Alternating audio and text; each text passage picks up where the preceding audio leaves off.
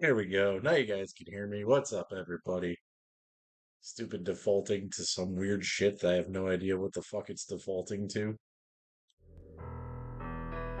Computers, man.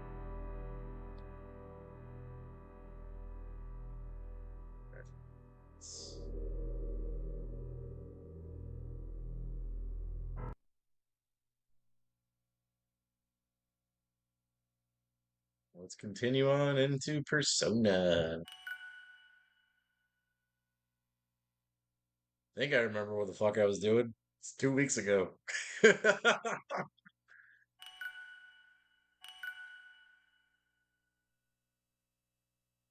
It's gonna be a long stream.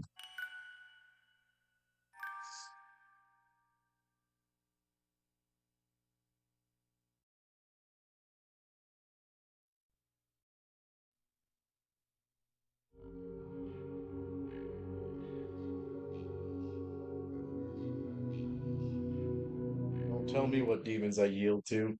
Fucking tree.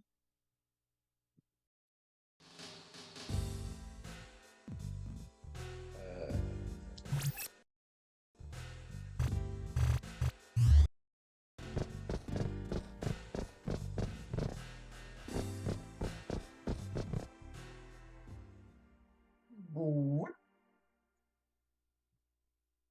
Okay, I remember how this ended last time when I nuked myself to death. That was fucking awesome.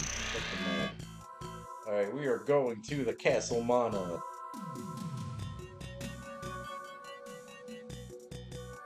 Going up the street and over to the left.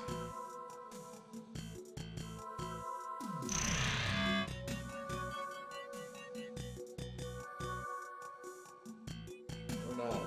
We're going east, then north. Can't go east. So let's go back in here.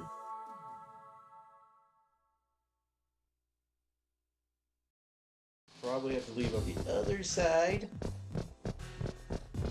I couldn't make this fucking easy to figure out or anything.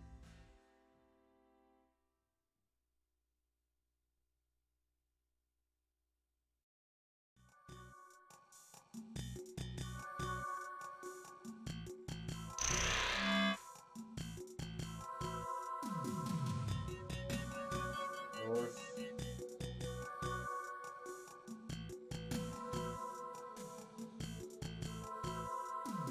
North 2.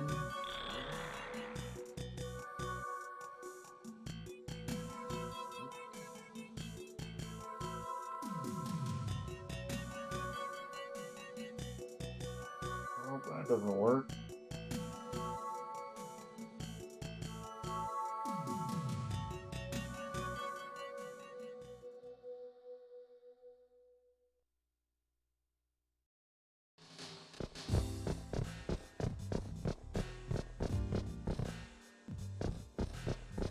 So they're gonna make me take the long way. South and out.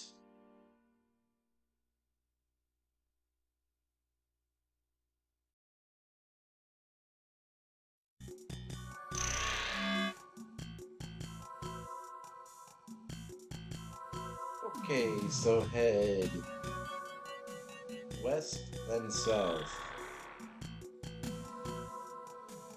I guess can't do that.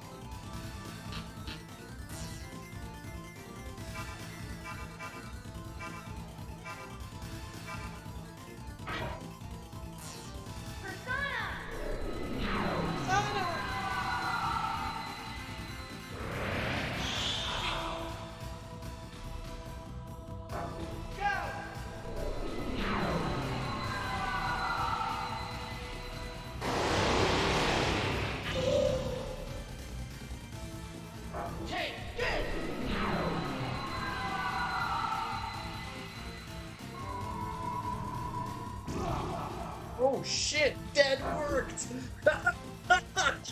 Was saying dead because they died, not dead as in anticipating he was actually gonna fucking die from that. I didn't, didn't think that worked on that guy.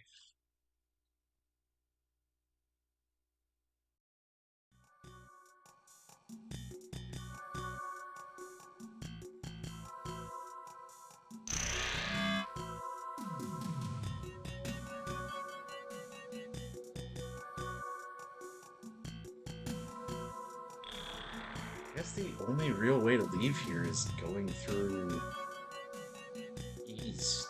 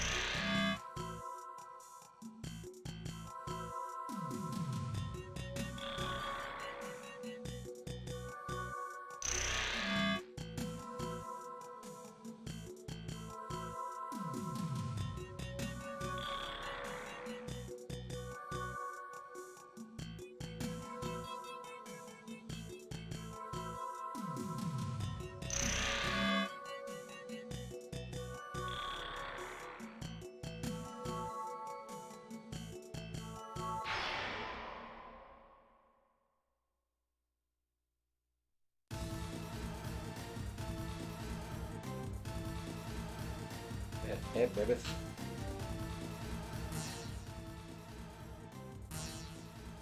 You got your card, baby. Peace.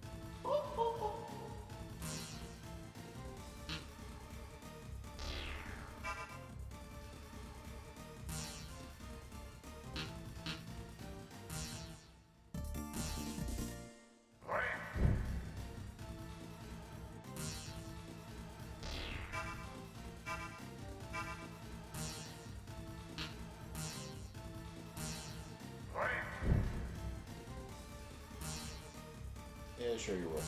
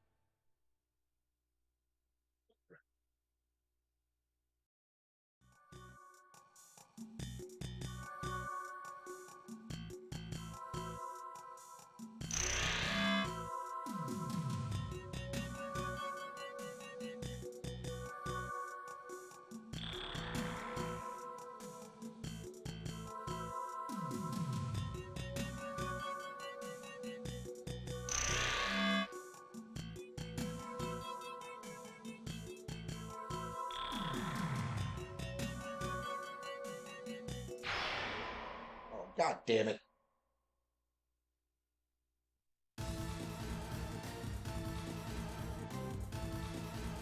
What the fuck is that?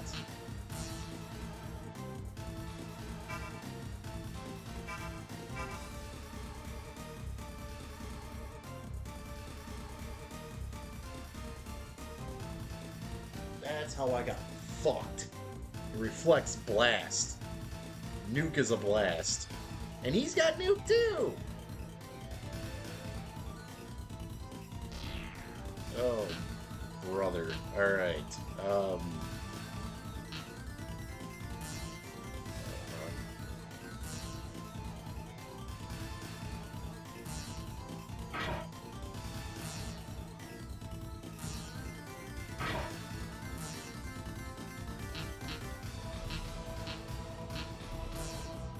Fine.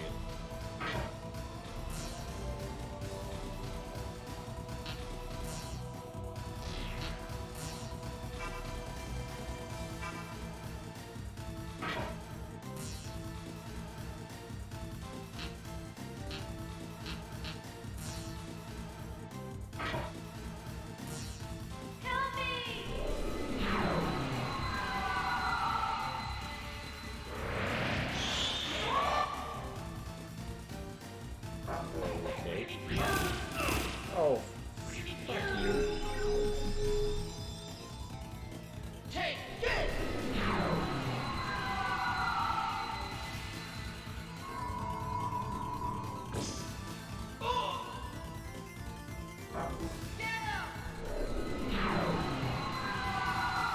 Alrighty.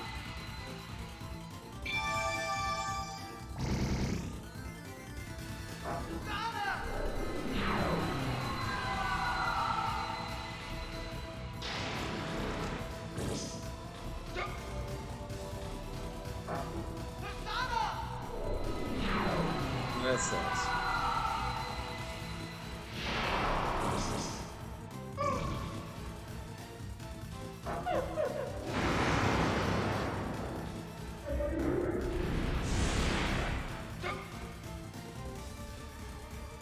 Alrighty, fight.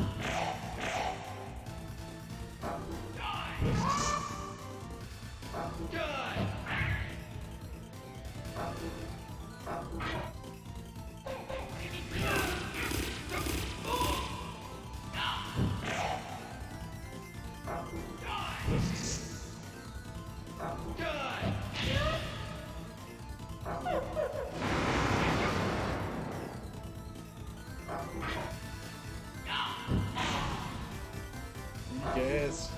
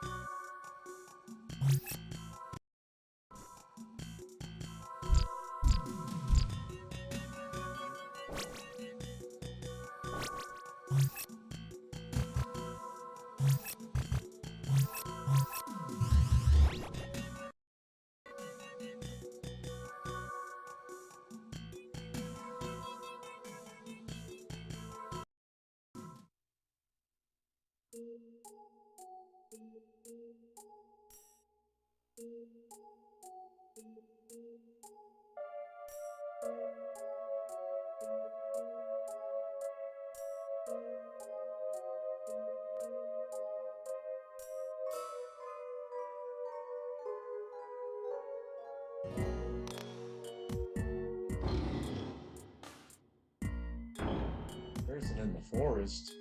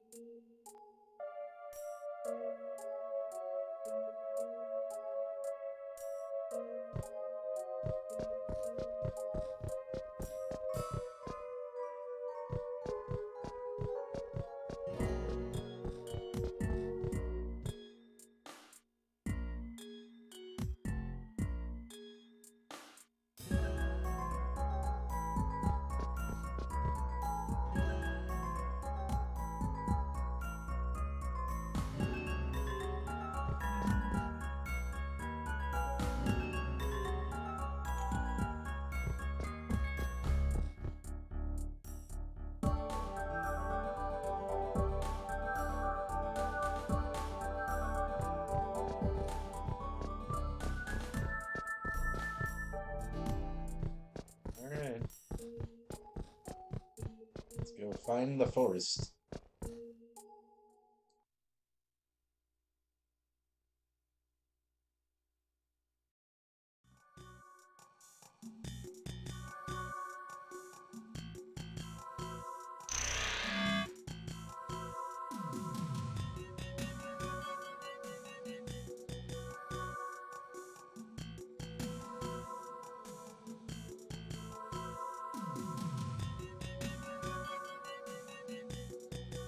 They're seriously gonna make me go back to the fucking subway? I mean, through the black market to the subway?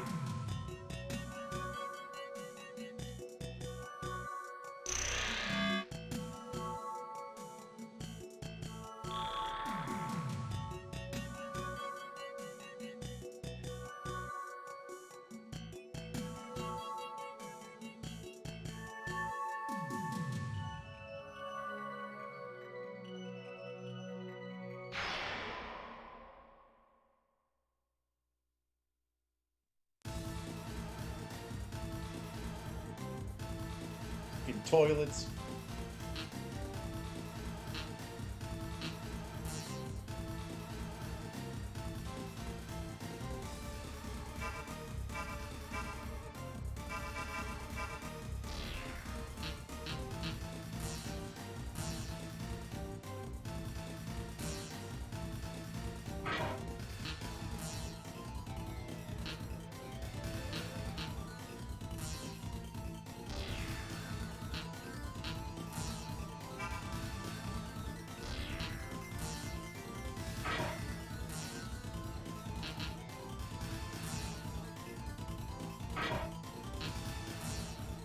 Gotta nuke these toilets. Help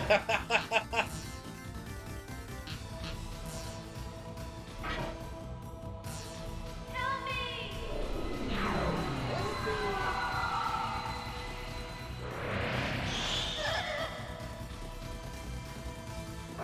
Go! Peace.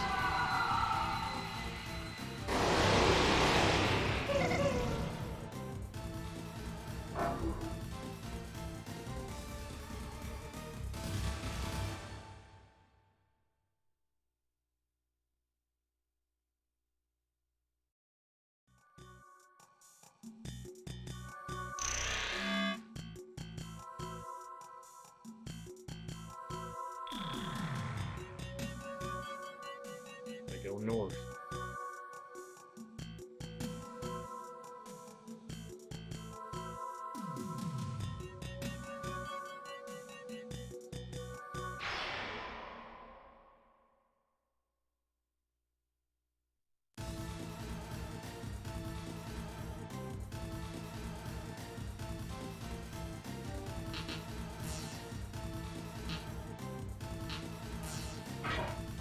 God!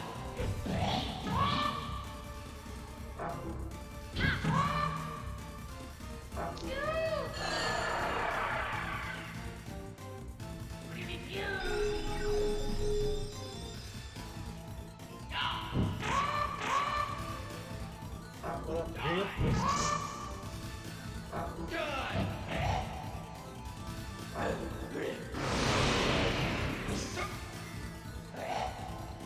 I did some light reading into where I'm at in this game, and not doing this because I don't like it. I'm doing this because we have 50,000 more of these to play. I'm forcing the bad ending. I think I'll be done with this game by the end of the day. I didn't really read like what to do. I read that there's a conversation coming up that no matter what, if I'm gonna do it. I didn't read the answers and shit, but I know that like it changes the outcome of the game. I'm like right at the end. I can probably beat this by the end of the day. The reason I'm saying bad ending is because that's gonna save us like 20 hours, because it looks like there's like a whole fuck ton more to do to get the good ending.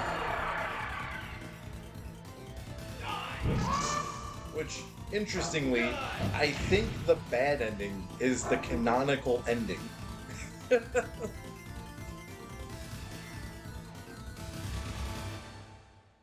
bad ending seems to make way more fucking sense.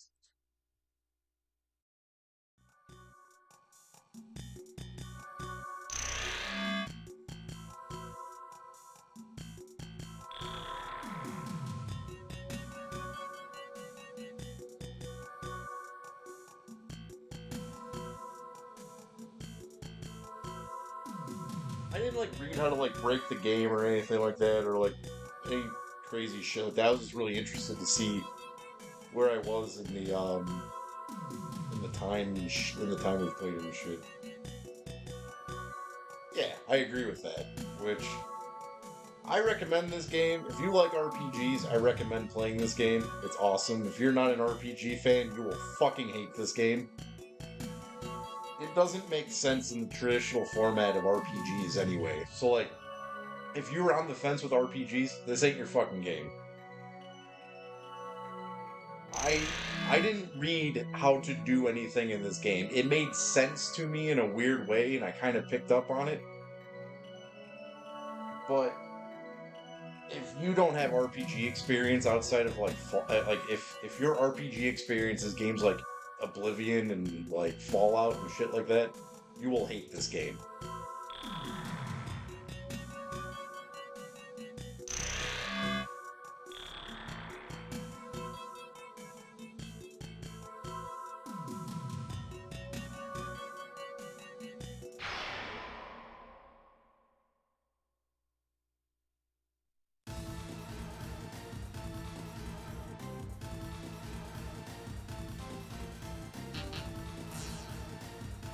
This game's getting a good score. It's not getting 100%. There are things about this game that kind of annoy me.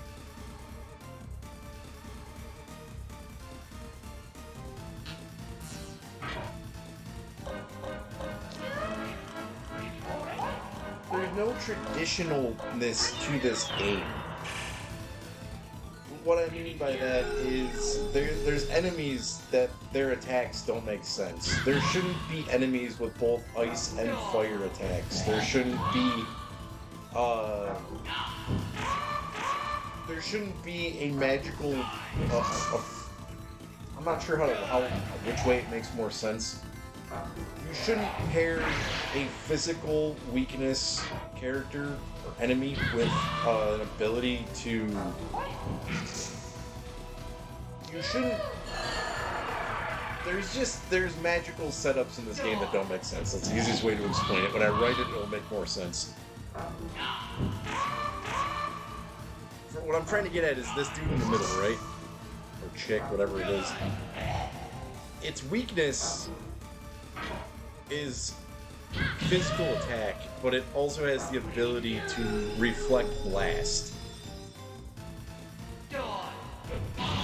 Like, there's shit like that that just doesn't make sense in the traditional idea of an RPG. What it should be is like, okay, it's an ice monster. Its weakness is fire. This game ain't like that.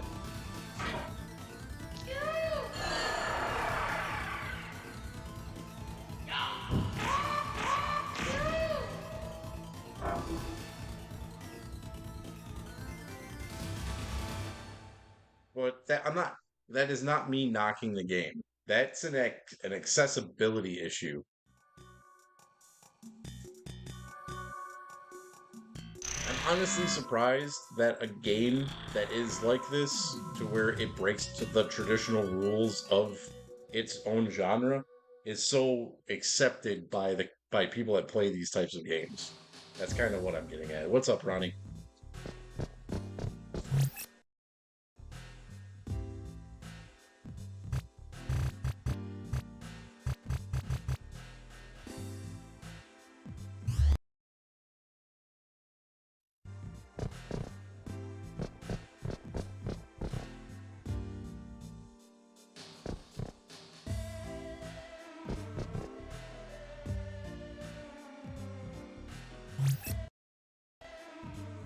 Actually, I'm gonna go heal up first.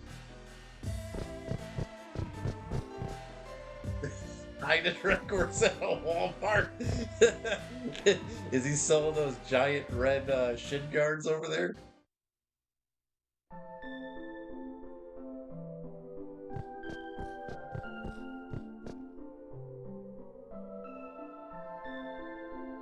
I don't know. A lot of those dudes do that, man. Like, it goes. I think a lot of that is like fame isn't for everyone. So like, a lot of people fall into obscurity like that, where he probably saved a lot of his money, which is smart. Probably invested a lot. He probably gets some sort of royalties, because I mean, the dude was around for a while. And he likes the small fame that comes back to him while working at Walmart. People are like, aren't you Heidenreich? Makes sense, man.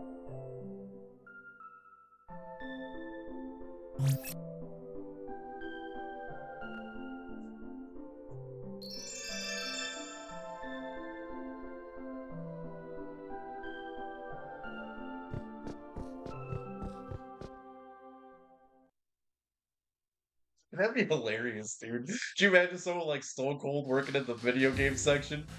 Like, we need an employee over at the video game. Little kid needs a key for the video game locker. Kid's sitting there crying like, "Oh God, what the hell's about to happen?"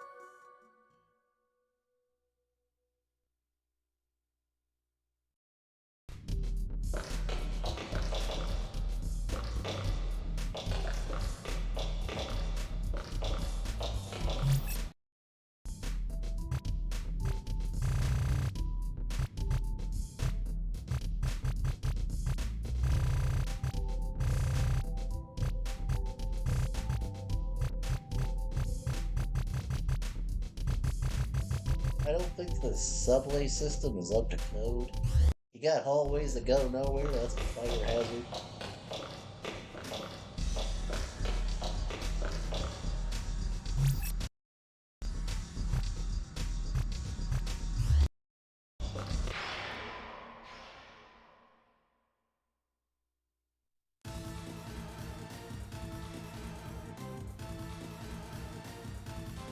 These fucking guys.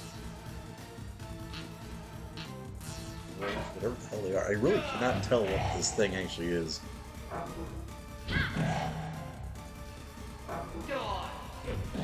Dog.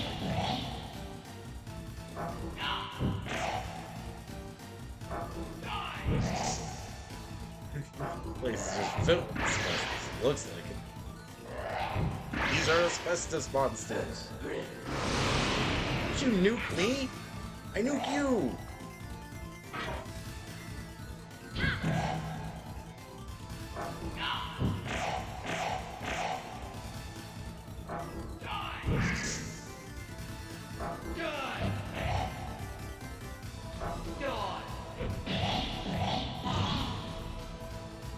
What I do like about this game, though, is that there is no Hail Mary magic attack. For instance, Final Fantasy VII, when you get to an annoying enemy, you just cast Knights of the Round. When you get to, or Hades, when you do, like Final Fantasy VIII, man, there's certain things you can do in that game where you can just break the game. You can bust the game with Diablos. This game doesn't have that because of the randomization thing that I was talking about.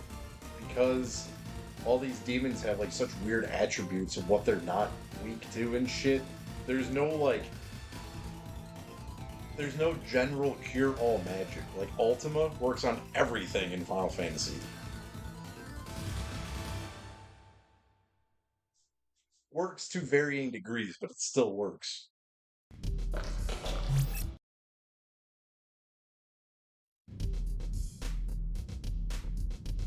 Shadow Hearts has those non-elemental transformations, wasn't it? The one dude, the samurai guy, has that non-magical transformation. Magical element transformation.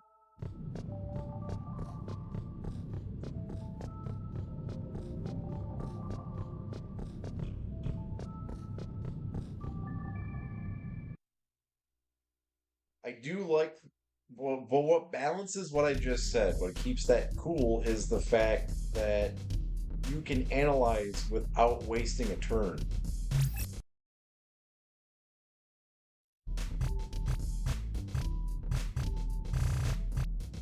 So at least they were fair with that you get to look at what you have to beat them first, given, but you don't have to remember what each one of them is weak to and shit.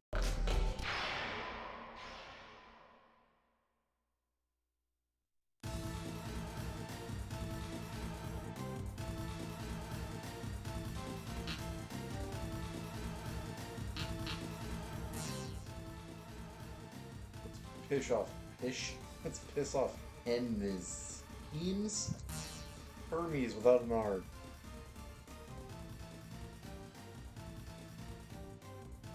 Emmys.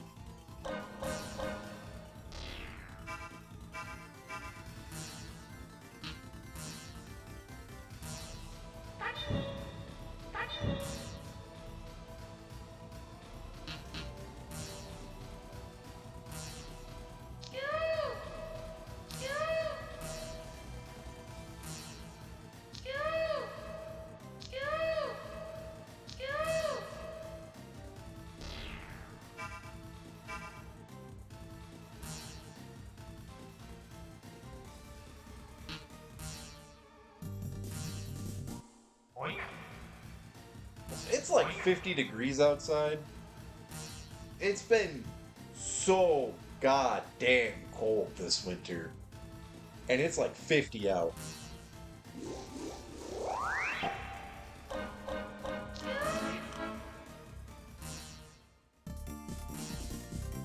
Oink. Oink. Yeah, exactly. Time to get sick. Oink. Dude, when it started... When it was like, last week, when it was fucking... It went from like 0 to 19. And it already felt amazing outside. And everyone was sick. And I was like, dude, it was a little bit warmer than that. It was like close to like thawing out weather. I hope it stays, it's supposed to be in the 50s like all week. And I hope it does. Because I'm sick of fucking sliding around everywhere. I had to stop on fucking Thursday. Yeah, Thursday. And, dude, the whole area to the back door was all fucking ice. There was nowhere I could park where, like, I could avoid the ice. I get out, and I felt like Crash Bandicoot, dude. I'm stacking shit on the two-wheeler, and just, like, the weight of just pulling back the two-wheeler just pulled me down the ice. I was like, alright, sweet. I have no control if I'm gonna die or not.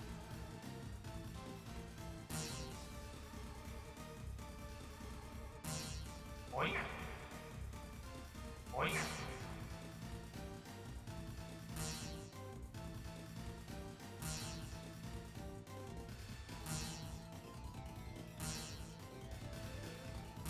Oh, come the fuck on.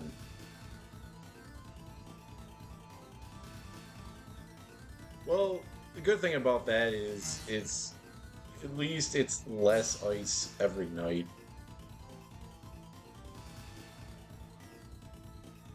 I'm more content with a very, very, very small fucking sheet of ice than some of the shit that I've had to like walk on, dude. So much uneven ice, dude, and that just sucks because when you're pulling that two-wheeler and you have to exert more energy, you're pushing with your feet more, and if you don't have like solid like a solid non-slippery surface, you're just like basically forcing yourself to go straight down. Like, because if you have the two-wheeler, right, and you're pushing it and you're trying to leverage with your foot and your foot goes backwards and your arms are going forward, you have nothing stopping you from your face nailing that fucking bar when you hit the ground. Done it before. It fucking hurts.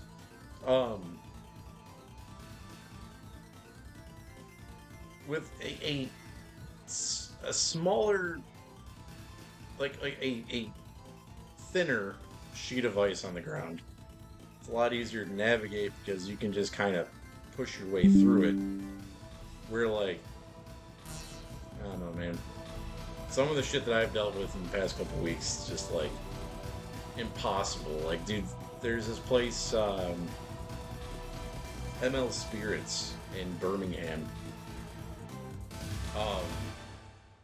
You don't notice it at all in the summertime. Springtime, fall time, you don't notice this at all. The second it ices, though, you notice that this 20-degree little, like, rampway, it's not even like a rampway, I don't know why I'm describing it that way, it's just the way that the pavement is, it's not even pavement, it's all concrete. The way that the concrete for the back parking lot is, because dude, I was sitting there like the day of New Year's trying to get up New Year's Eve. It was either New Year's Eve or the day after New Year's. And I was trying to like, so it's like no ice, icy slope, and then flat ground.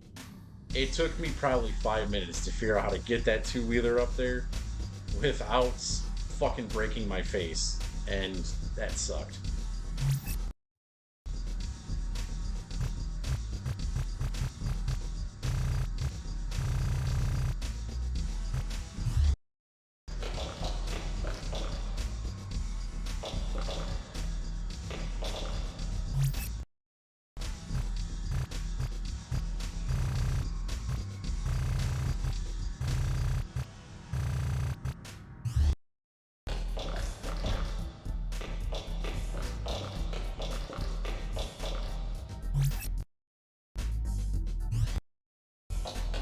There's so many places I've been to with these nasty ice walkways. What up, Kmart? There's so many places I've been to recently with these nasty ice walkways where like I've almost gone into the place and just been like, look, like you guys just don't like deliveries, do you? Because you can either help me or I'm fucking leaving. Like you shovel your front area, you salt your front area, but you don't give a fuck about your delivery guys, and then you're purposely ordering like $3,000 worth of wine. I hope you know if it breaks, you just don't get it. Like it's not gonna be free.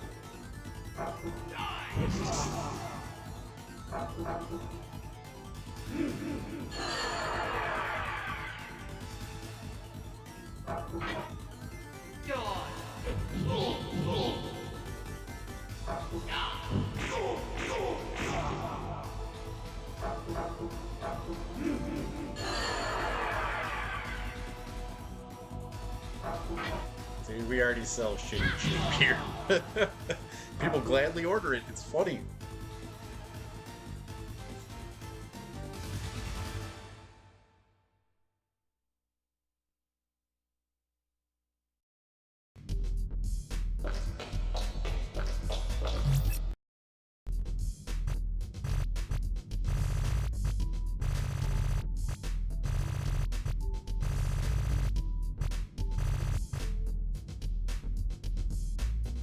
Down and around.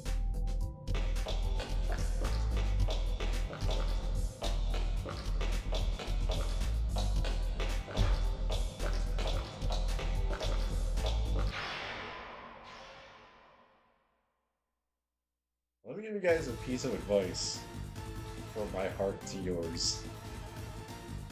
Plan on going on vacation. Don't eat a bunch of fruit and then throw the containers in the garbage and not take your trash out, because you will come home to a whole bunch of fucking flies that won't die.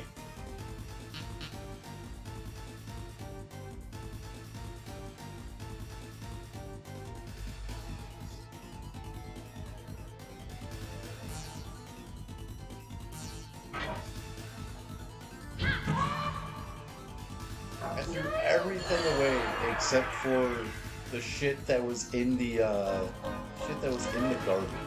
I didn't think about it because it was just like some raspberry like containers, raspberry and blackberry containers. I was like, what? You know? Dude, I come back and there's just fucking drain flies all over the trash, and I'm just like, really?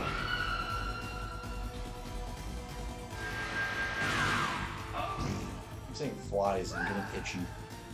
I don't know what it is about my room. My room just makes me itch. I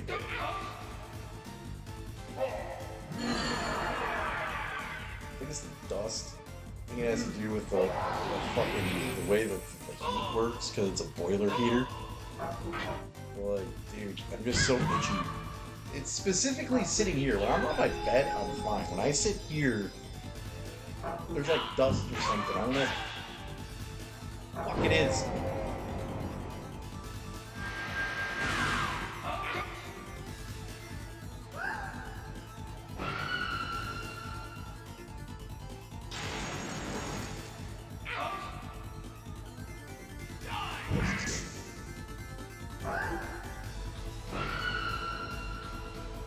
Dude, if I die on this.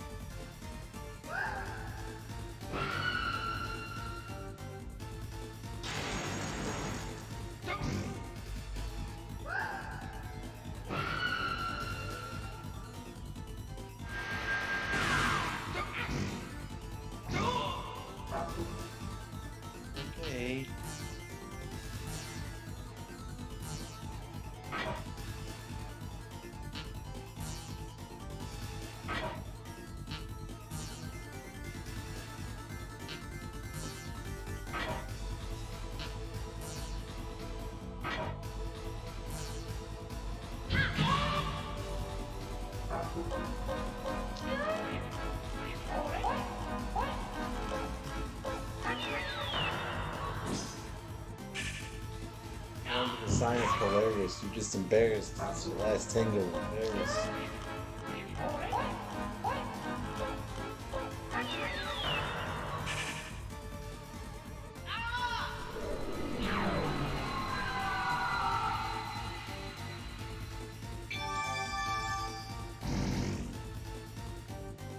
Want some?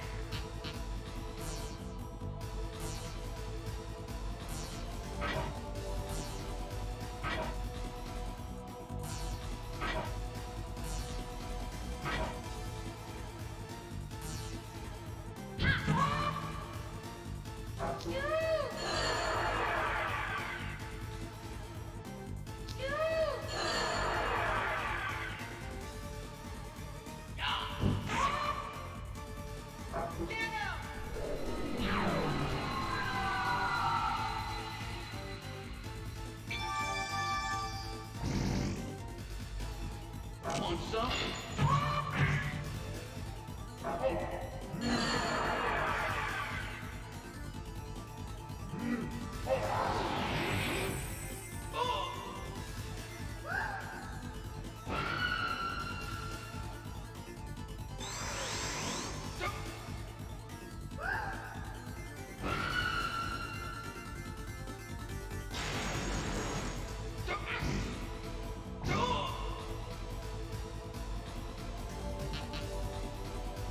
That actually sucks.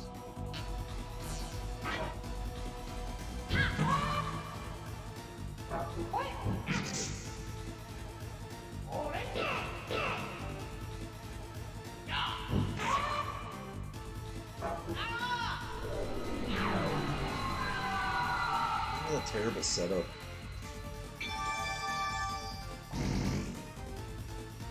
Want some?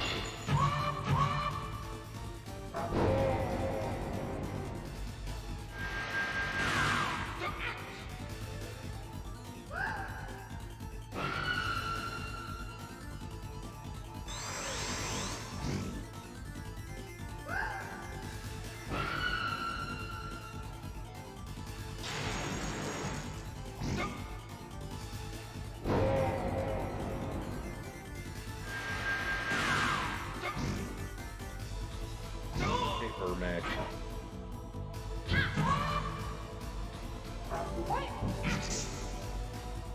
You fox bastards die? What the fuck, man? There's one.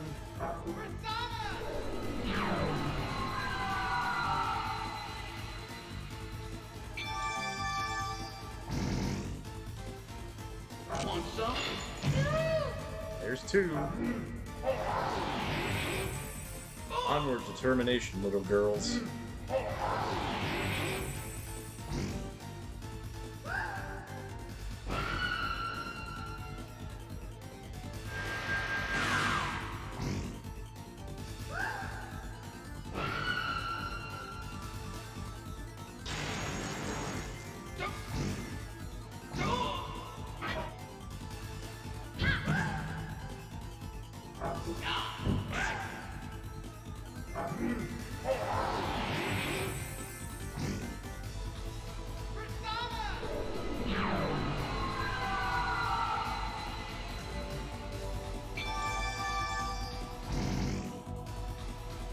Want some? Okay, can't gun them down.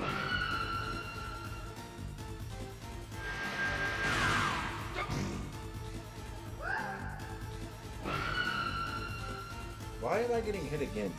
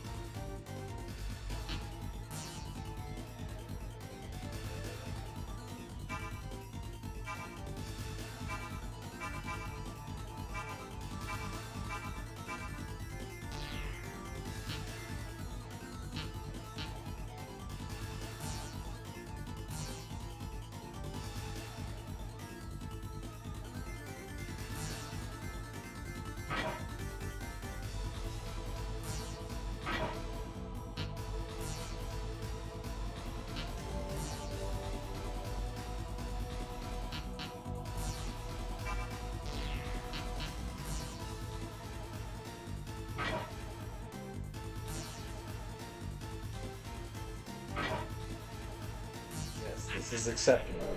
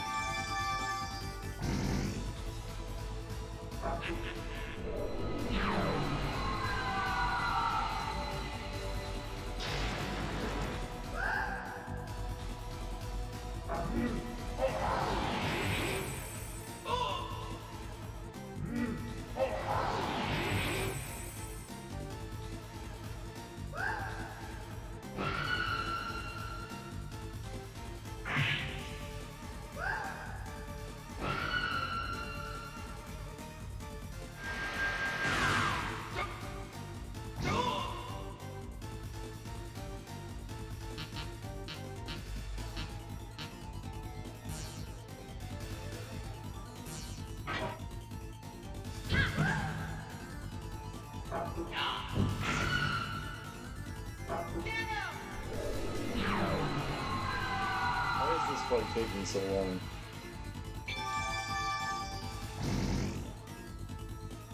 You wish.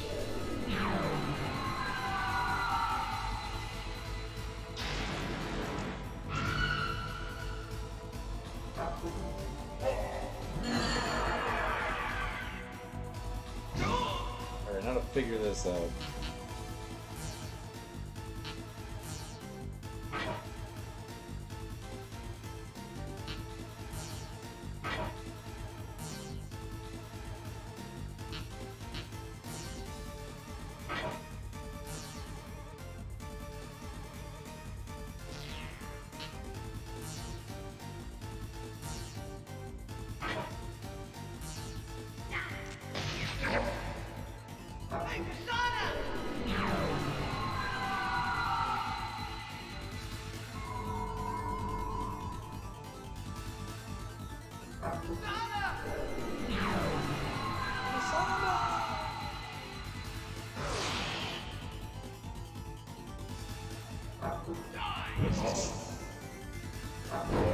Sword and gun work. Magic don't.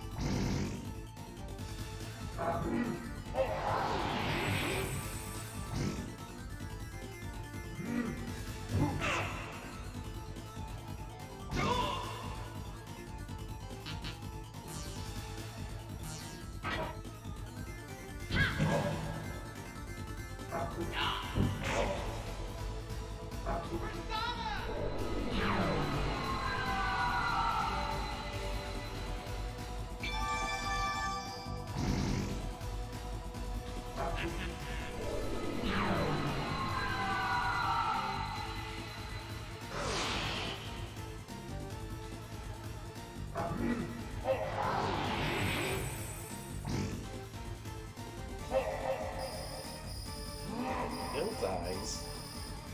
What?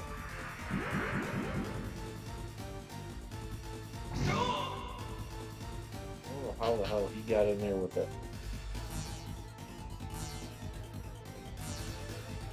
Stupid blast. I don't remember casting blast. That's what I remember.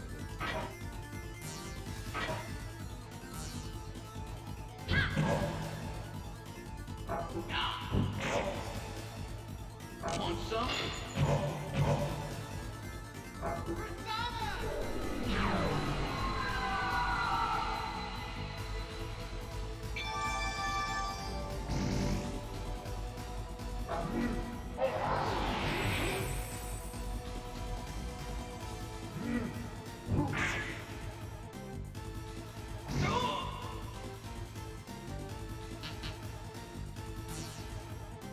Now I'll replay. Want some?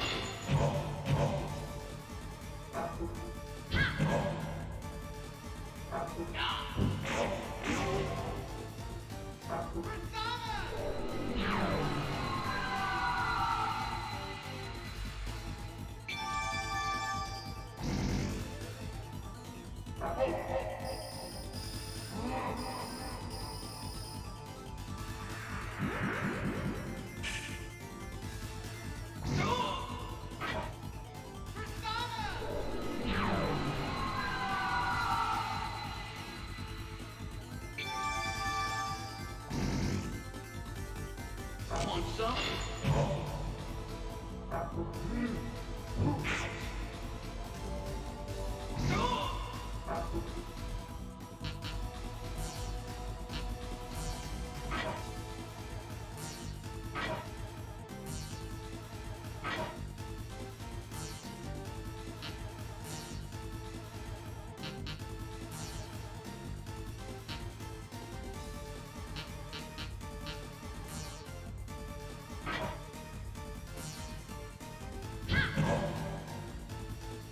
Take this!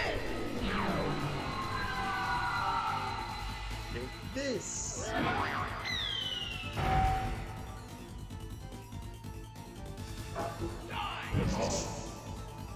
Want some?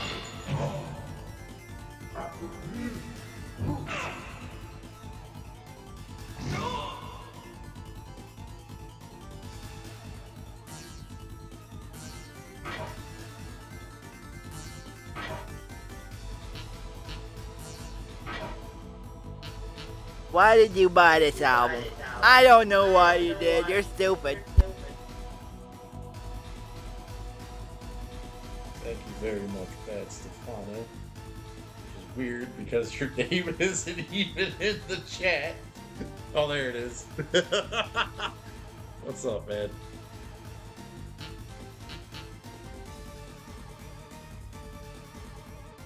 That gives you another one. Just waiting. I know you're gonna be the one that picks the game that I don't want to play.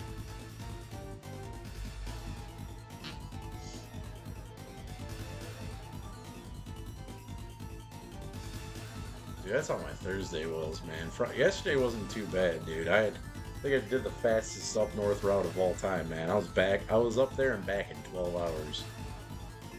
4 hours of driving, 4 hours of delivery, 4 hours back.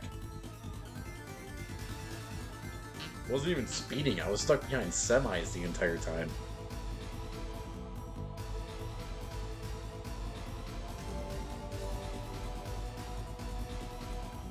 I can only imagine. So, like, I know I asked you this before, but I just can't remember. So are all GameStops closed or just the ones in your area?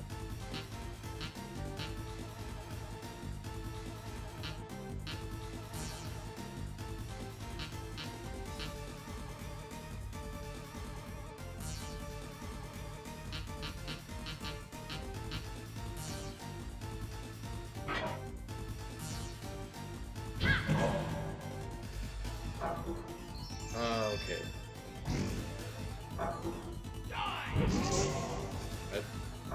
lot of them around here have been disappearing too, so I didn't know all that. Yeah, a lot of my area are gone too. There's the one over at Partridge Creek still. Well, when I say my area, I mean like the greater, like, Oakland, Macomb area. The one I used to go to when I was a kid is gone. That's been gone for a while. The one that's over by Walmart over there is gone. There used to be 5 within a mile radius of Sterling Heights. So, like, we used to have this giant mall called Lakeside Mall, then, like, they were closing, and then they didn't close, and then they finally closed. When that thing finally nuked, there's only one GameStop in that area still surviving.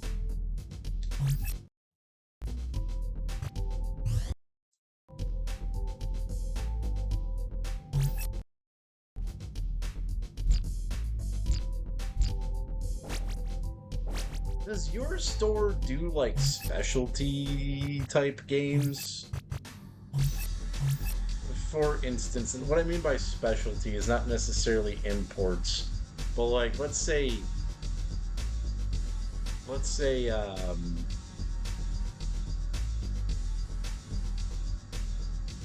name of that company? Limited Run. Let's say, like, Limited Run is coming out with something. Like, do you guys stock stuff like that? Like, and do you guys stock, like, let's say it's 1998 and Thrill Kill just got an AO rating. Would you guys stock that, or do you stay away from games like that?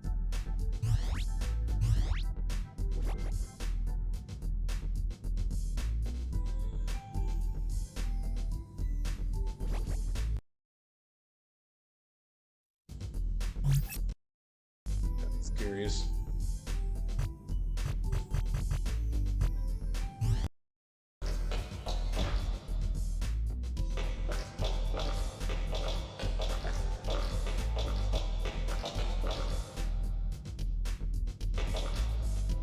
Well, I mean, that's fucking illegal to sell. I mean, you'd be facing federal charges of distribution.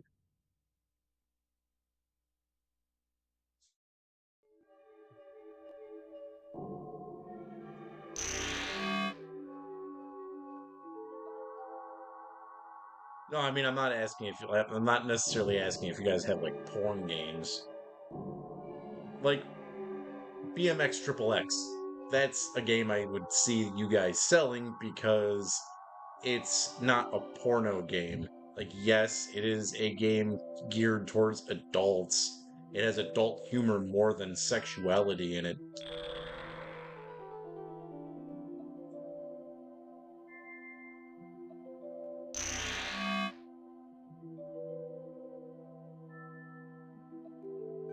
Like, I see you, like Leisure Suit Larry, like, looks like that's like a game that you guys would have. Like, but, like, I'm not asking if you guys have, like, Topless Butt Fucking Mahjong Volume 4.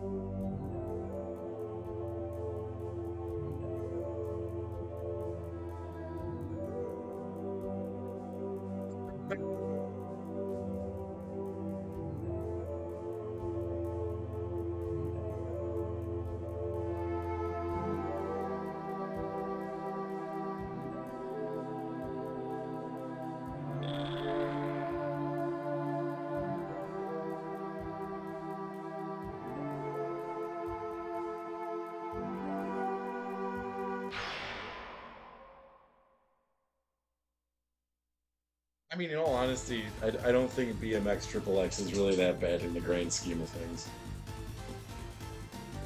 I never really played it, but I know enough about it. The interesting thing about it is that I've talked about this before, the PlayStation 2 version of that game is actually the one that's highly censored. Because if you get that game for GameCube or Xbox, when you beat the game, you actually get real live stripper videos. They don't have that in the PlayStation 2 version.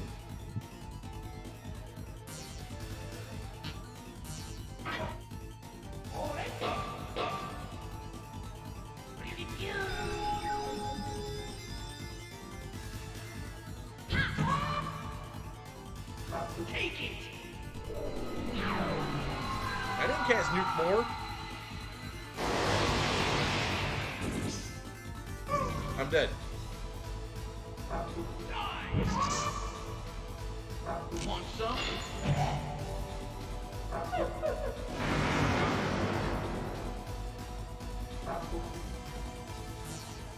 Oh, because I hit replay. That's why.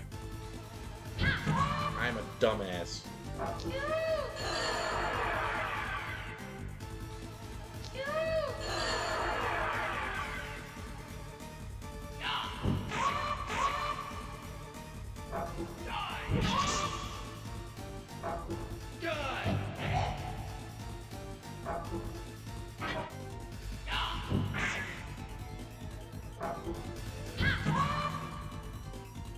When I first read modded stuff, I thought you meant modded video games. I'm like, how the hell can someone sell a modded video game?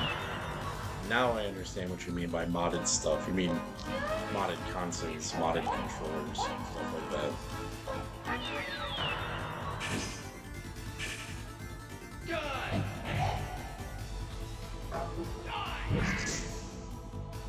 Cheap boot packages and shit like that too.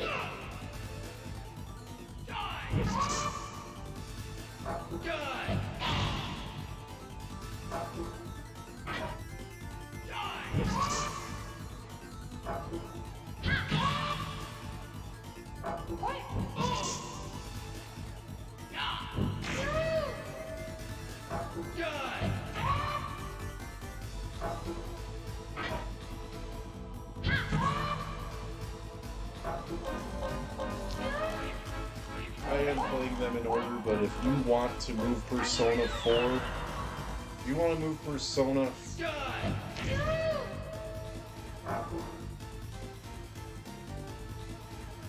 Okay, so what I can do, I can move Persona 3 and Persona 4 to where Nocturne is on the PS. So it would be like... Let me bring up the list to make it specifically what I'm saying.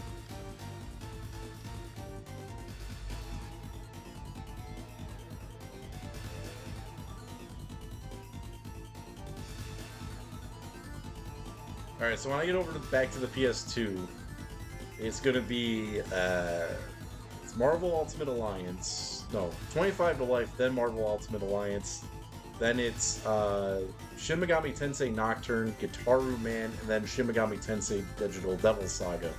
What I can do is, I can take Persona, because I was gonna do them all by release date, because I feel like, because Shin Megami Tensei Persona 3 is like the first one I have to play. Then it's of the Persona games, because that's when the Shin Megami Tensei name got added to it. That's why I did it that way. I could take Shin Megami Tensei 3. You said these games don't actually. You said these games don't. They don't correlate with each other, right? There's no, like, continuity.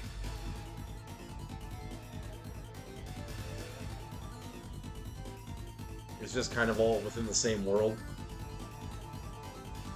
Okay, I could take Persona 4. I can move Persona 4 up to Nocturne. And then we could play the Shin Megami Tensei Persona 3 and FES last.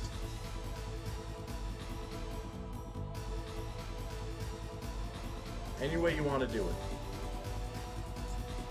I'm cool with rearranging how it gets played.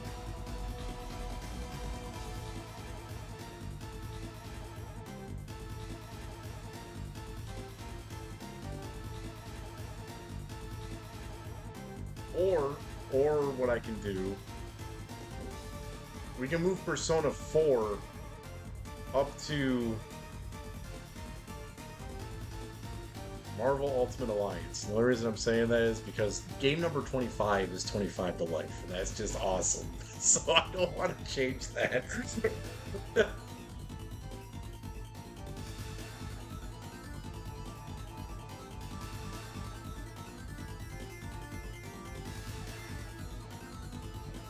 What the hell is Persona Reload?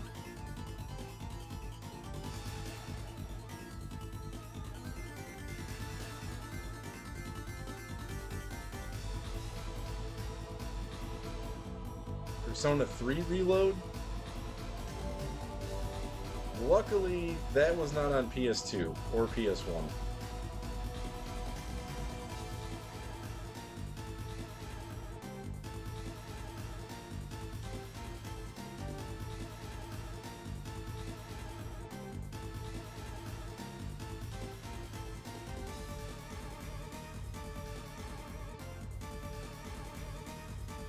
So the actual one is there is Shin Megami Tensei Persona 3 Portable. Okay, never mind. That was only on PS4. Yeah, the only 3 Persona games are those ones. Like I said, though, I would like to keep 25 to life at 25, just because I think that's awesome it lined up that way. X-Men Legends is... that's already on there. X-Men Legends is game 64. It's picked by Punk Rock Ian.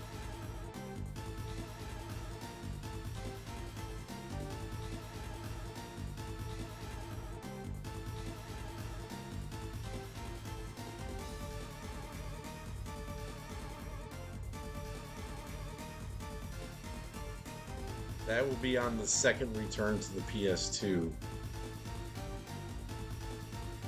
Or if you want X-Men Legends moved up, we can swap Gitaru Man, because that's also your pick.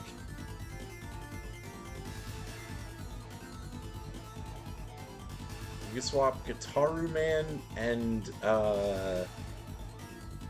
yeah, we can swap Gitaru Man. So we can take X-Men Legends. We can move that up to. I feel like we're doing like we're having like an accounting meeting. So if you move the deficit from 2026 over to 2027, we have a full fiscal year of video games.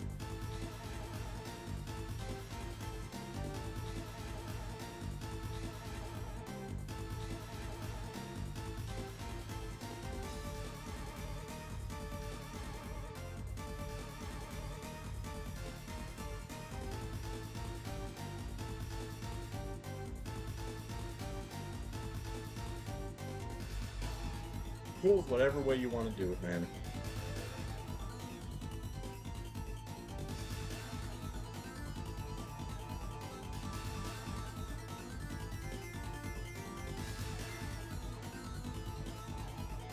So if we do the X-Men Legends thing,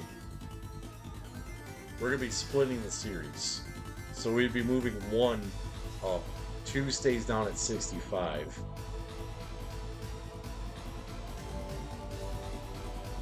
It would now be the new 64. So then you would be swapping X-Men Legends with Gitaru Man, putting Gitaru Man down at game number 64, and X-Men Legends at game 27? 28.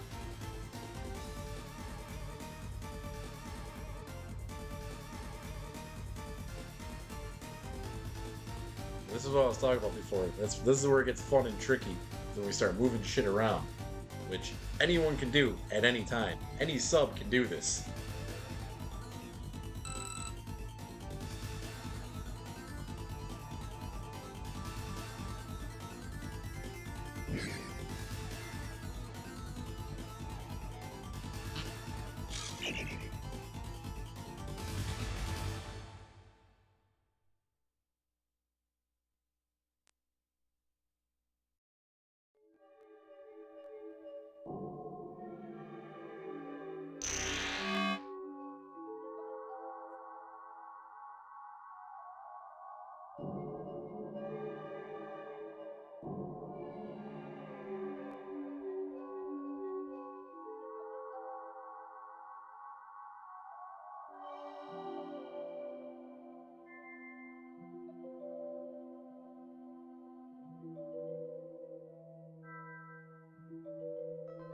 also thinking about something else crazy.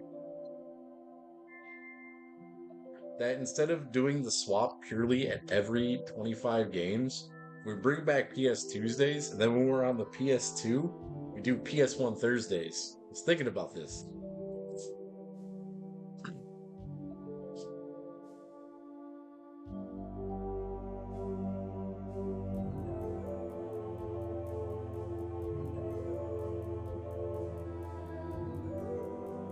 I haven't multitasked in so long, so like I feel like doing a lot of different types of shit. I feel like making this stream fucking wild.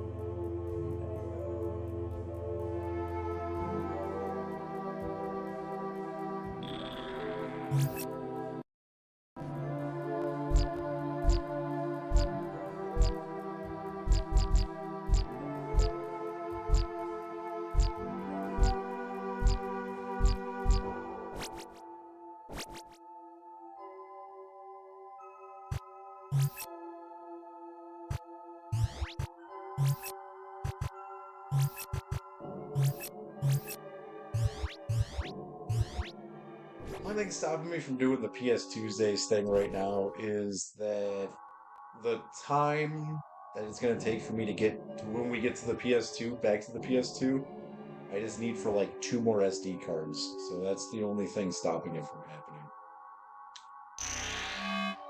I have the entire library packed on. So I thought I'd be able to pack it onto 2 SD cards, 512 megabytes, Jesus. 512 gigabytes each. Only problem is it doesn't work. I need another 512 for the PS1. I also need a 512 for the PS2. So a couple paychecks from now, maybe my second paycheck in March, I'm going to do that. Once we get there, we're ready to go with like everything.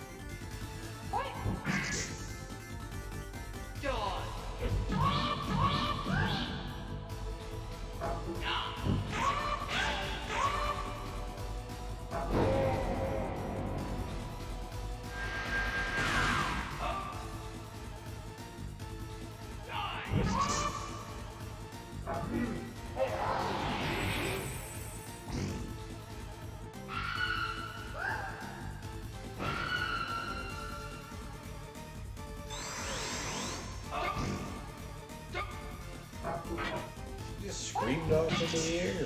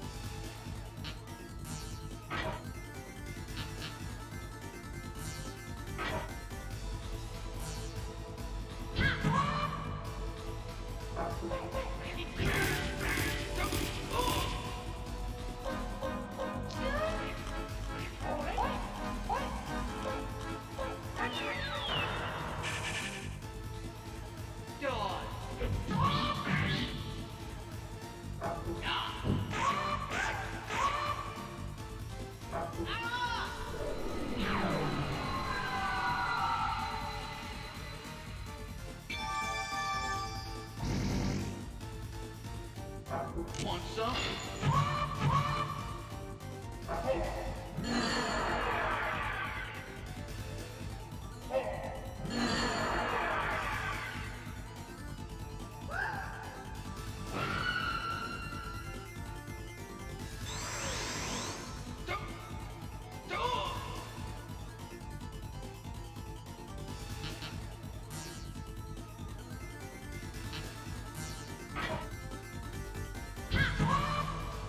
Lowering Mania ticket prices. They don't sell out fast enough or something? Is it really $40,000?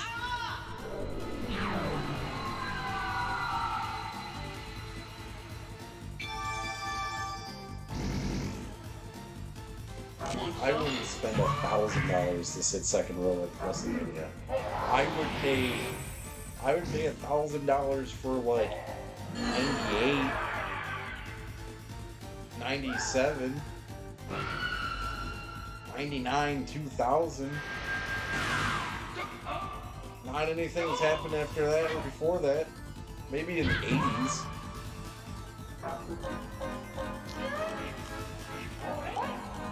I would never pay.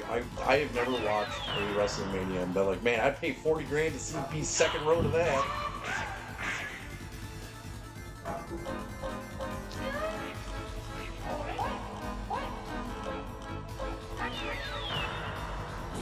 I wouldn't even pay 40 grand to be front row just behind the table at King of the Ring 98. Want some?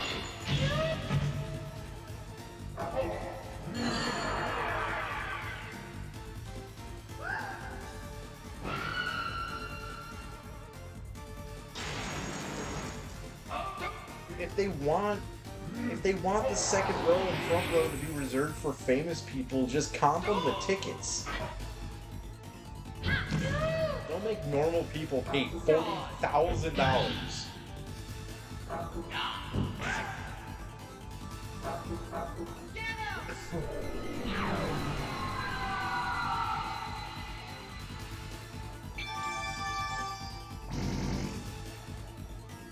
You gotta remember, it's not just WWE now. It's TKO, and dude, there are so many people. There are so many people that have stake in WWE now. I don't even know what WWE gets to even say they have control of. That's why it's funny when people be like, oh, Triple H, he's head of creative. Yeah, he's head of creative until 80% shareholder goes, no.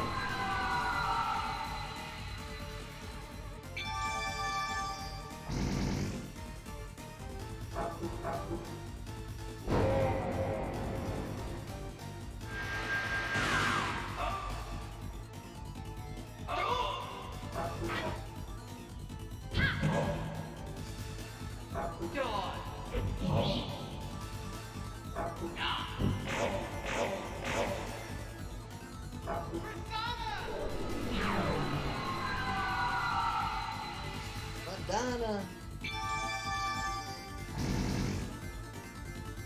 Want some?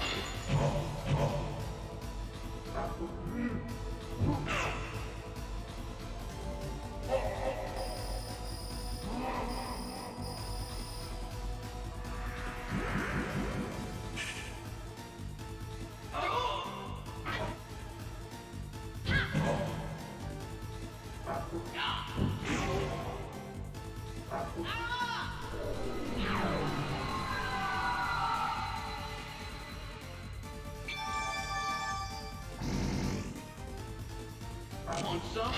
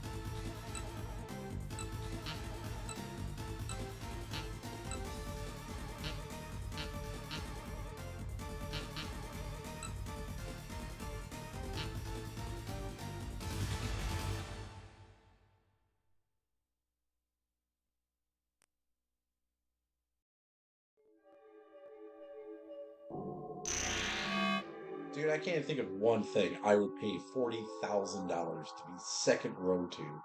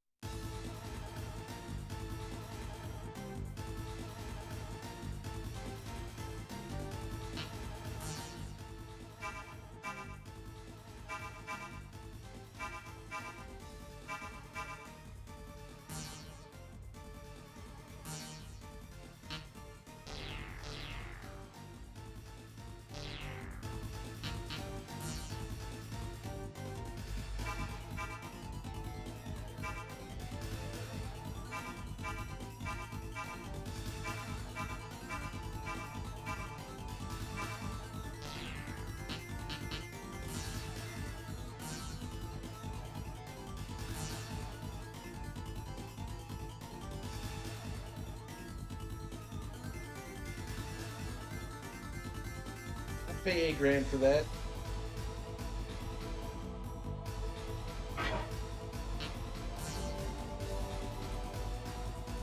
Now, is that for a seat or for a package?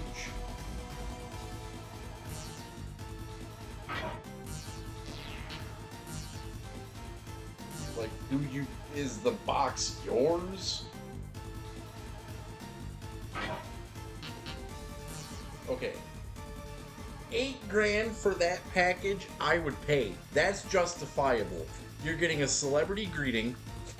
You're probably gonna get free food, and you're probably gonna get more than just the Undertaker. I think that's a much, and you can have probably like up to 4 people in there, so it means you're really only paying like $2,000.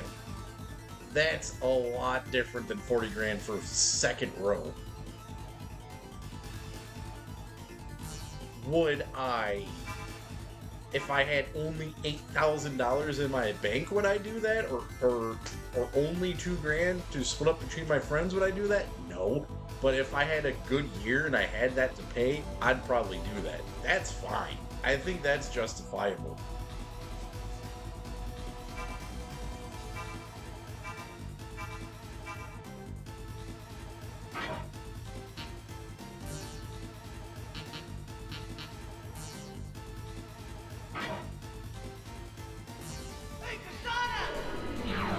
I would pay $8,000 to see Sarcophago play live.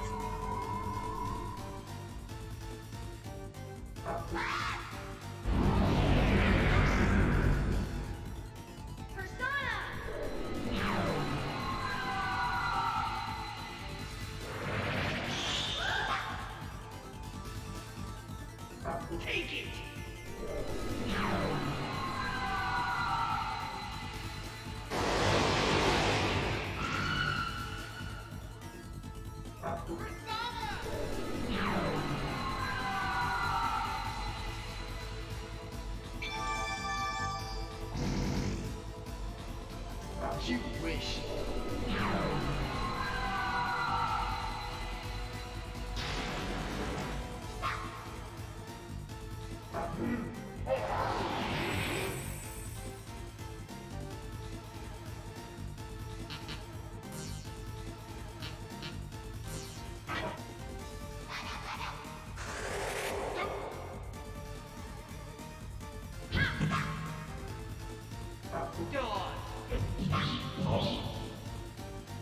No,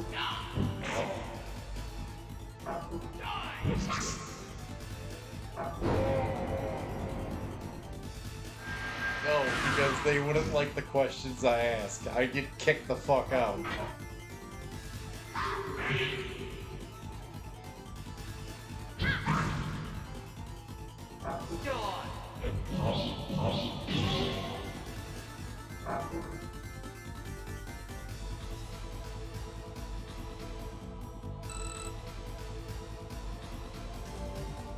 Yeah, you understand that the character you play on television isn't really you, and they just make you do that so you make your husband in AEW feel bad. How does that make you feel as a person?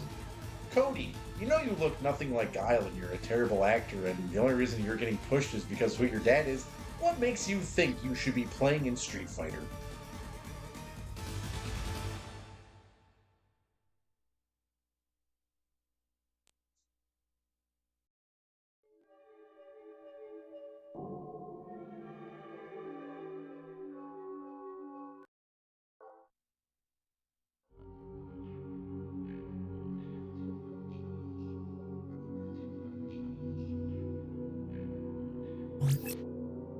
Be right back. I'm gonna go get a piece of pizza. If I can get my door open.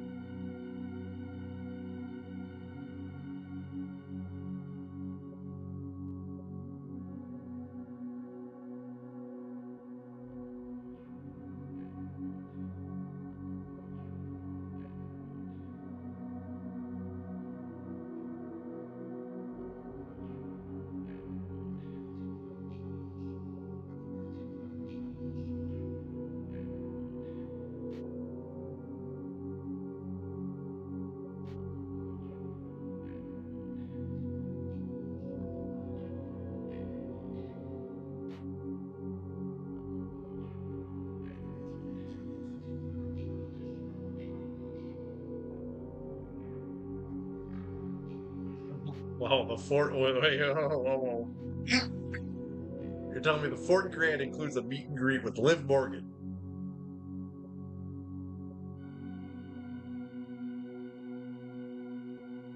Nah, still wouldn't pay it.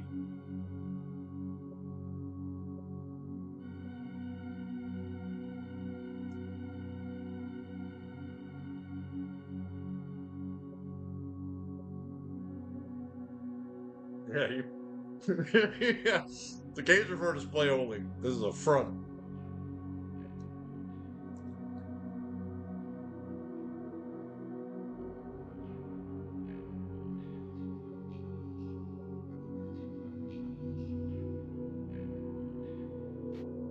I think Liv Morgan is a fake person too. I think that I think who she is in real life is nothing like. Well, I don't think Liv Morgan is a fun person in real life. I think Finn Balor would be more fun to hang out with than Liv Morgan.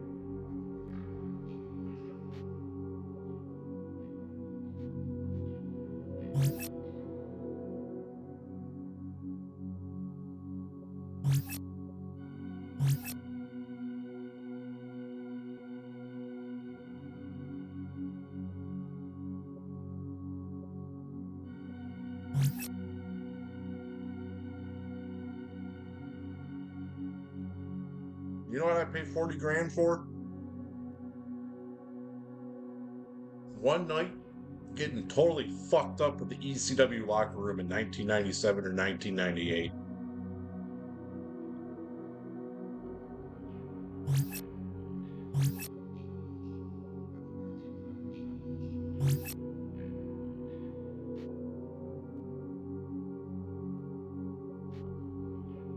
We're on the same page with that one. Where's Raven? I'd hang out with Raven. Yeah, where's Johnny Polo?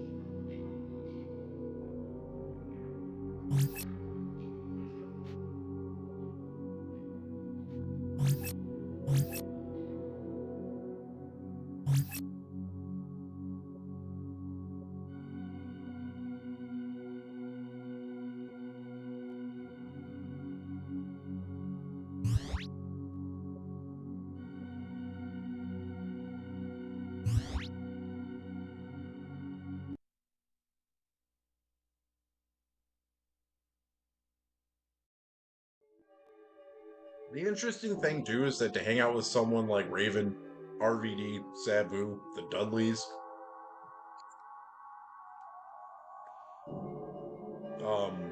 Sandman, Taz, you wouldn't have to pay any of that shit. You just have to bump into him.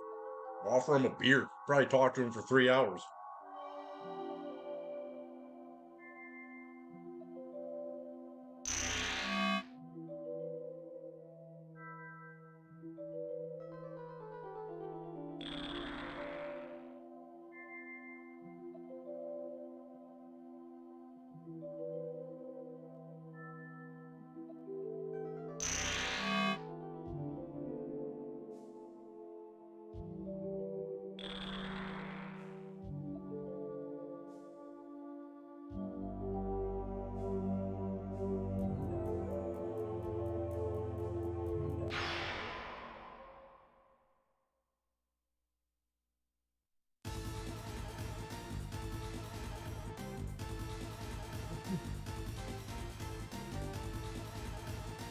Could it be anything?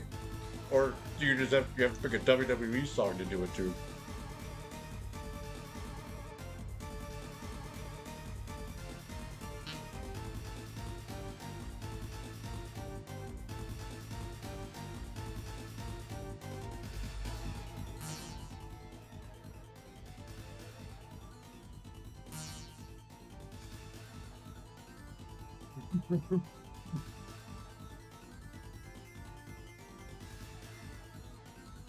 Well, as normal music causes tragedy, you could only use the Our Lady Peace version.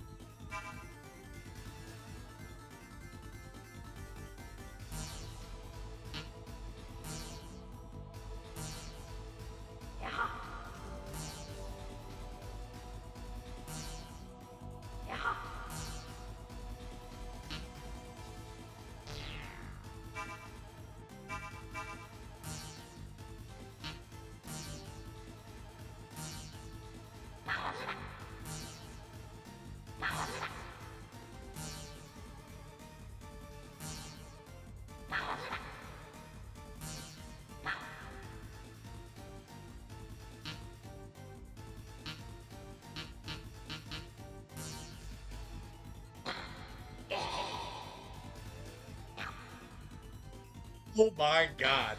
A $40,000 Roman Reigns Funko Pop will stop the presses. Forget everything I just said. You just gave me the whole fucking worth. If I was impressed by Funko Pops, I guess, and Roman Reigns. No.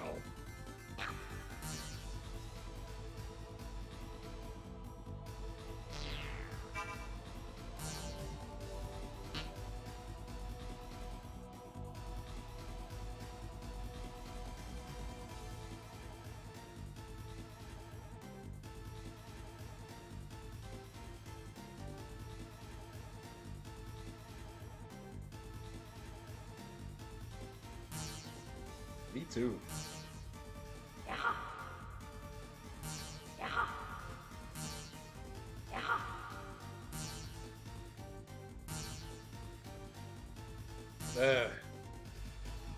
All that to interest these things that tell me that I need to train more.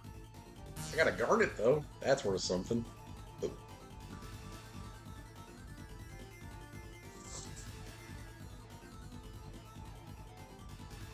Dude, I wouldn't be surprised. You remember like when they used to do those toys in the 90s? They would they would do like the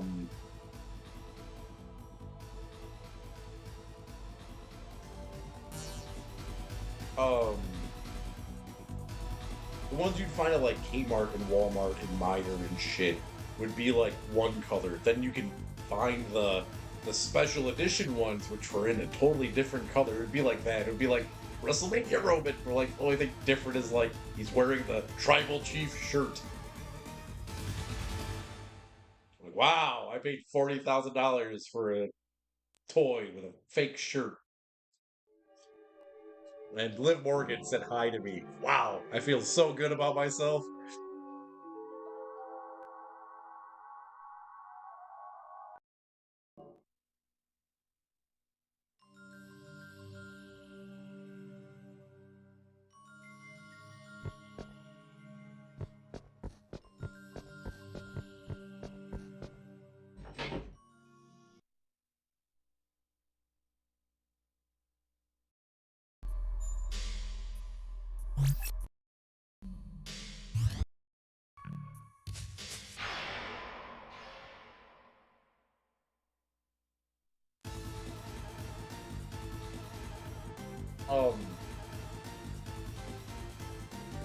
I know we've talked about this before, but I want to talk about this again. In the late 90s, there was there was a thing called the WrestleMania Legends Collection. The Jack-specific toys for wrestling. This is before we got the Titantron models. When the Titantron models came out is when they switched them over to the hard plastic. I'm talking about the rubbery era, where they were like bendy, not stiff like the old rubber ones. I'm talking about beginning to the Attitude Era WWF action figures. Transitioning from that era to the Titantron hard plastic era, they had a thing called the WrestleMania collections. There was Sable, Vince McMahon, Stone Cold, and Kane. I've seen the Stone Cold one a million times, I've seen the Sable one a million times, I've seen the Vince McMahon one a million times. That Kane one, I don't think even fucking really existed. The Kane model allowed you to take his mask off. I have not seen this on eBay. I have not seen... This is before his mask even came off. This is before anyone even had an idea he was Isaac Yankem. That is something I would actually buy from WWF from back in the day, because it's something I wanted. I hunted that thing down everywhere. I used to go store to store to store to store and flip through those boxes trying to find that Kane one. I don't think it exists.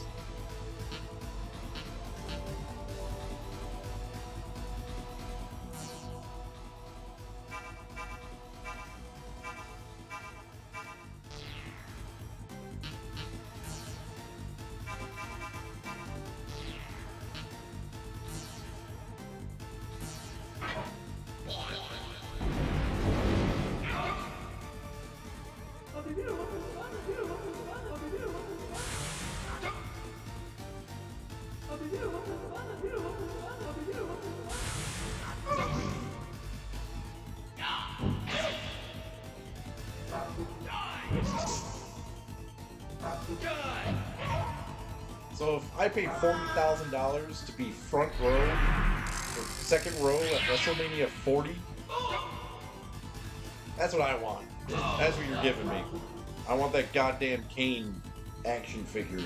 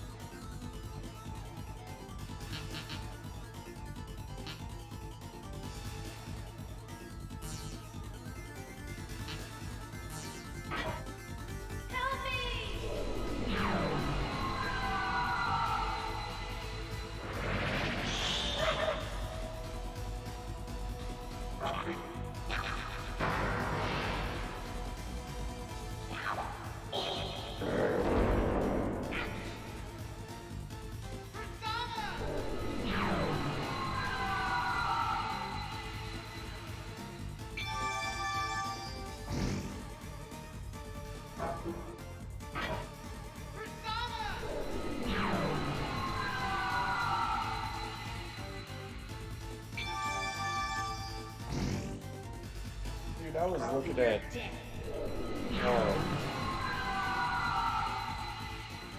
at prices for like getaways and shit. You can go to Hawaii for 6 nights for $1,000. That sounds way better than paying 40 grand to go see some idiots in an era no one gives a shit about.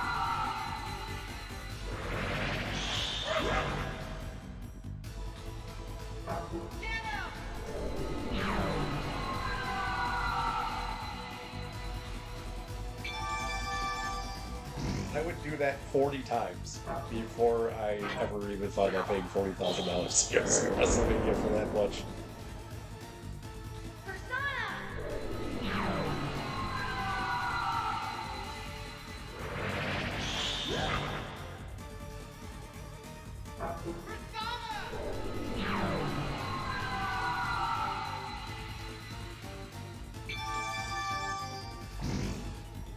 Oh my god, cheap suits! I haven't been able to say this in a long time. Cheap suits! Fatuous. Person V6. Send veggies. Cheap suits!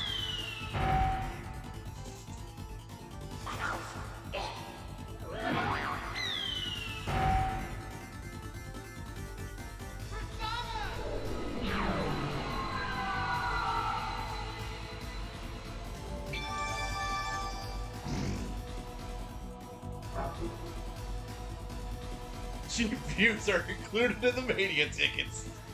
Yep. You're paid for really high views. And you get cheap suits. Oh, shit, man.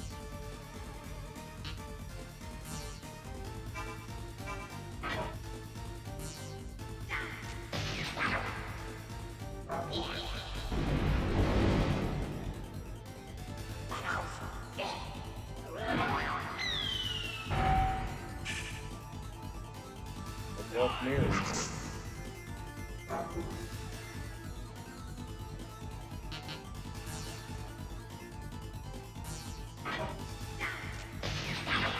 See Mary, please won't you help out?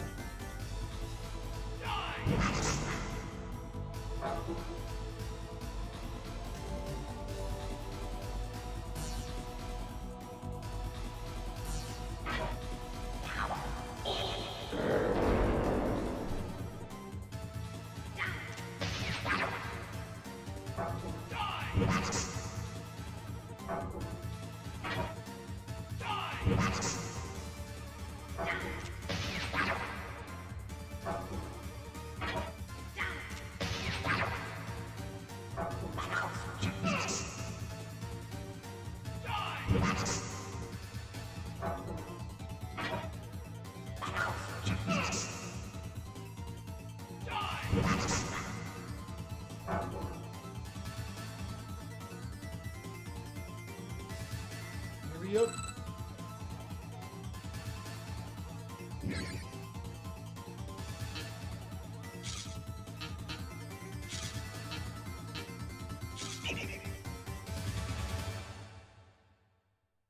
Weak asses.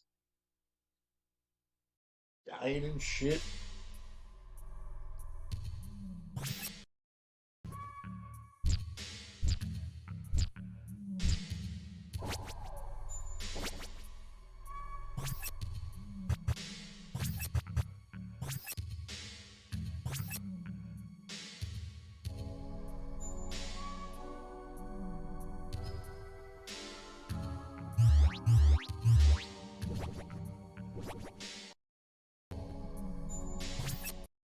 I don't know if that's entirely true, but I'm gonna say yeah. Canada.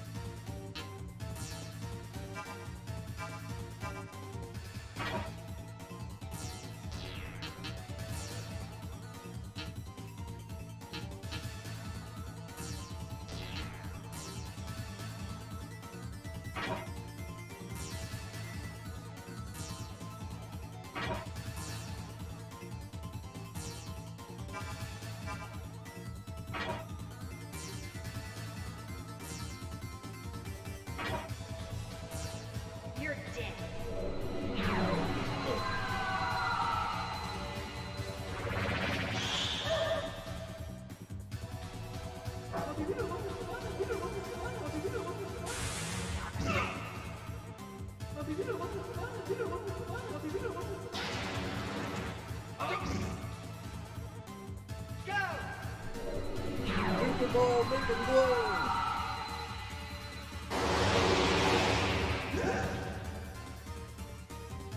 Off my plane.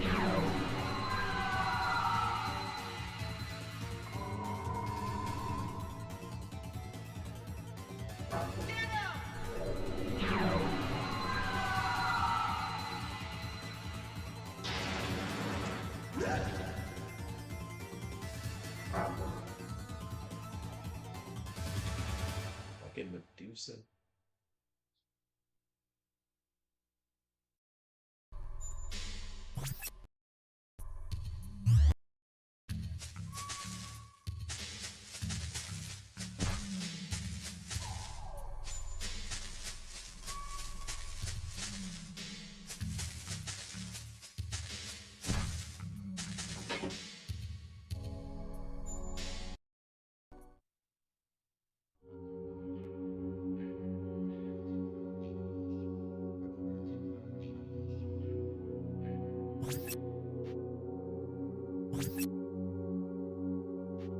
You know what would be really evil?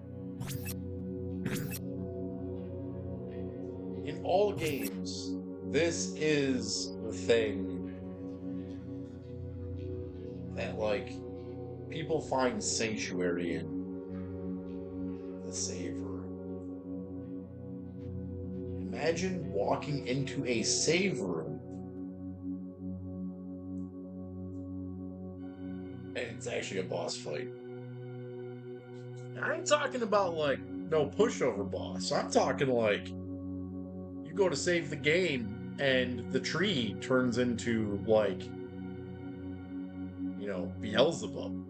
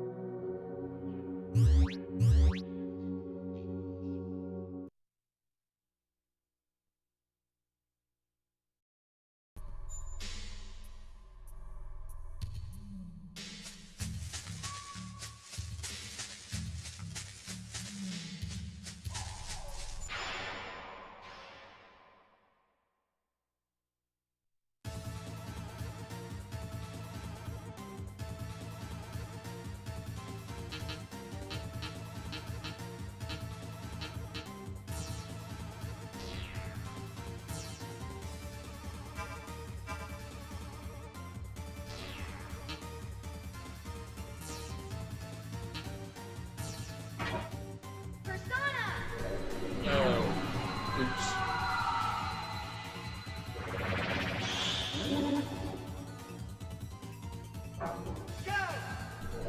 Please all die. Please all die. Please all die. Don't reflect on me. Die.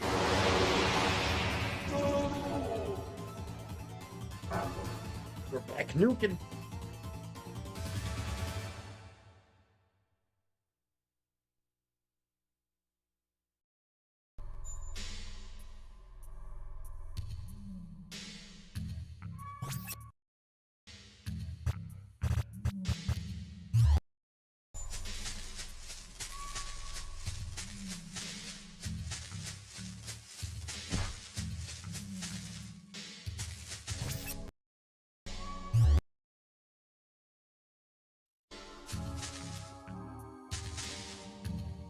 Oh, that's stupid.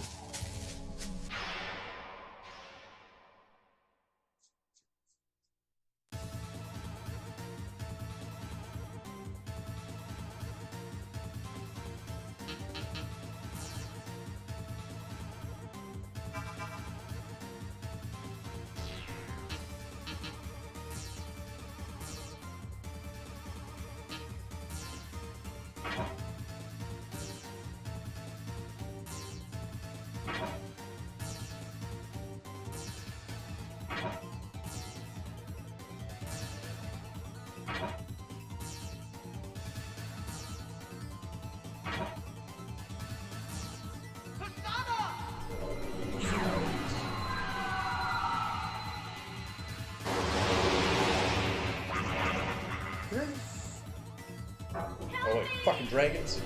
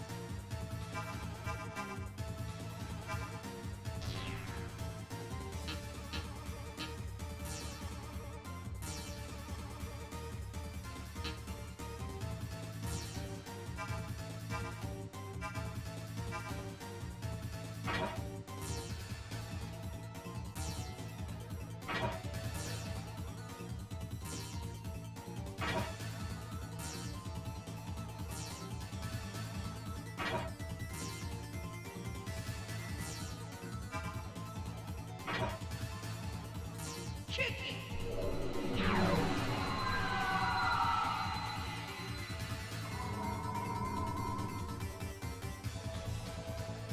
You're dead.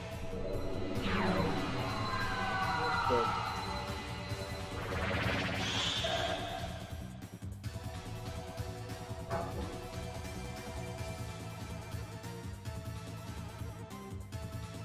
Go.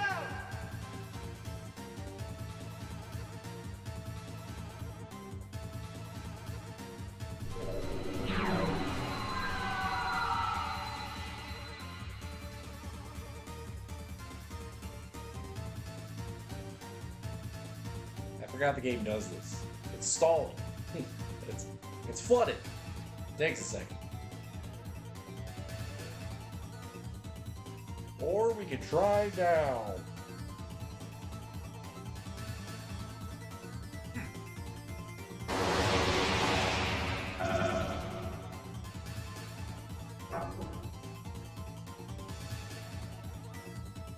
I don't get what causes this with this game.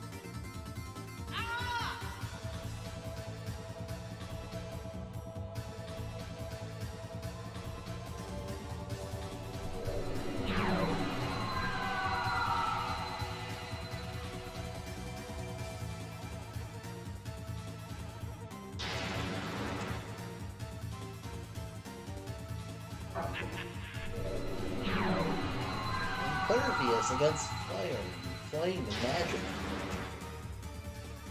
Time to get physical, physical.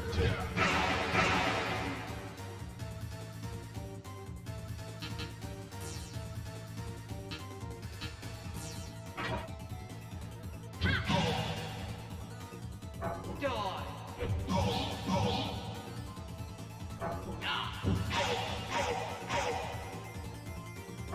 Die.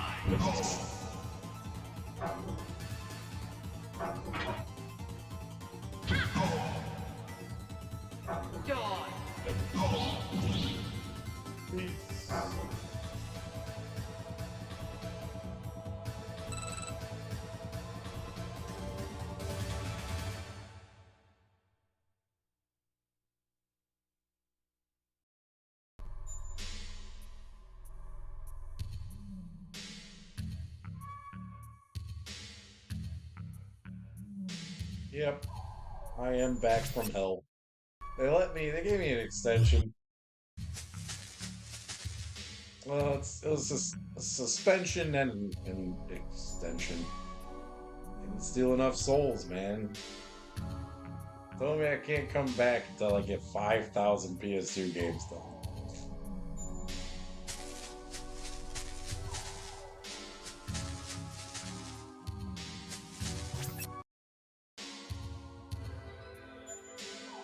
I would say today would be a great day to go get high in the woods. I myself, man, I swore off smoking, dude. I'm never smoking weed again. I'm done with that shit. I'm done with drugs. I think I've had enough drugs in my life, man. Ew, yeah, you don't want to do that. That's gross.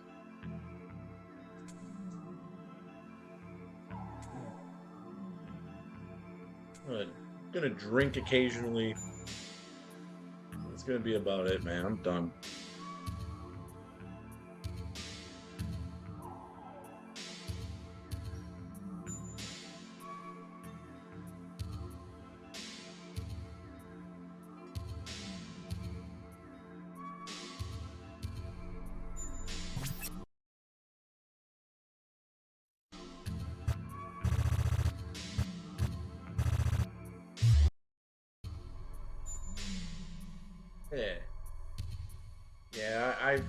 Yeah. I've had my fun with drugs.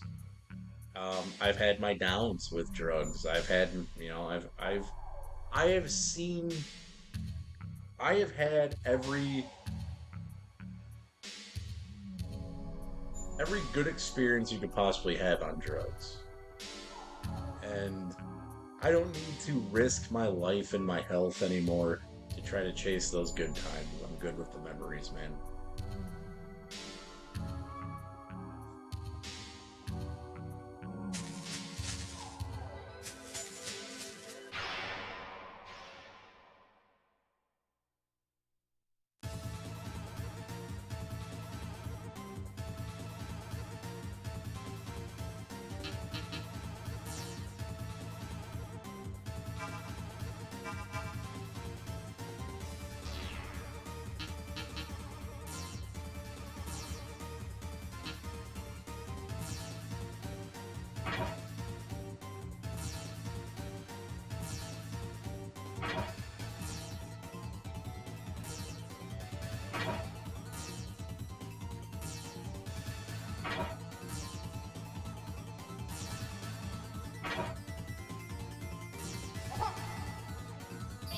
I've had a sip or two. I haven't been drunk since October.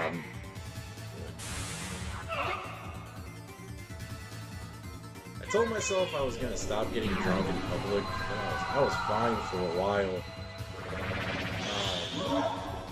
Just being a fucking menace. Then, passed out at my friend's house. Just hit the.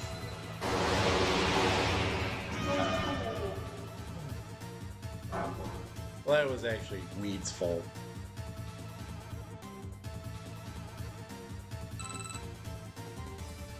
I got handed a free bag, and I was just like, alright, fuck it, I'll smoke it, who cares? And I was like, ugh. But I'm good, man. I'm good on that life. I'll take my highly caffeinated. I thought I'd have more, natives to go follow that, but I don't.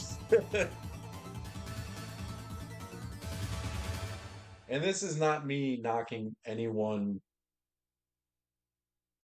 who smokes and does drugs. I mean, if that's your thing, if that's your thing and it ain't hurting you, keep doing it. It's like with smoking weed, I don't think I really ever had a great time being high off of weed. It was highly motivated. My feelings from smoking weed, or how it made me feel, were highly motivated by the people I was around. So what I started doing was just being around those people without smoking, and I was like, I don't need to smoke. Like, I'm having a good time just hanging out with my friends. Like, I don't really care. I've only smoked by myself like once or twice, man. I don't like it. Like, the actual feeling of getting high just sucks. It doesn't do anything for me. It makes me overthink, overanalyze, go through memories I don't feel like going through, and then for me, I do it all wrong. Everything I think, it's just totally not right.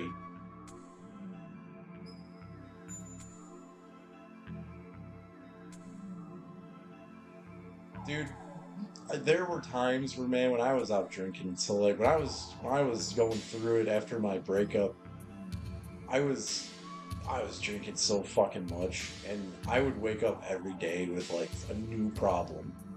It's like, I'm done with that. I don't need that shit, dude. I'm just gonna take my problems head on, solve them as they show up. I don't need that shit.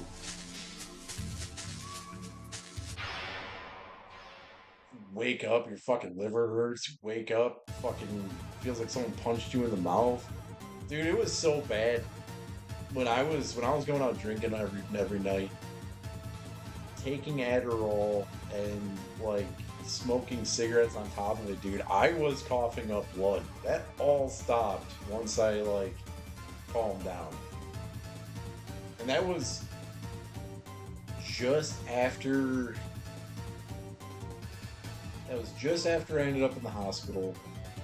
It was so hard, like, I was coughing up blood a little bit before I ended up in the hospital with, like, COVID, pneumonia, and all that stuff. But afterwards, I started slowing down, and it was still happening, and then I cut it all out, and it just stopped happening. That was the scariest thing I was going through. When you wake up and you cough, and, like, a small balloon's worth of blood hits that pillow, You start sitting there like, it ain't worth it, dude. I think I want to die, but I don't. Not this way.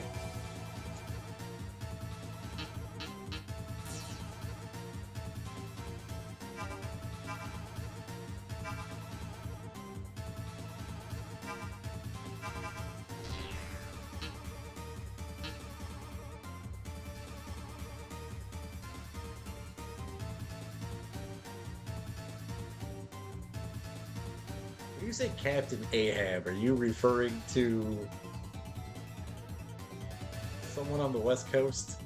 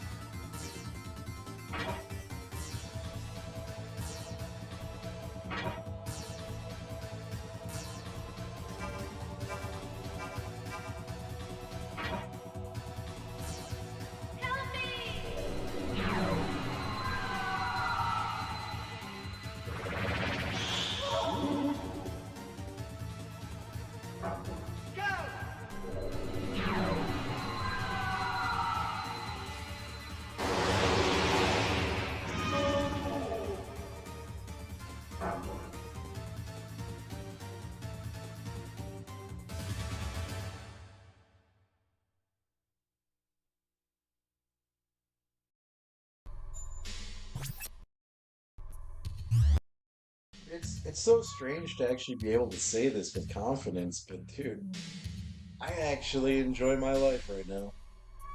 And I don't think I think that if I was still smoking cigarettes, still taking pills, still snorting shit, still smoking all the time, I don't think I'd be able to say that because I'd be too blind to what's going on outside of my addiction to be like, I'd be like, oh yeah, dude, like life's great when I'm fucked up, and it's like, done with that shit.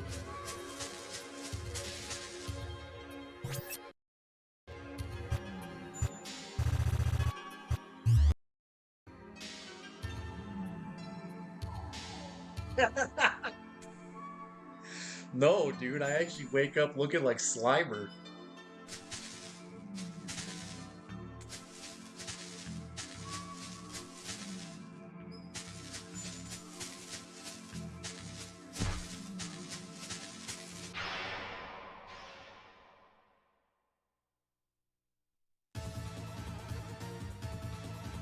Caffeine is the best goddamn drug, dude.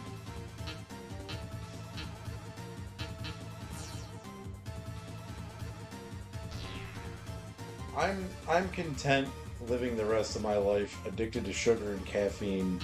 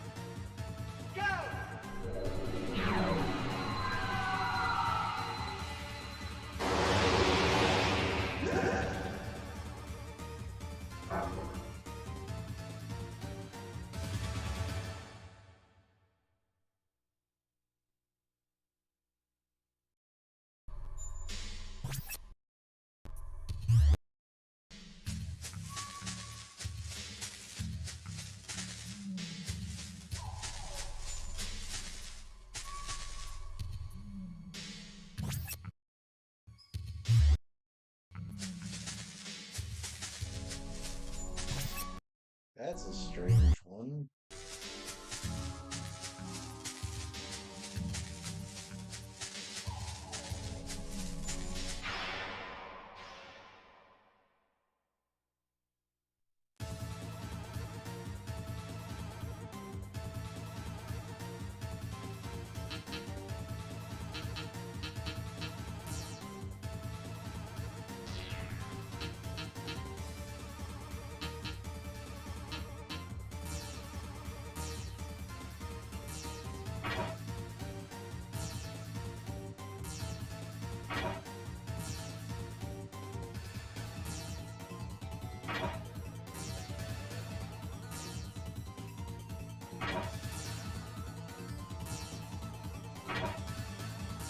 Chicken.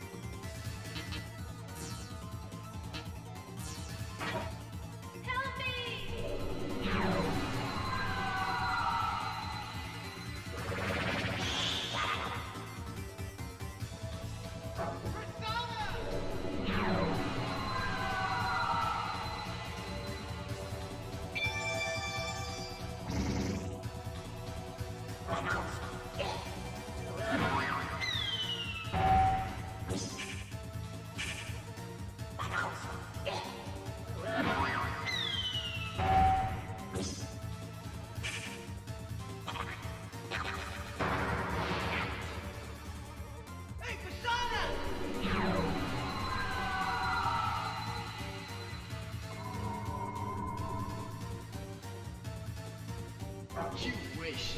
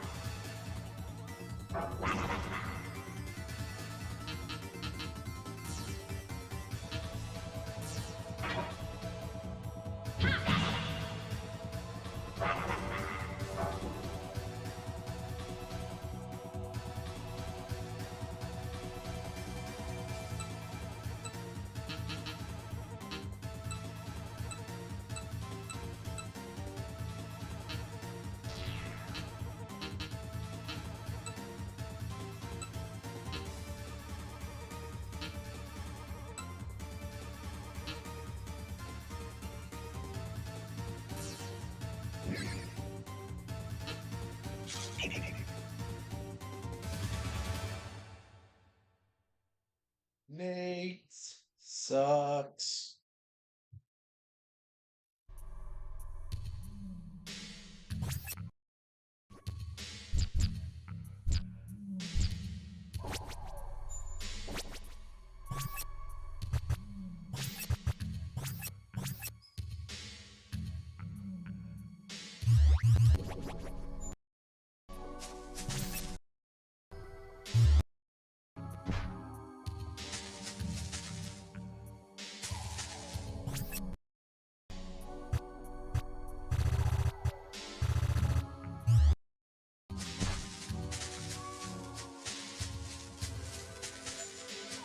No.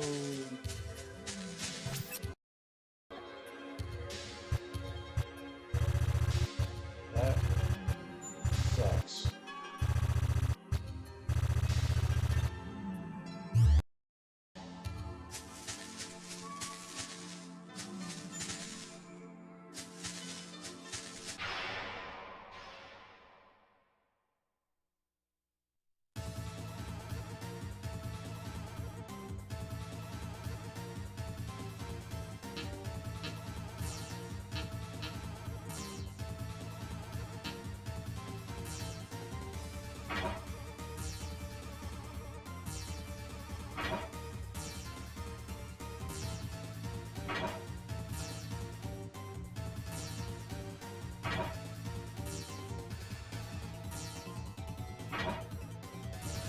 You're dead.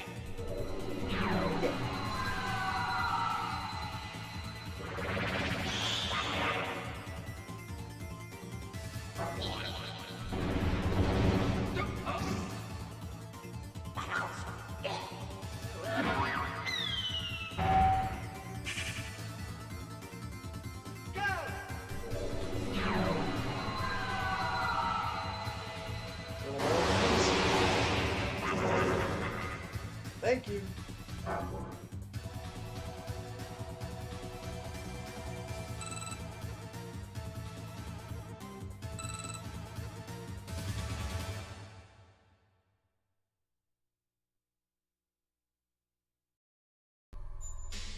Does not feel like I've been streaming for almost 3 hours.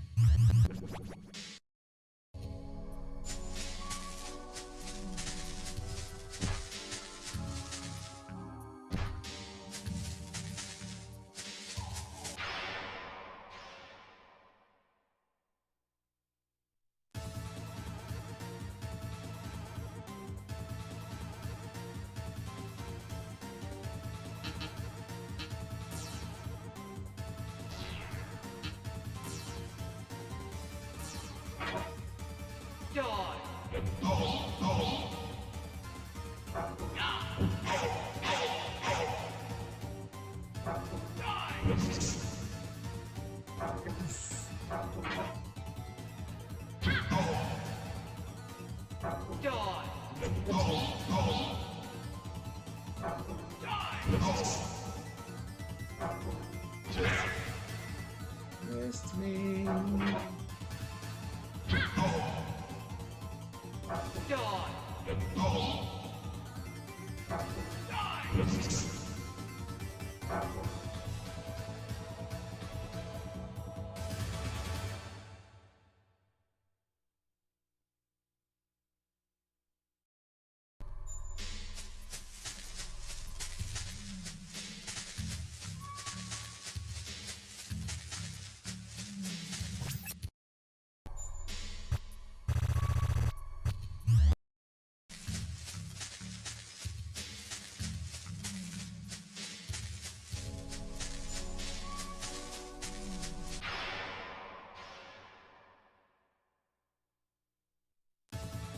Actually, a very ominous board. The demon talked to you.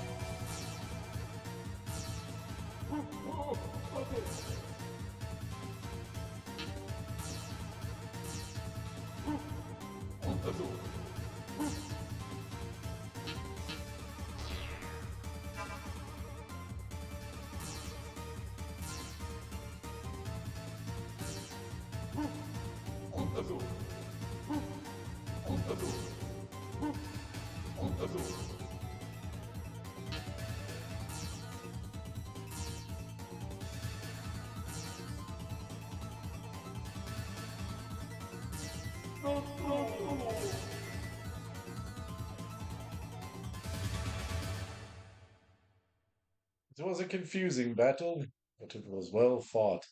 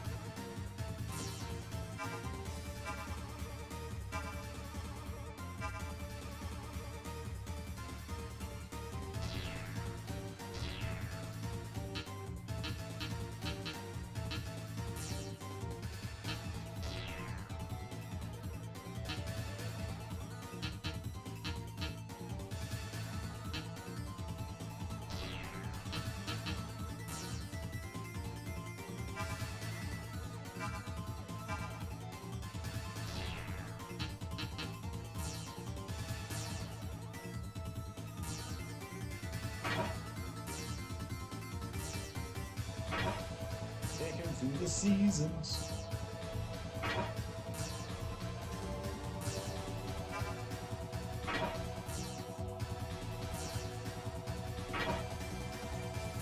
Hey, Persona!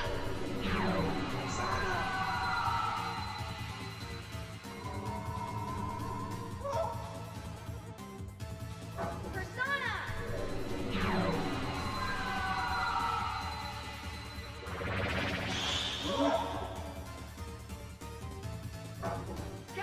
Dude.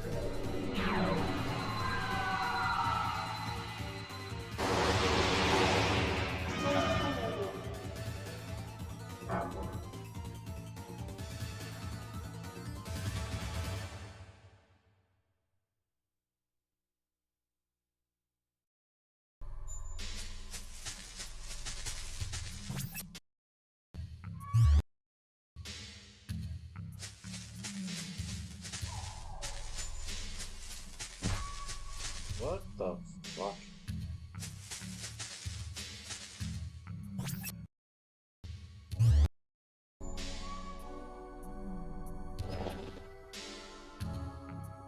We're here to fight Hansel and Gretel?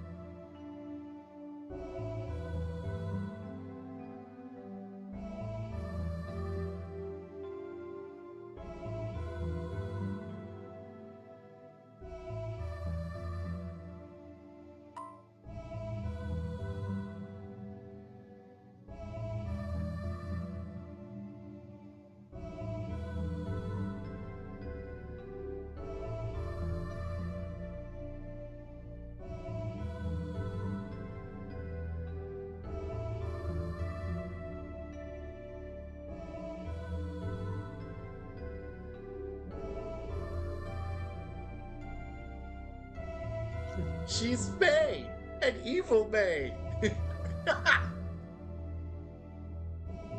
What do you say?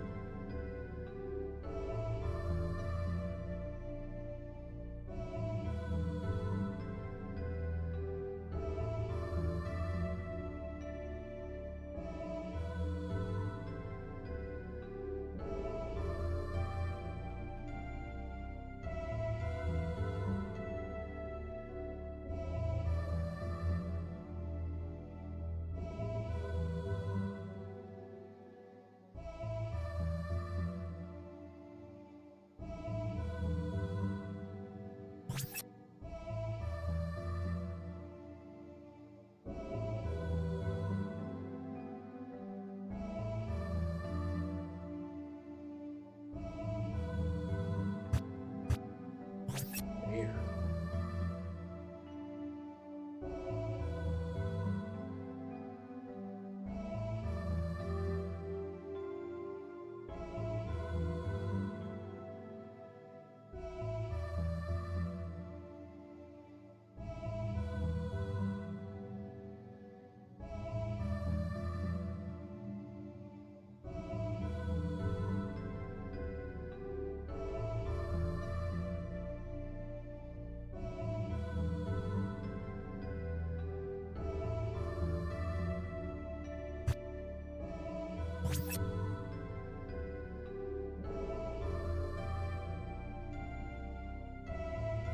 Here, party if you're dead.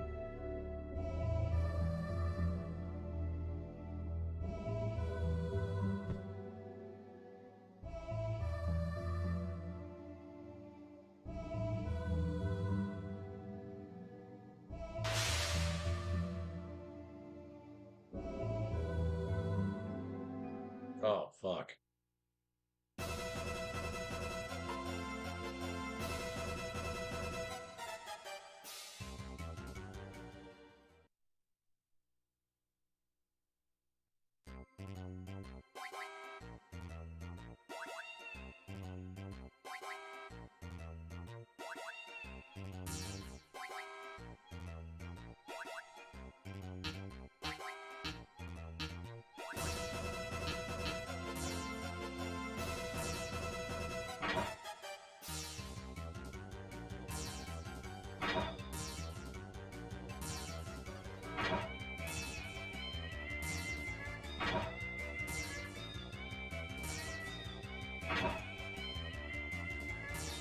Help me!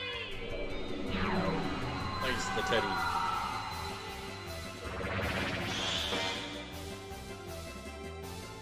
Take it! Nope. Yeah, that's what I thought, Mr. Teddy Bear. You don't like nuclear blasts.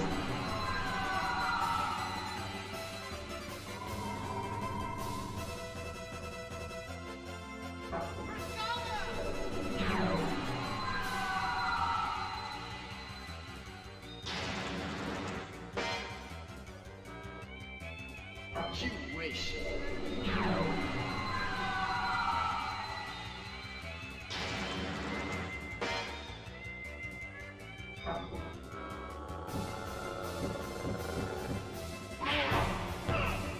All that wind up for fucking nothing.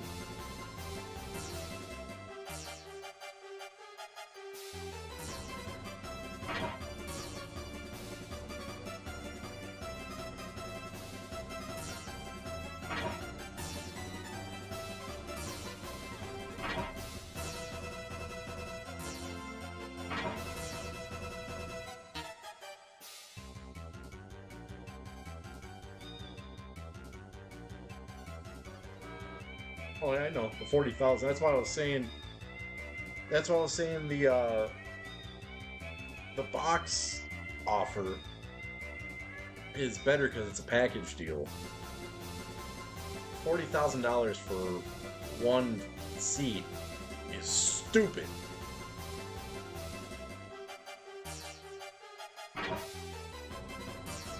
Help me!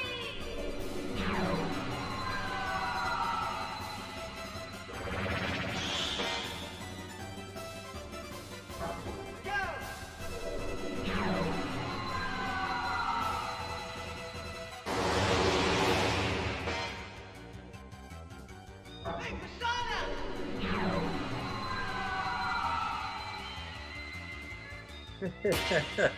Alright.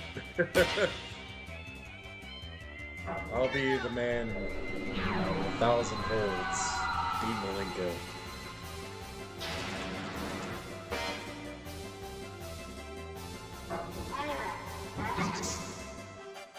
You wish.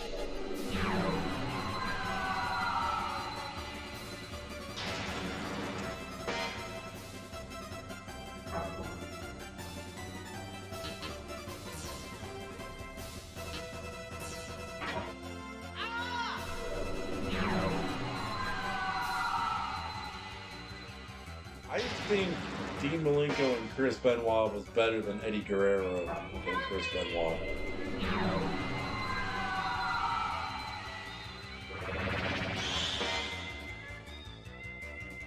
Personally, I think Dean Malenko is the most talented one out of that fucking group.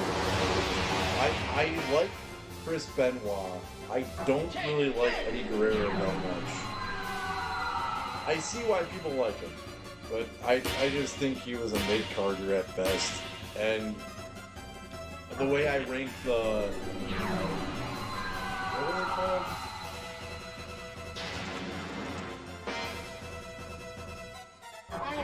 The Radicals? It's Dean, Saturn, Benoit, Guerrero.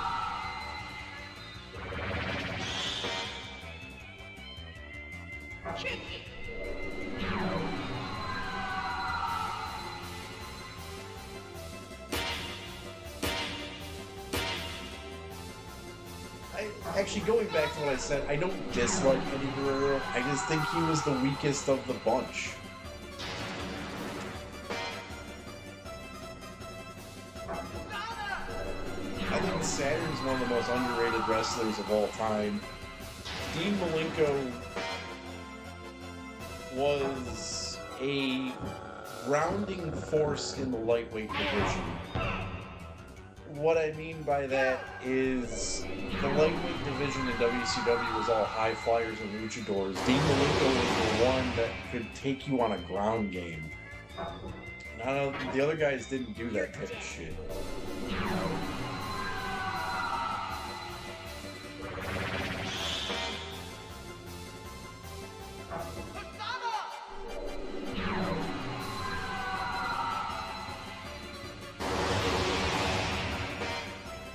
I believe Eddie got a better ride in WCW because if Eddie Guerrero were to come in just by himself into WWE, I don't think it would have been as spectacular as all four of them coming in at the same time.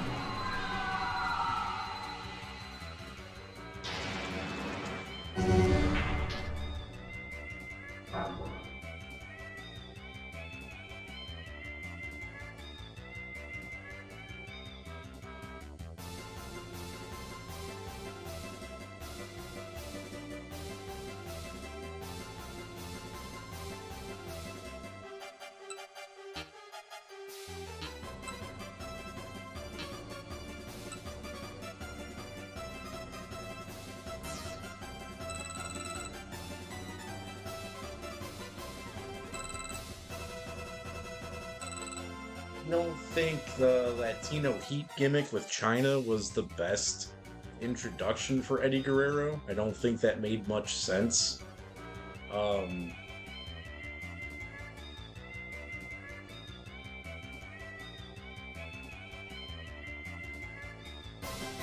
I don't think China being involved helped him out. I think if you eliminate China and you make that feud just Guerrero and Jericho, now you have good shit. Problem with that invasion angle is that they were so worried about intermingling everyone that they kind of forgot that some of those guys already had great chemistry already. And they wanted it to be more, RVD has to be going up against someone from WWE. Jericho's got to be talking shit to The Rock, and they couldn't. Vince, with his own pride, couldn't allow anything he didn't create to unfold in that ring. He didn't want to give people Taz versus RVD. He didn't want to give people Guerrero versus Jericho. He needed to make all of them his own creation, and I think that's what hurt everybody. Well, some people got it better than others. I think who got treated the worst coming into WWE was Booker T. Booker T turned into a joke. Like, I don't understand that. I'll be right back. I gotta get another Mountain Dew.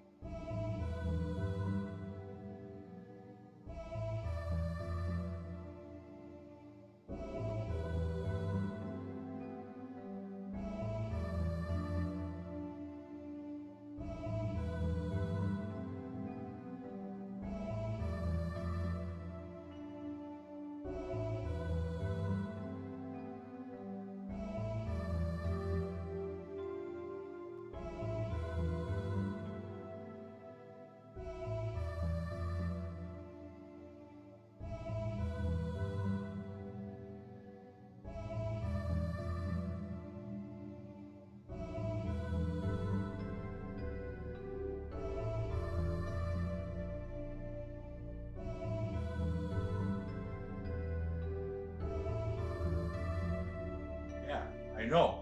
That's what I'm saying. Like, interestingly enough, is that Booker T holds resentment against Hogan for that. Stevie does not. Yet Booker T loves Vince. Someone explain that to me.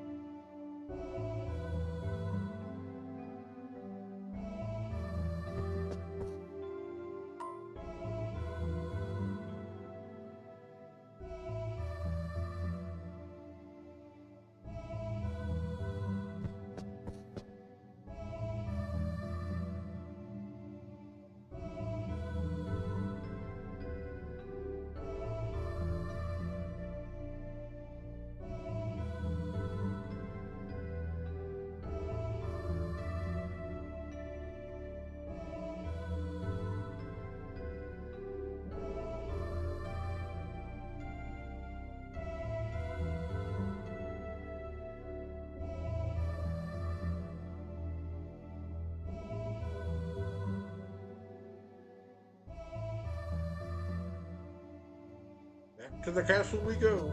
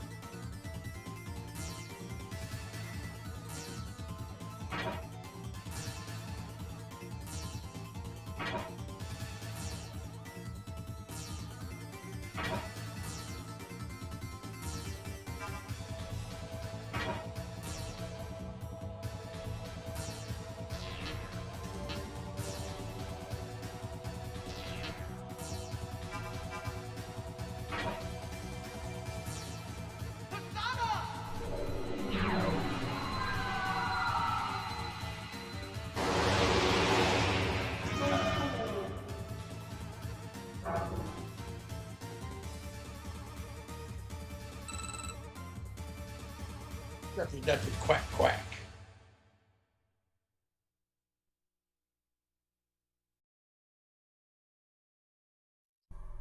Yeah, back when I think the real shining moment of Benoit's entire career is when both Benoit and Malenko were with Ric Flair. When they were the two new horsemen, when it was those two, the annoying football player guy and Flair, and that was the four horsemen. That's one of the best incarnations of the four horsemen they ever had.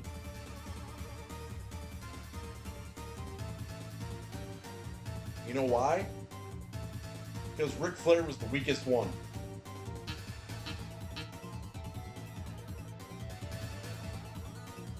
I don't understand that either. I don't know what made Vince like Benoit so much.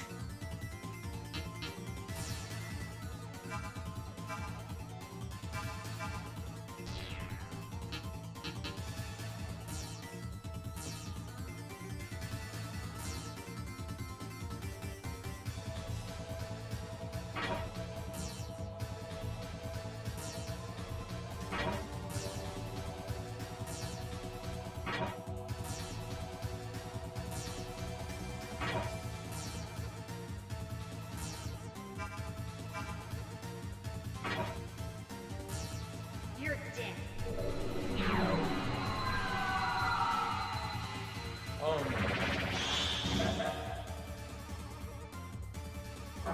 Go! There's a few things with that just don't make any sense. Take this!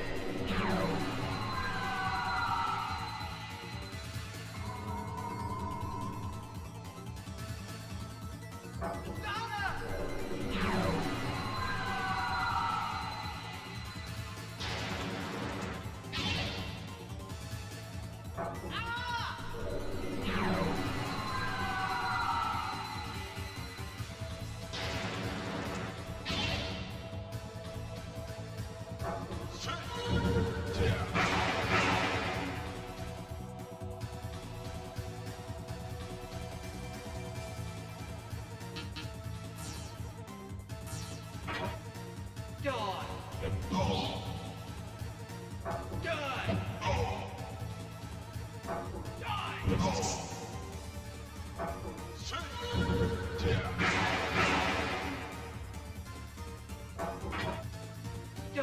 I must have passed out before that, dude. I didn't see that part.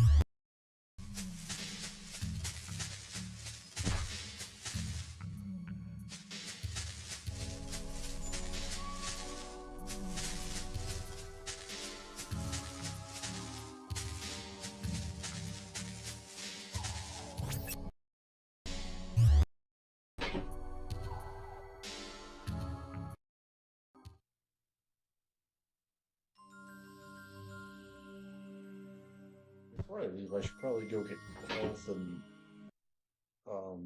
save the game.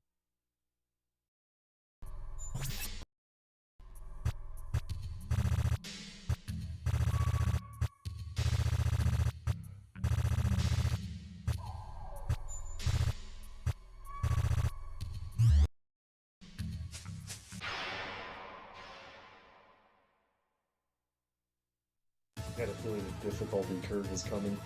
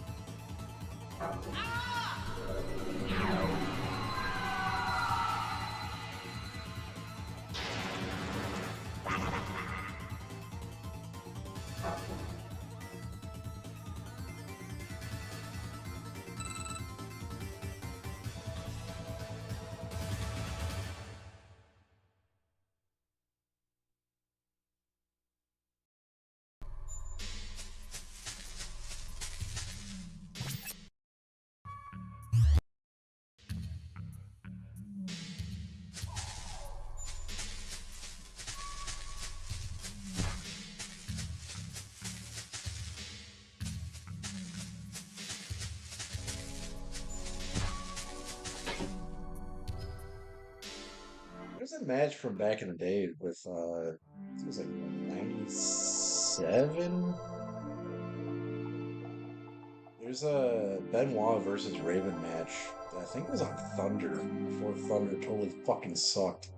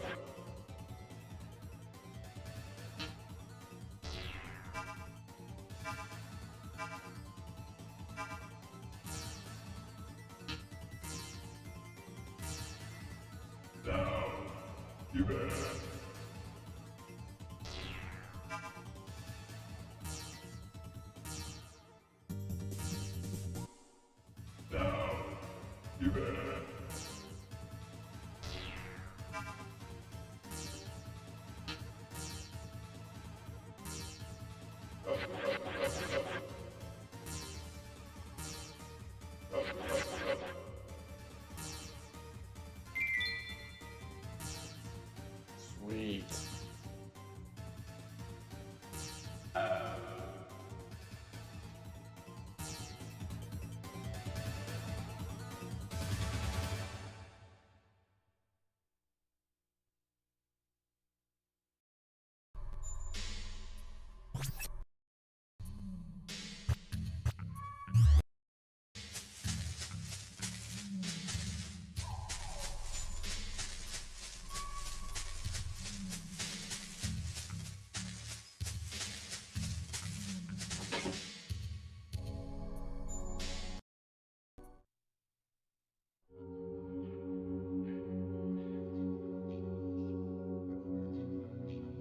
I'm not your children.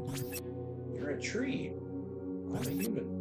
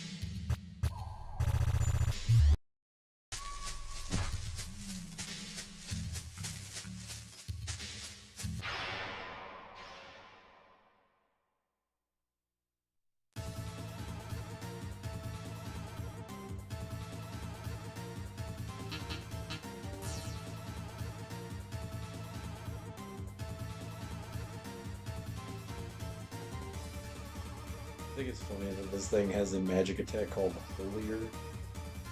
Conformity someone.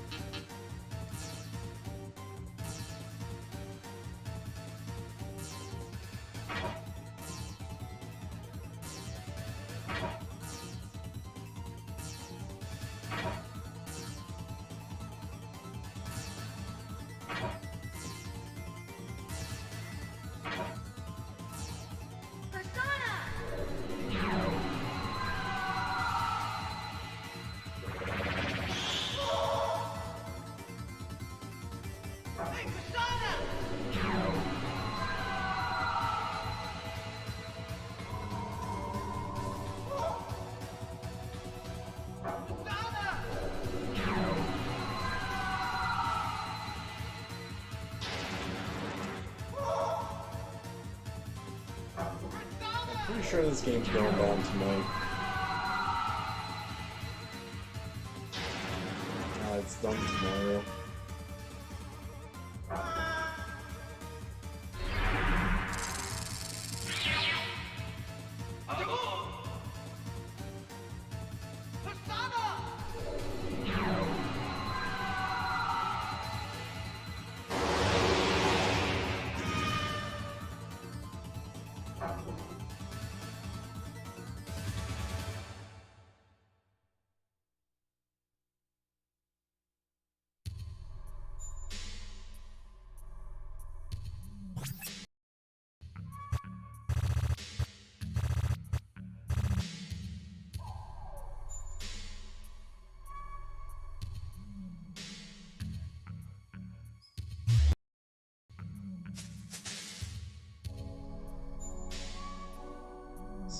I thought they canceled. I thought Collision was canceled.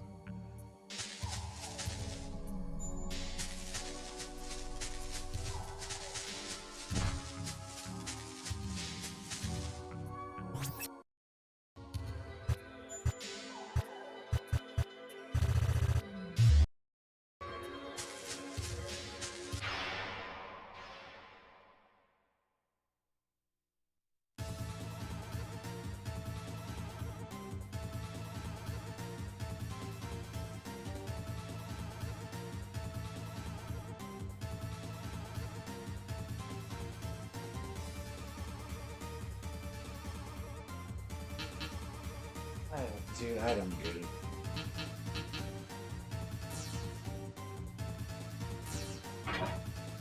Die.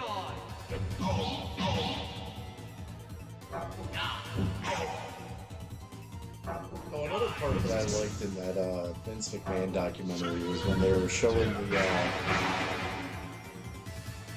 those clips of the real Ted Turner watching the billionaire Ted goofs. He doesn't sit there dying the entire time.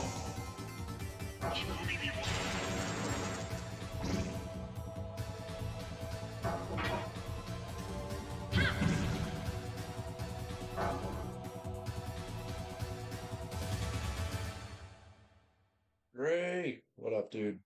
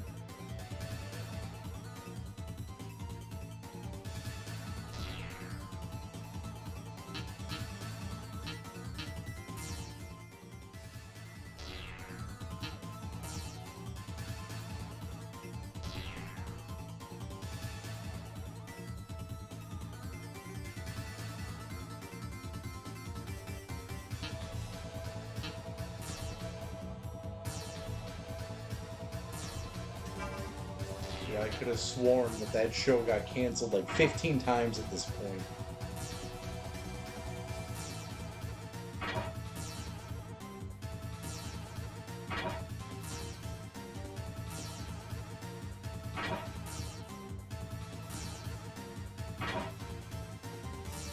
Help me!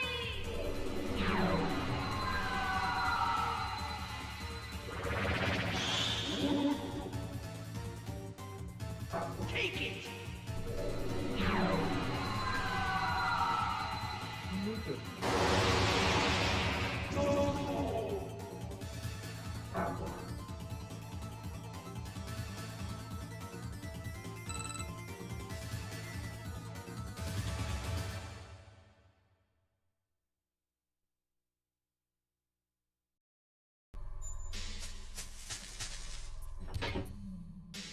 See, me, Mary, please won't you help us? Oh, I remember those getting canceled. Which I don't know why they canceled Dark. Because wasn't Dark... Weren't they both on YouTube?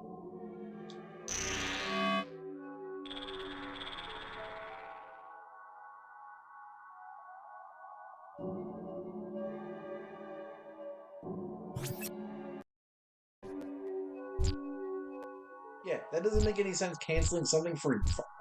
That just means they're lazy and they don't want to put the time into it. Like, they're not losing money. Like, what money are they losing for that? You're taking Dark... Were they trying to add mysticism to real shows by making people want to come to them, by adding incentive to get people to come to them by removing what the dark shows are? The only thing they had to pay for was Big Show and Taz doing commentary. They're already there. There's no extra production money being spent.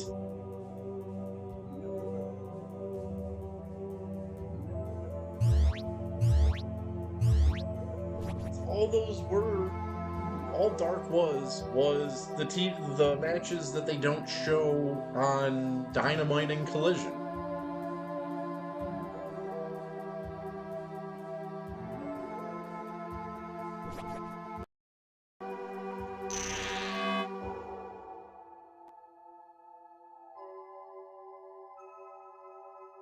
That's stupid. That's a dumb thing to cancel.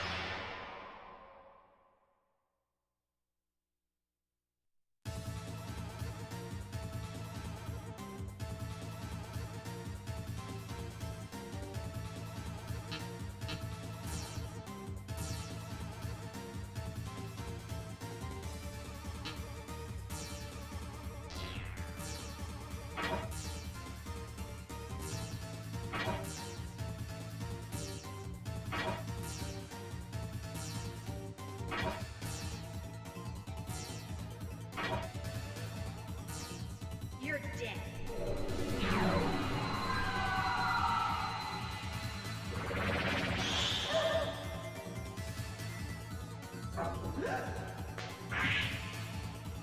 Take this!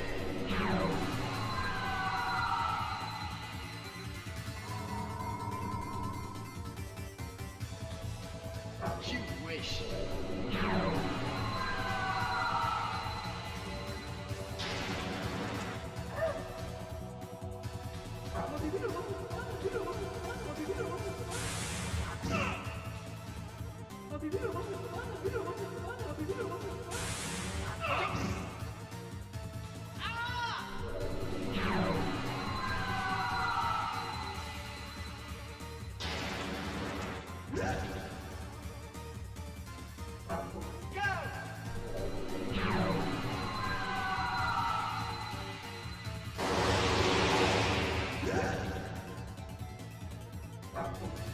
Yeah, if he's doing shit like that, you know he's leaving. You know he's going to AEW. So where is Aleister Black? Is he in WWE or is he in AEW? That's so stupid, dude. He leaves. Wait, Ciampa shows up?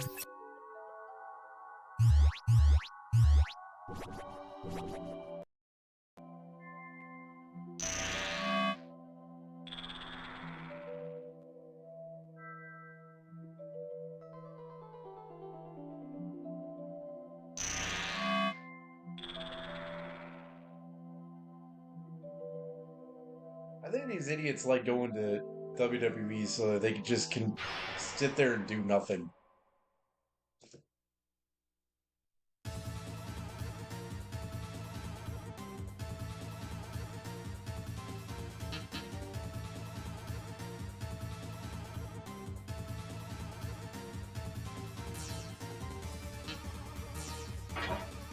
Help me!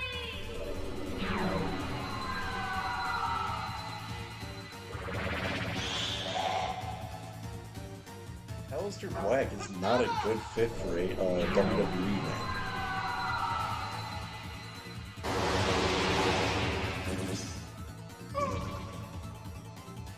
Hey, Persona!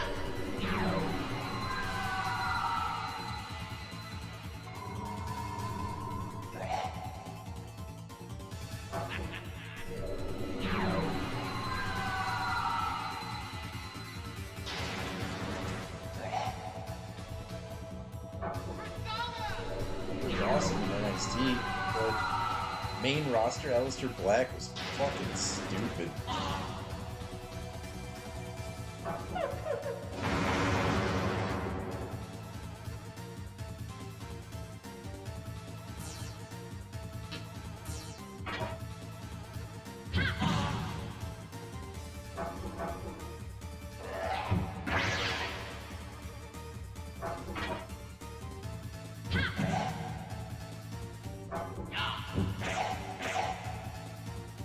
Done!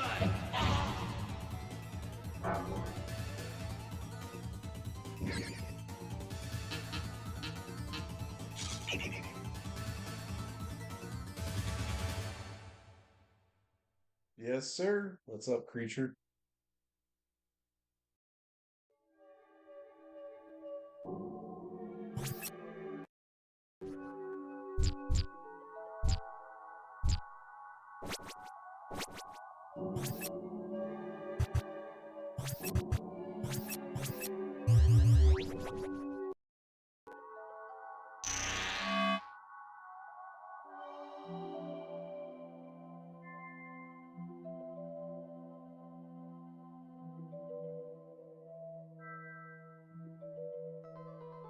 What is WWE Unreal? So, did Ion Fury, was that game good throughout? Like, it didn't get crappy or anything, did it? 'Cause that game looks awesome. Like, I'm actually really interested in playing that game one day.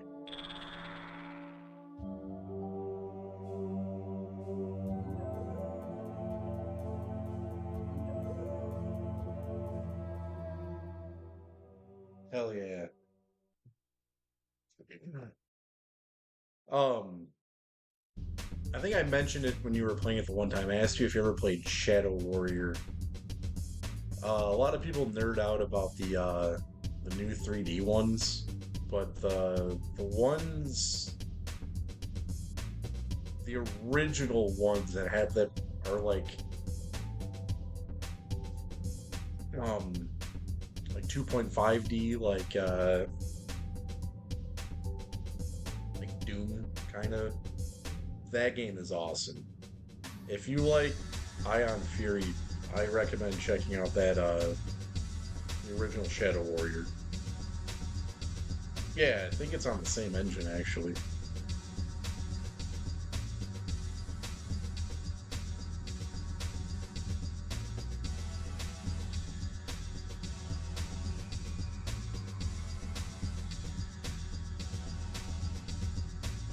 The enhanced edition. Oh yeah, you did say that. I do like. Don't get me wrong. I do like the newer ones too. They're just not the same. First one is extremely over the top and actually a very fun game.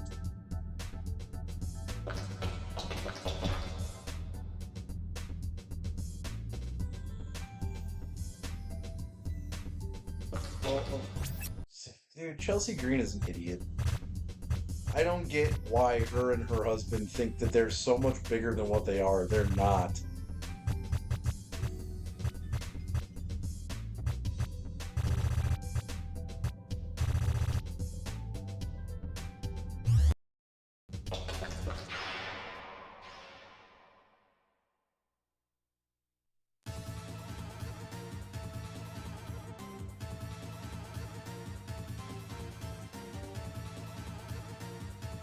Dude, he's no one. To me, he's a guy that one time had a match with Nick Gage. That's all he is to me.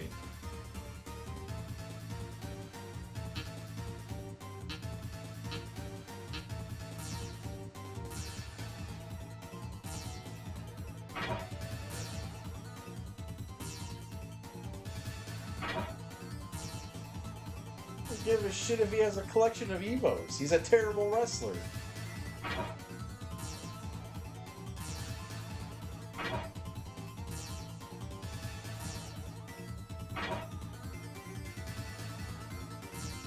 Help me!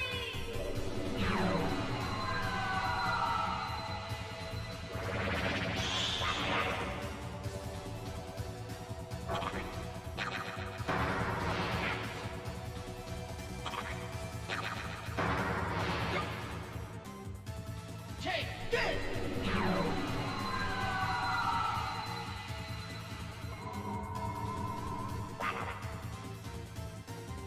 You wish.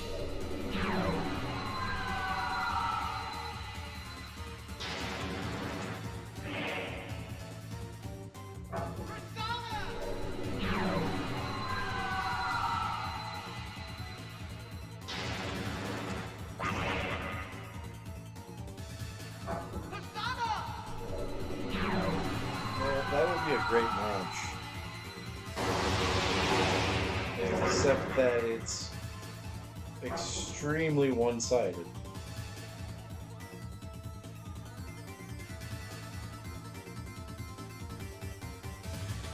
You have an annoying mouthpiece going up against Zelina Vega, who's like a Hurricanrana expert. And then you have Matt Cardona, who can't do shit, versus Alistair knee kick swinging badass. Like,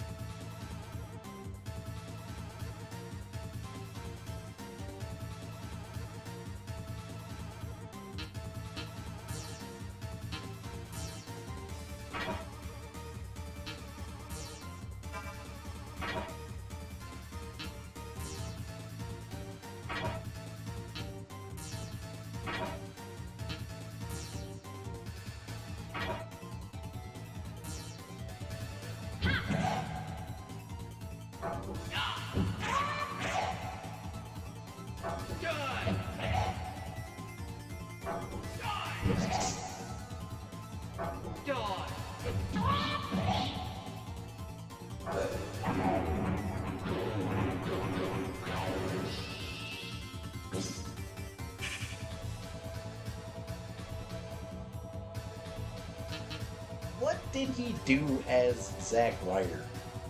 Like, was he just there?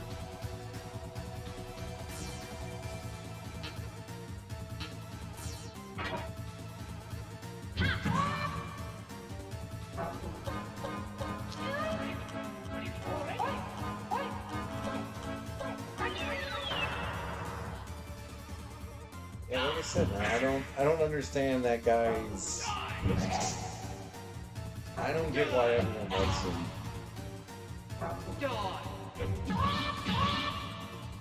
And I also don't like people that can't separate their YouTube persona from their real persona.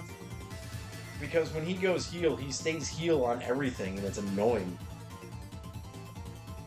He's a terrible heel.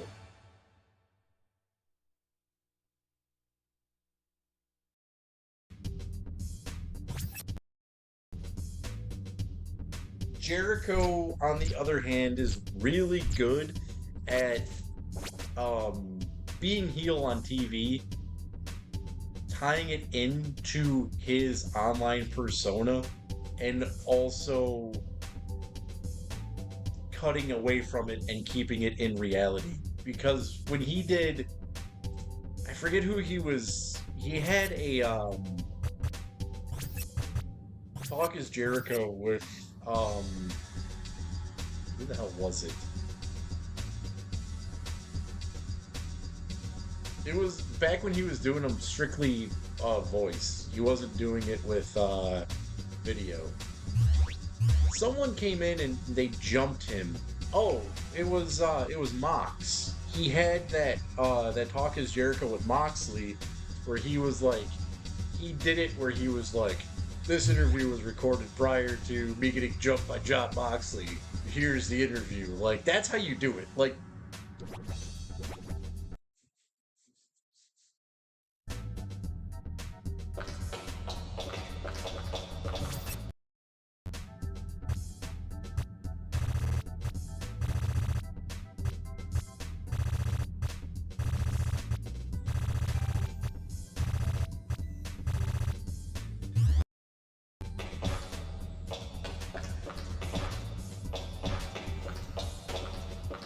I don't know if I even went the right way. I think I just even.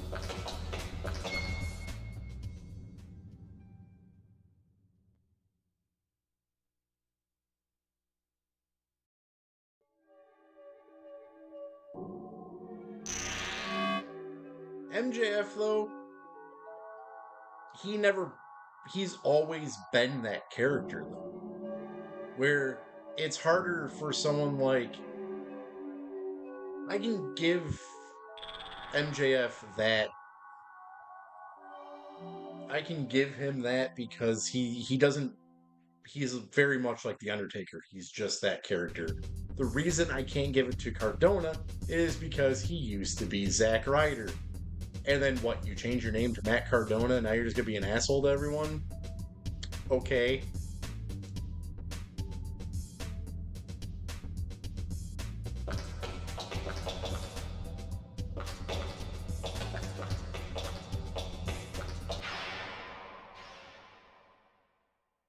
But like MJF though, like if you go back to his early days, because he has a few, there's a few matches he did for CZW back in like 2017, 2016.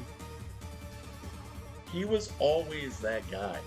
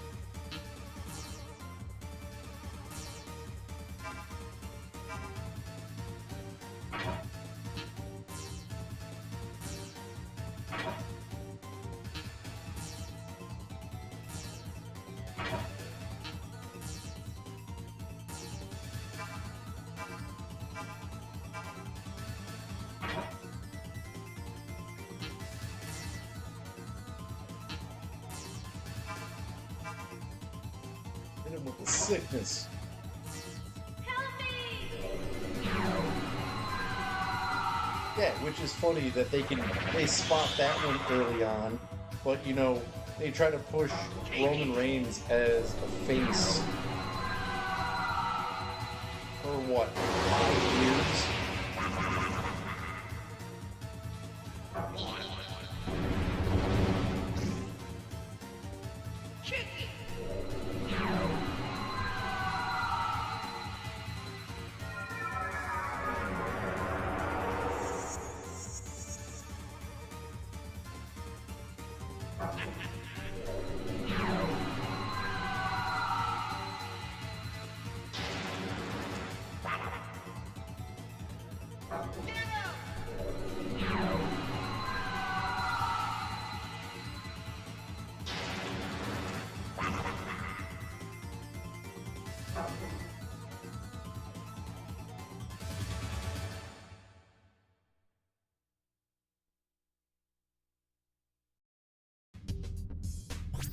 Dude, they just make bad choices sometimes.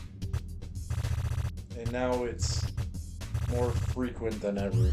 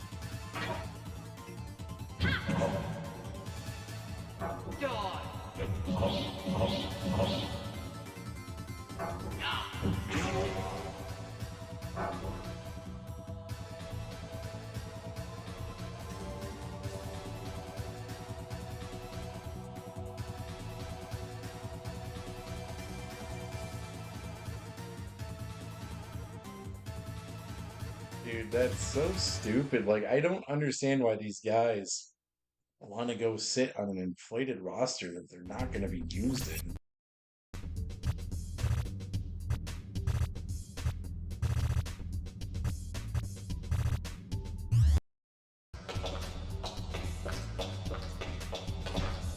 Like, didn't he learn from Jade Cargill?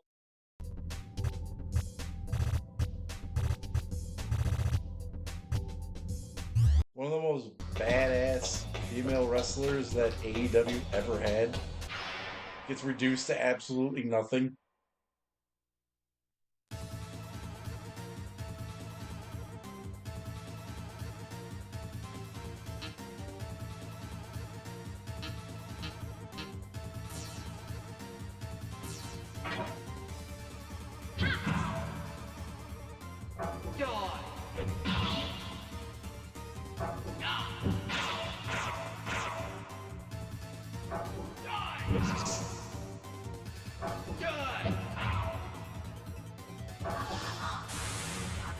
They only bring people like that out to show up and squash someone.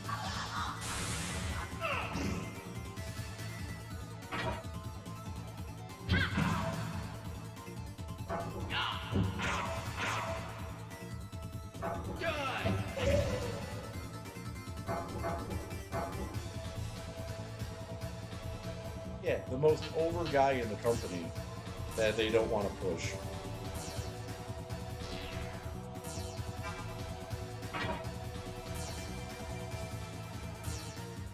But you know what the crowd would absolutely go nuts for? R-Truth as the fucking champion.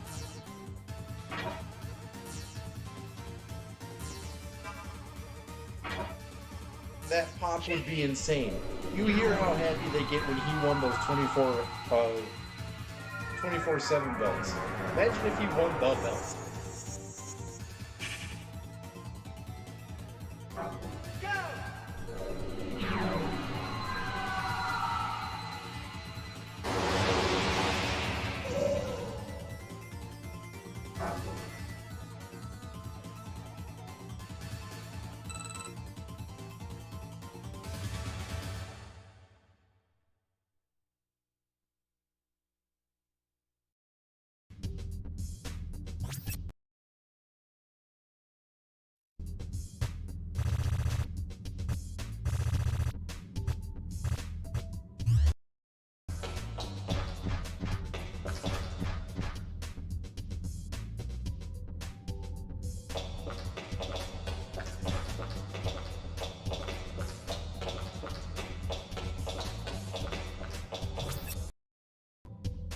Yeah, didn't Vince say that he didn't want Hogan to leave and do movies because he was a champion? Yeah, what do they do now? They give it to these people who go and film movies.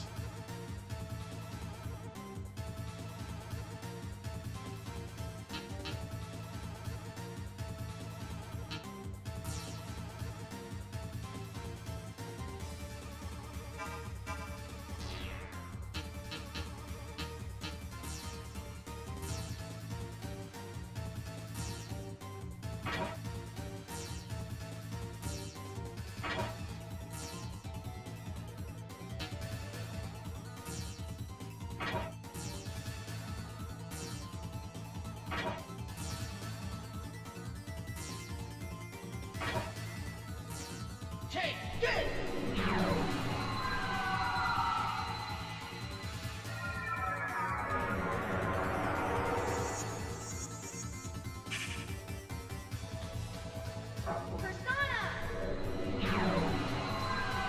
Yeah, like, didn't they make Cena drop a belt or something because of the Marine?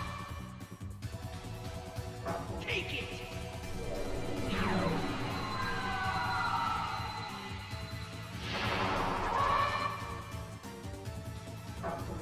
They made Cody drop the belt because of the filming of Street Fighter. But, you know, Lesnar gets to have the belt, go to UFC, be an asshole. You know, Punk gets to do the same shit. Roman Reigns never showed up to do shit. You Show up wish. for pay-per-views.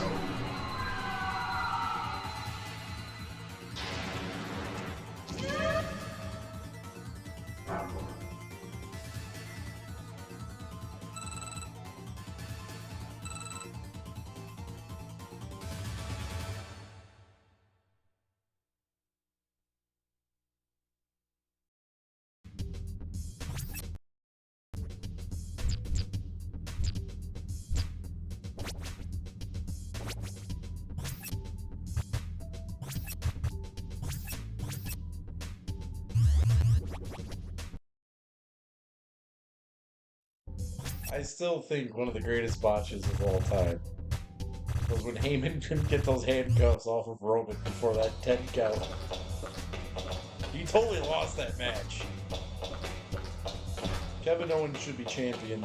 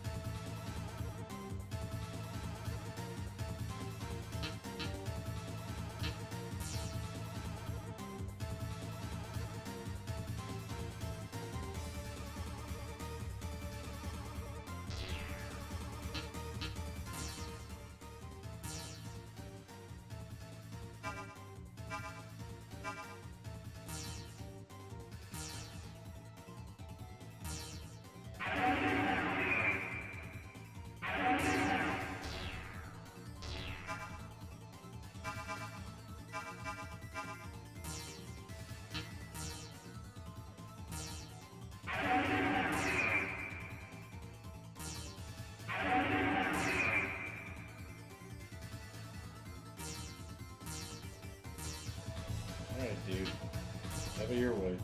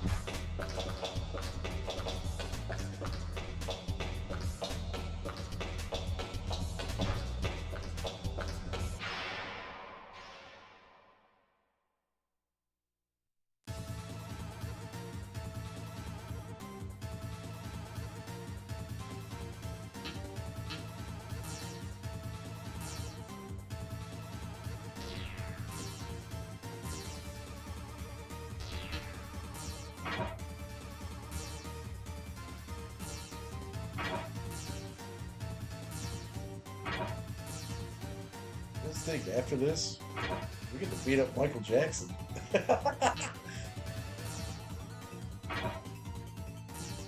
You're dead. For those who don't know, it's one of the king, or the prince. I don't remember which one it is. It's the prince. There's a character waiting on your boxing ring too.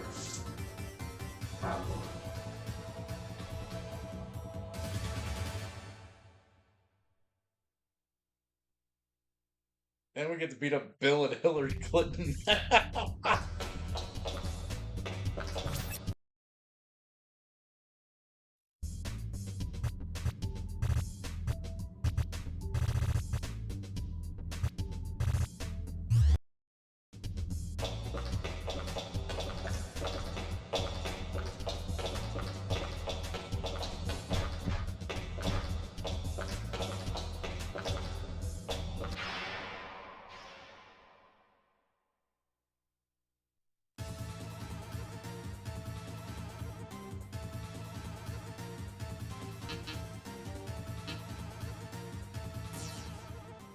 Let's look at this dude's card. What is he doing?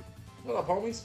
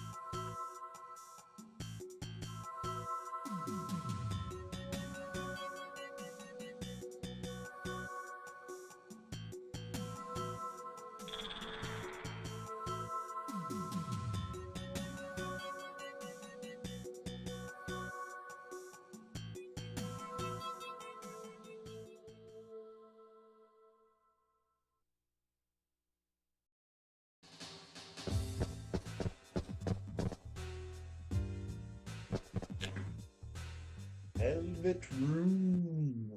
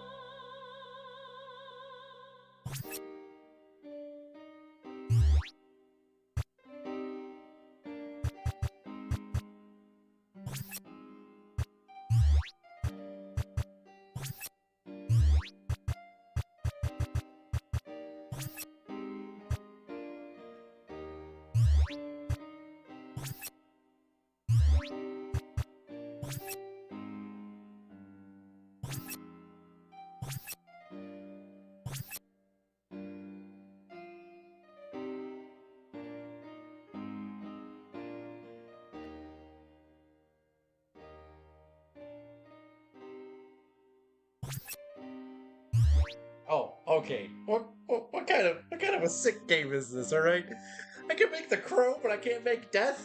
Fuck off.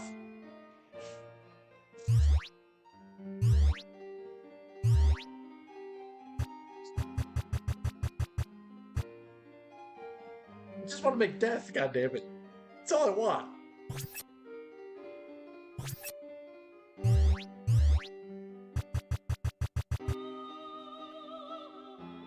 That's all I've wanted for 32 hours. It's just to make the death card.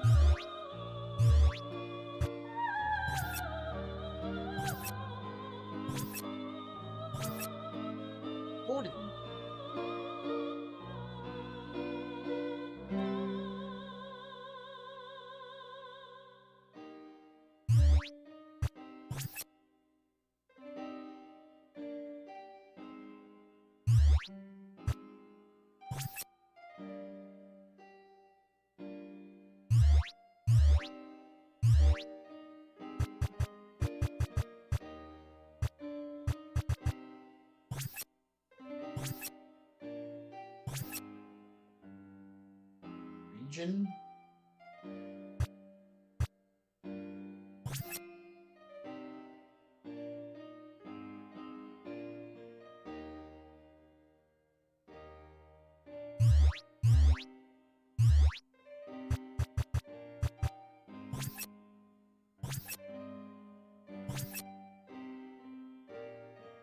45 Hellion.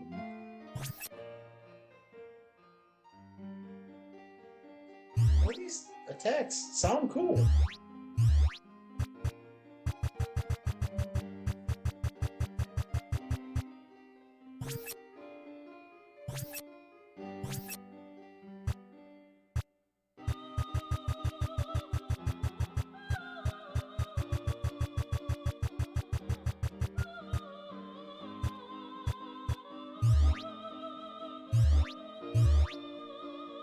I have something waiting in hiatus.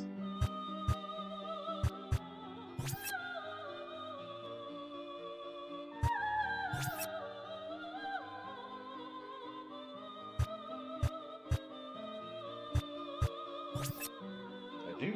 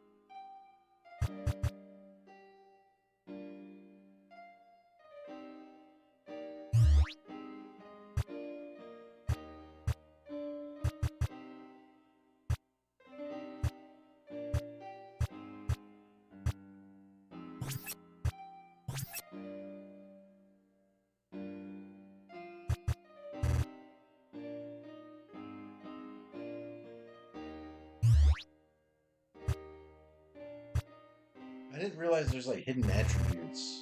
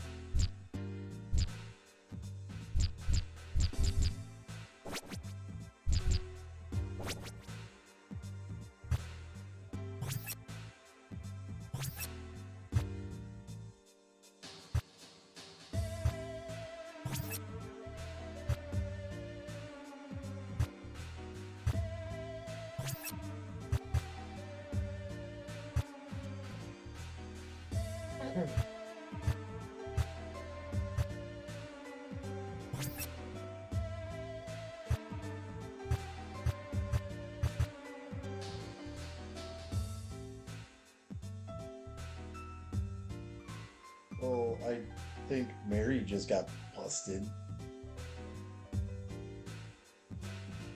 Mary's about to start whopping for like 100 hits, 100 hit points every fucking attack now.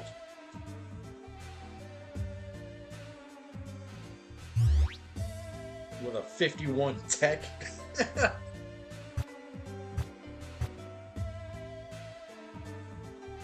I love this game. You are correct. I am having too much fun. I am not nearly suffering enough. You are correct. And I get to play it like 50 more times.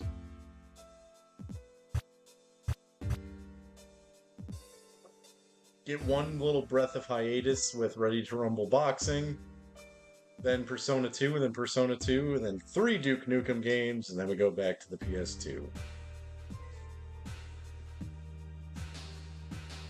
I think those Duke Nukem games are going to go from awesome to a little bit sucky to worst game ever fucking made.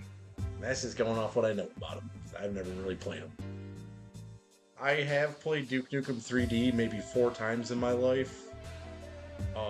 I like Duke Nukem 3D, but I have never played it on PlayStation, and I never remember what to do in that game. So that first game is going to be kind of a bitch. Time to Kill, don't know anything about it.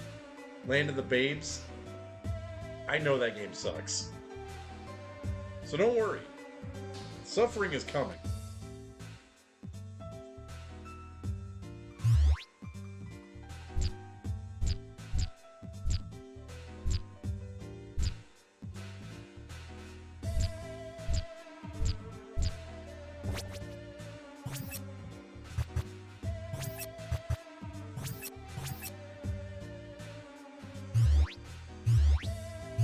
I thoroughly enjoy this game, and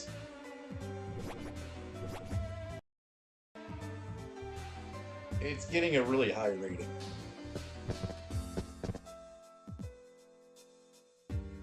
I'm taking into consideration, though, a lot of things that I like about this game that I know other people would fucking hate.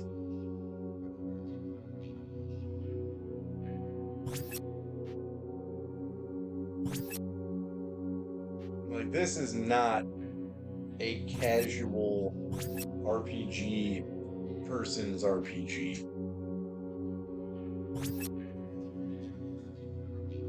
I can see a die-hard RPG traditionalist thinking this is one of the worst games ever fucking made.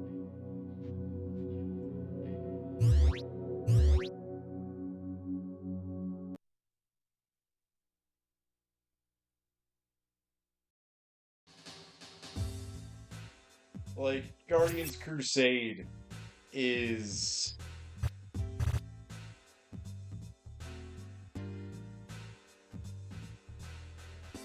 more traditional than this game is. And Guardians Crusade is not even close to being traditional.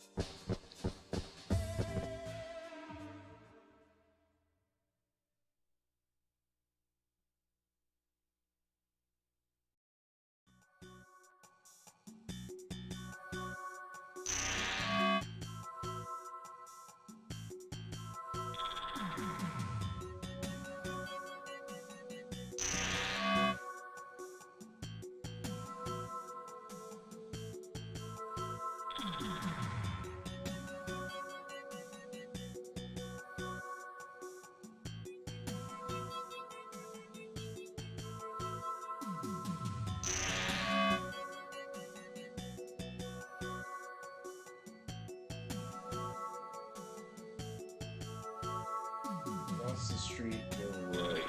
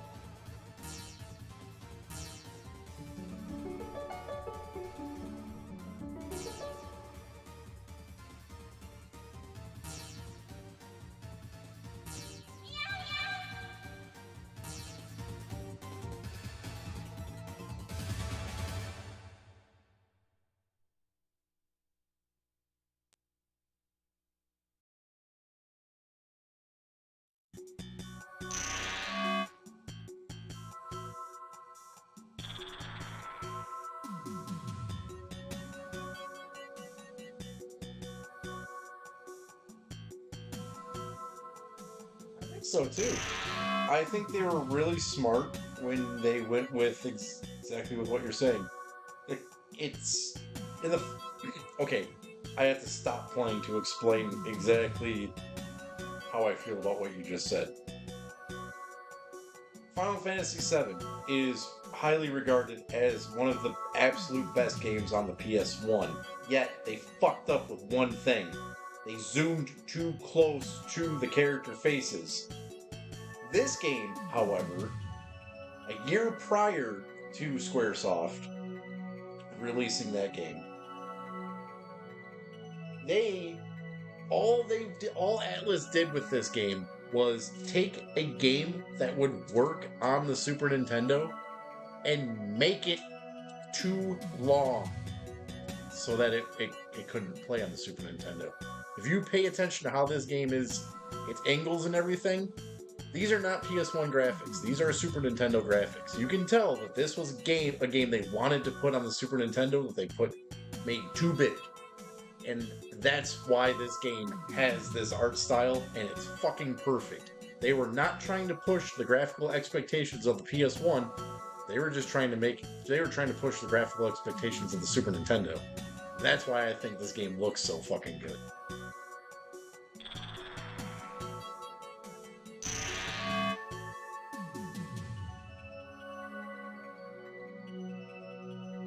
That's my opinion. I don't know if it's true. But that's what this looks like to me. And the reason I say that is because getting later into the Super Nintendo's lifespan, they were doing these far back angles like this. And that's why this game looks so good, is because they were not trying to make it next level. They were pulling the camera back to cover up the limitations. And that's so intelligent.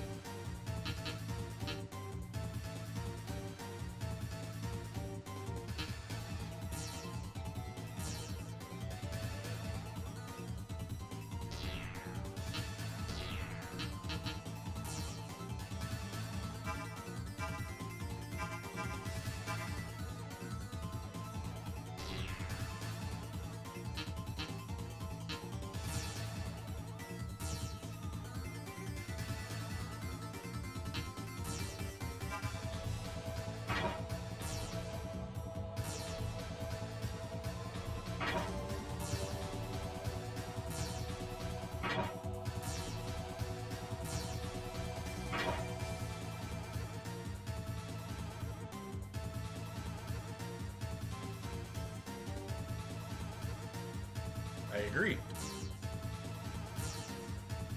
Help me!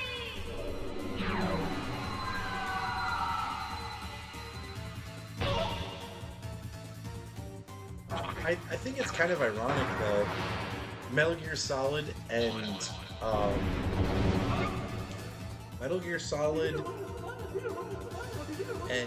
Final Fantasy VII aside, all the best games of the PS1 were all 2D. Castlevania Symphony of the Night, Legacy of Kain, even like Grand Theft Auto, like those games are technically all 2D games.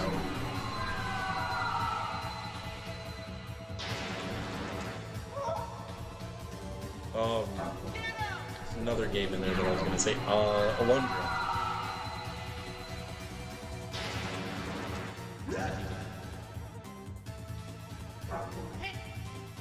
Good job.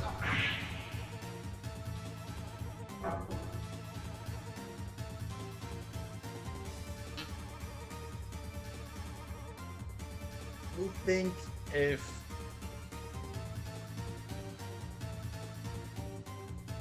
the third-party developers were to approach the PlayStation differently in retrospect, they should have kept a lot of games 2D. I talked about that a little bit with Symphony of the Night, where I said that if imagine a lot of your favorite games being compacted down into this style, they'd be huge. That's a double entendre. They'd be more popular and they'd be massive games. Like, if you were to think about Metal Gear Solid having a top-down approach Even though I'm not saying the Metal Gear Solid is even a bad game by any means, or it looks bad. I mean, there's parts of it that look kind of janky these days, but it still looks pretty good. But imagine Metal Gear Solid just being the old style of the game with just a little bit of PlayStation polish.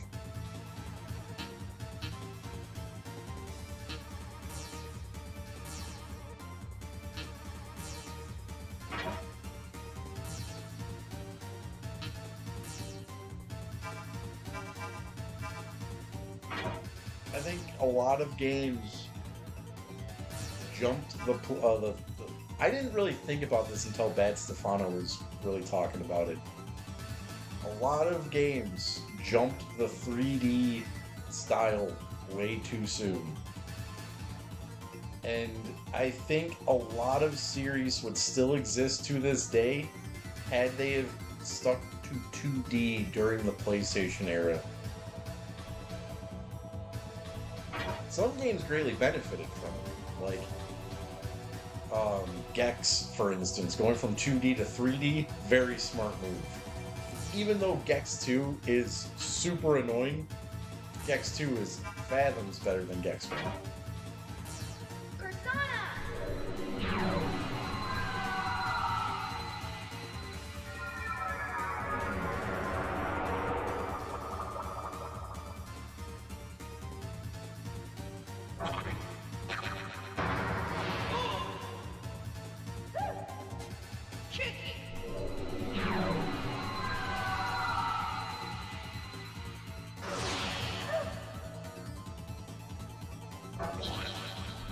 One of the worst games ever made is.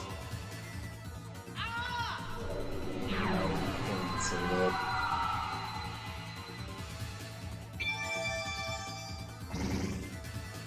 It's not even what I meant to say. Where the Nintendo 64 actually shines as a console is its 3D games. I think Mario 64 is one of the best early 3D games.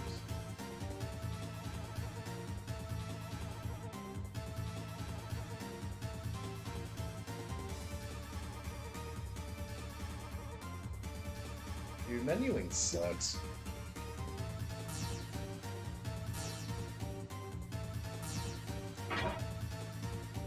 What is QOL? I know you've said it before, I just can't remember what that means.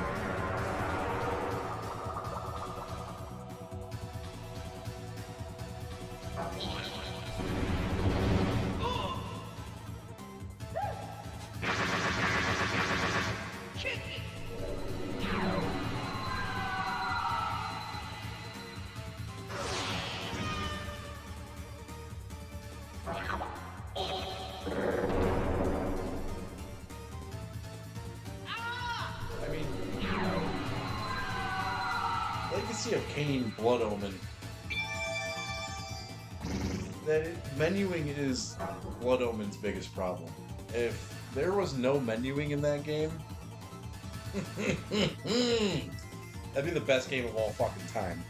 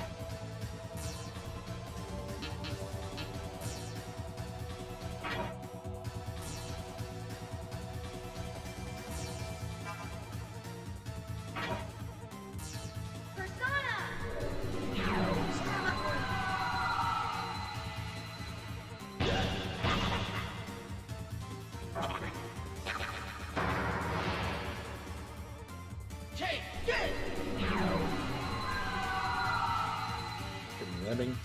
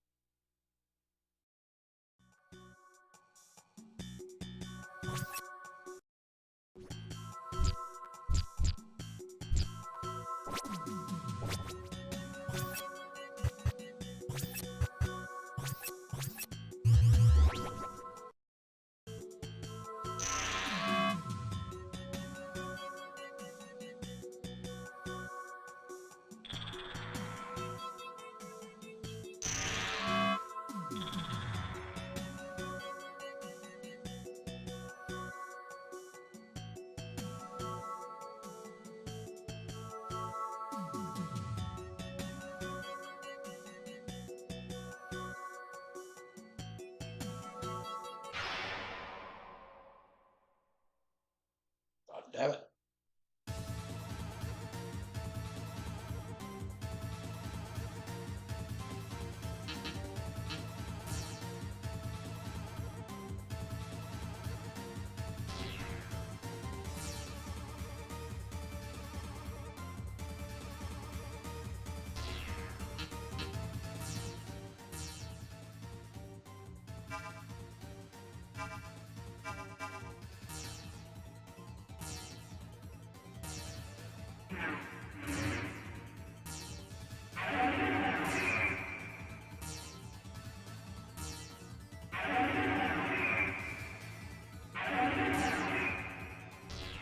Well, excuse me.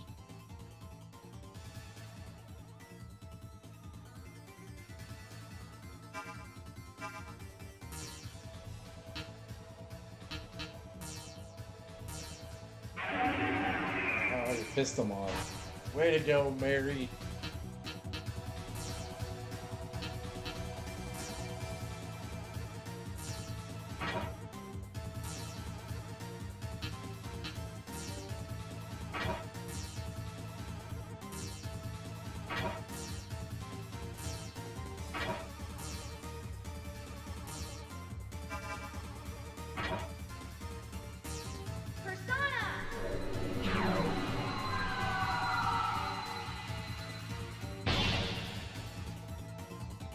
Take it!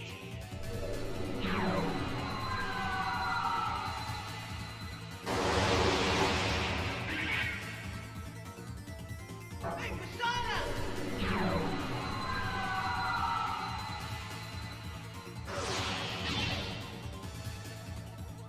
Persona!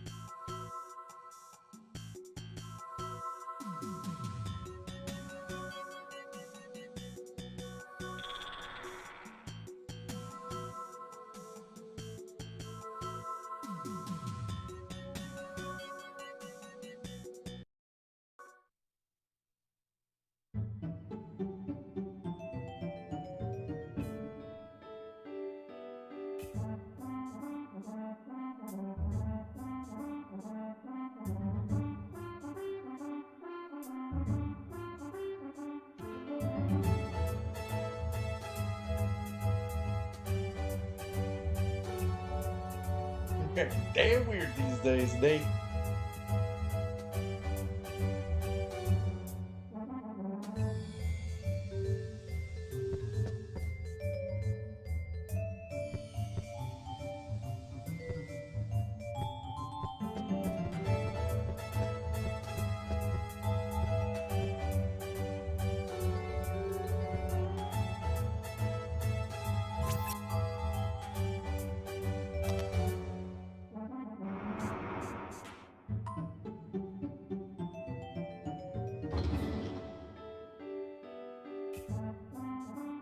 Alright, let's go stomp this child.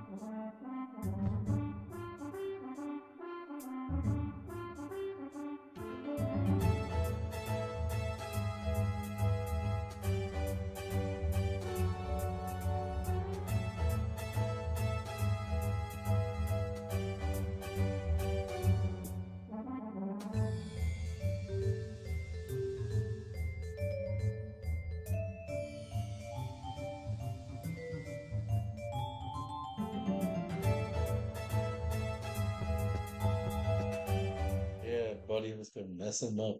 Mess him up good.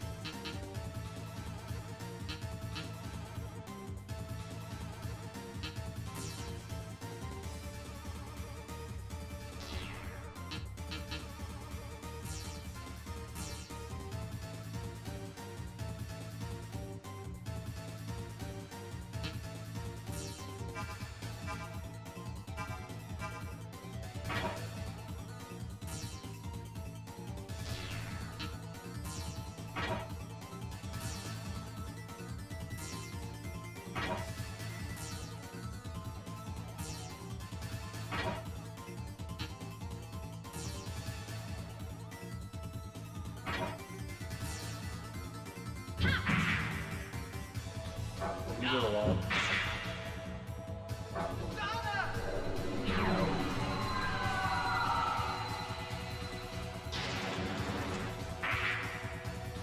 Like fire hurts him.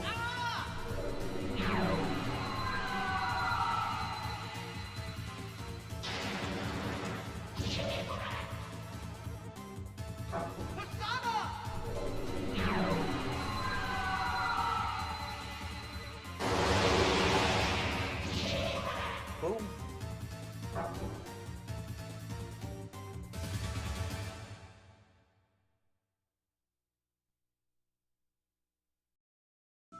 Hold on a second.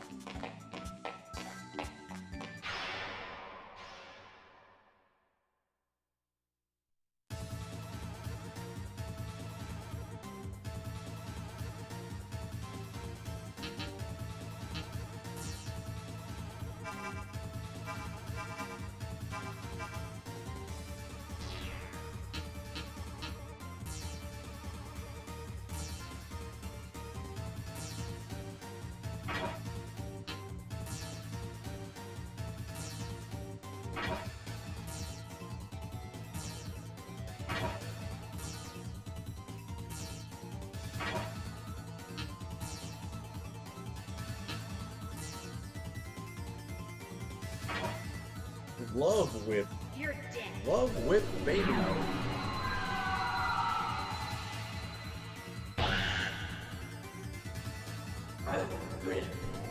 Oh. You're just gonna kill everyone. Awesome. Oh, fuck you. Double casting, bitch.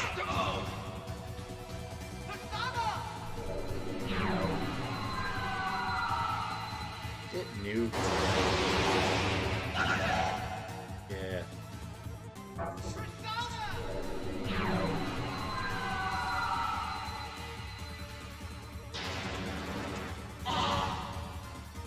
Well, that was scary.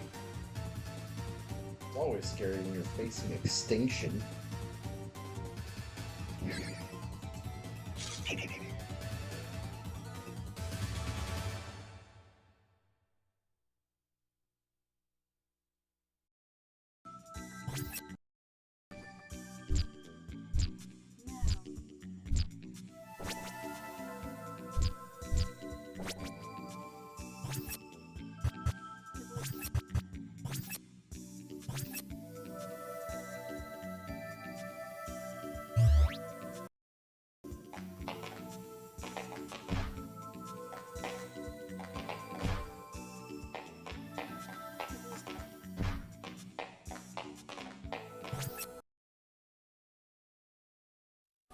I looked up a strategy guide for this game. It's like $1,000.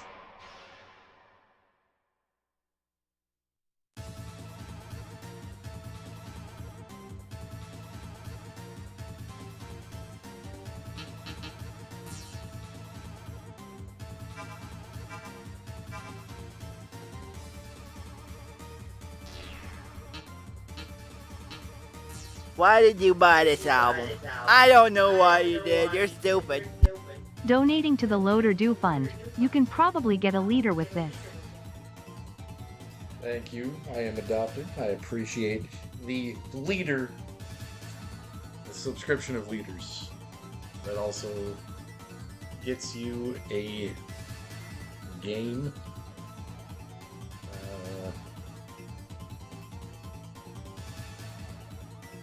PS2 or PS1, whatever you want of your choosing.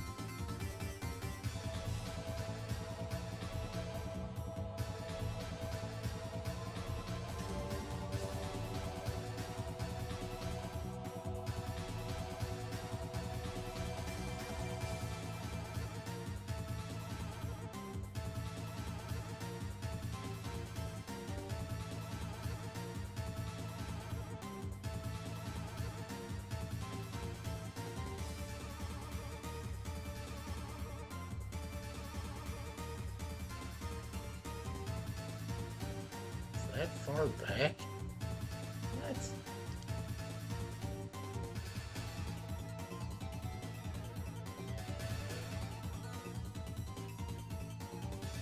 Faux show. Take as long as you want. We got, 20 years to figure all this out. 50. I'm gonna die doing this.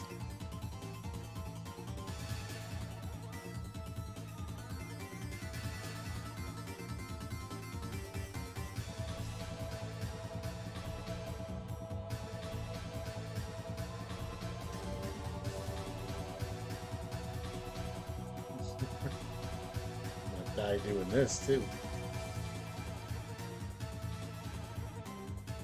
Just give me 1 second.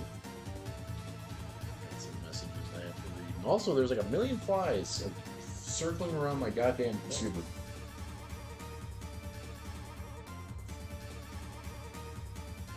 I don't get why there's flies in my room whatsoever.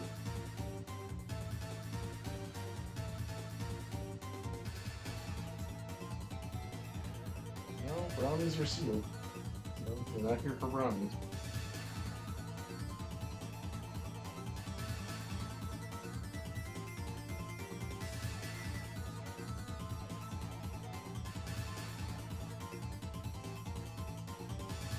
I will be right back. Thank you very much for contributing to the Mountain Dew Fund. I actually have 48 cans in my fridge. I Came prepared this weekend, goddammit, because I know I'm staying up till like 2 in the morning doing this. We have like a scroll left of this game.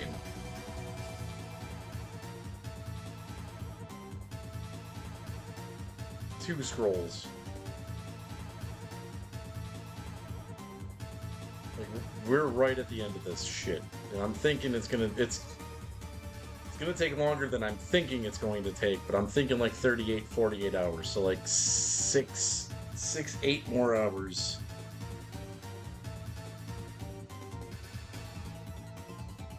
I'll be right back. 1 second.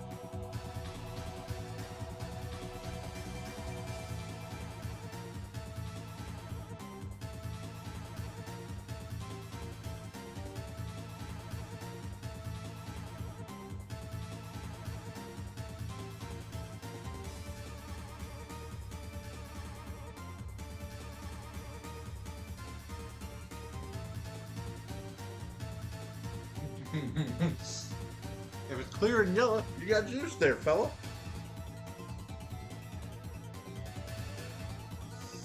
Think of all the poor souls that are staying inside on such a beautiful autumn day. Yeah, they don't get to learn about apples today.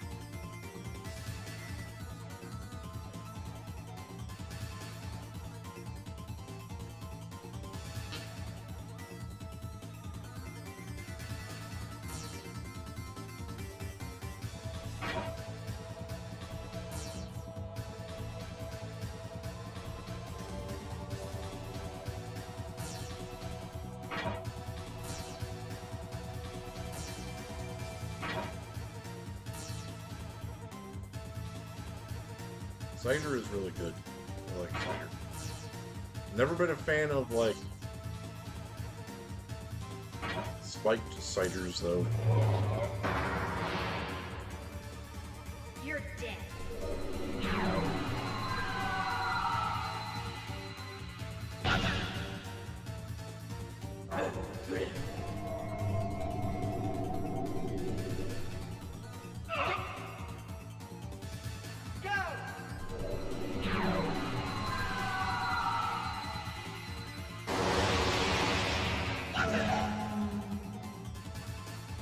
She's still alive.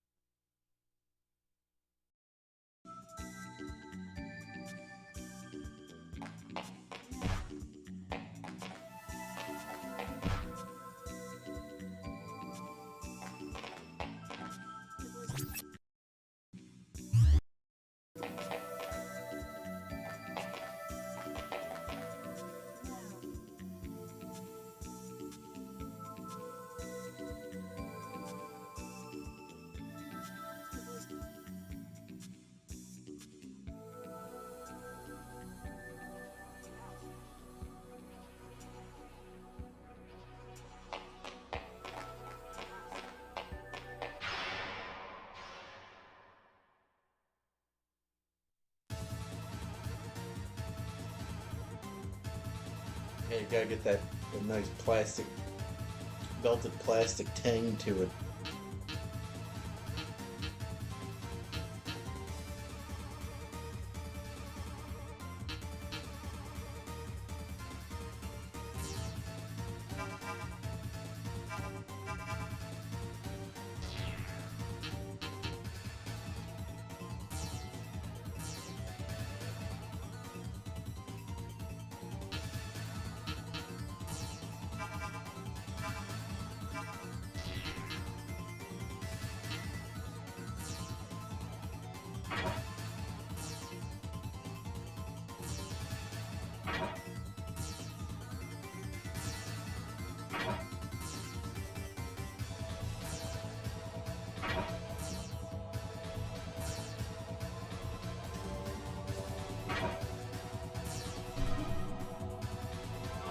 Love Whip, baby!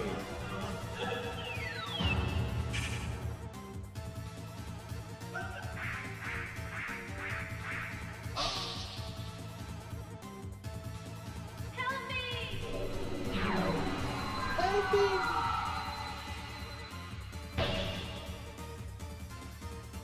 Take it!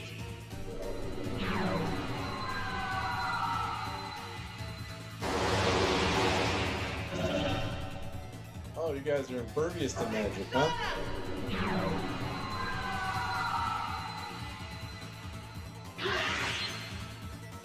We're impervious to that.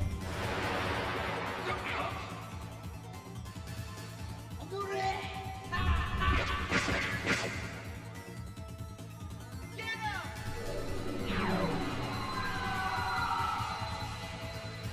Oh my god. There is this nice cool breeze blowing into my room. And it feels so nice.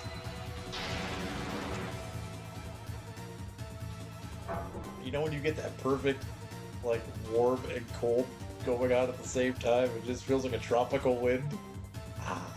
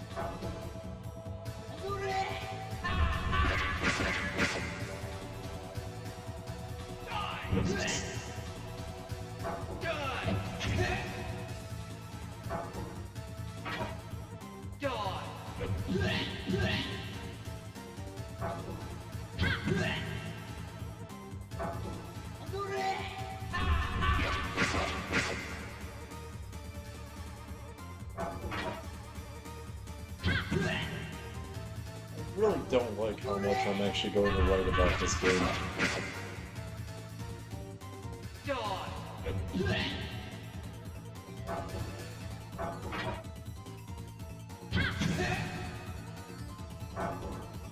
MDK I didn't really have much to say about. I think that game is underrated.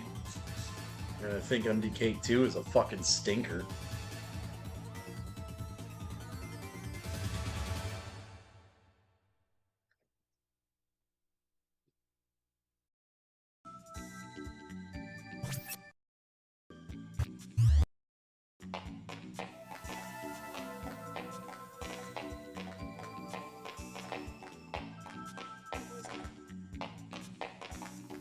Really good. Sure, as I'm saying it, the left D-pad doesn't work. While saying I'm really good at navigating these halls.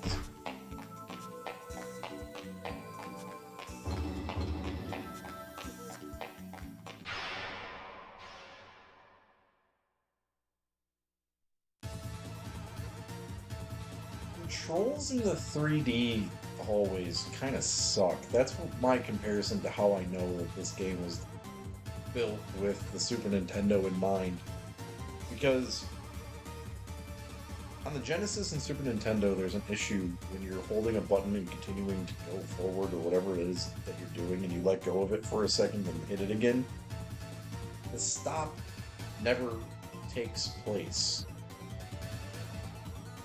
I just did it. When I was running down the hall I let go of the D-pad for a split second and hit it again. They never stopped.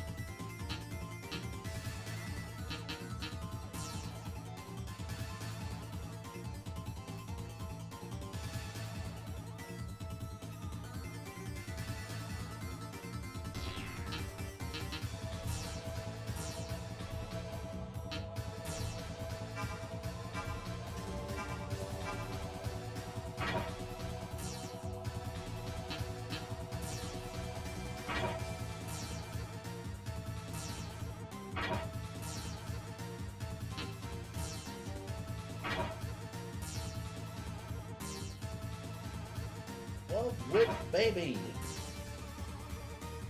Can I see the love whip, god damn it? I just want to see the love whip! Oh wait, I did see it. You're gonna wave all me, I'm gonna wave all you.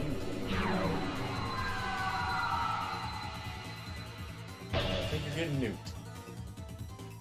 Take it! So these pterodactyls back to the prehistoric age.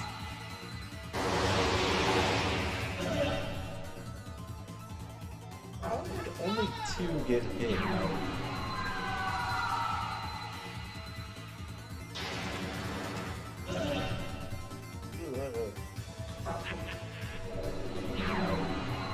Suck wave. Love whip baby.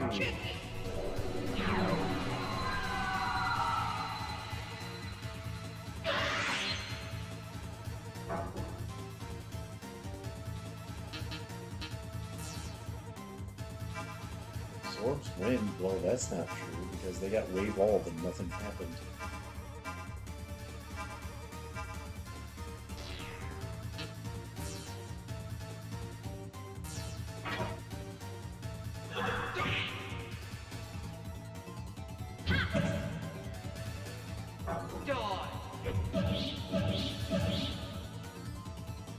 For some reason I was associating wave with wind. Wave of wind, but now that I think about it, is that supposed to be water?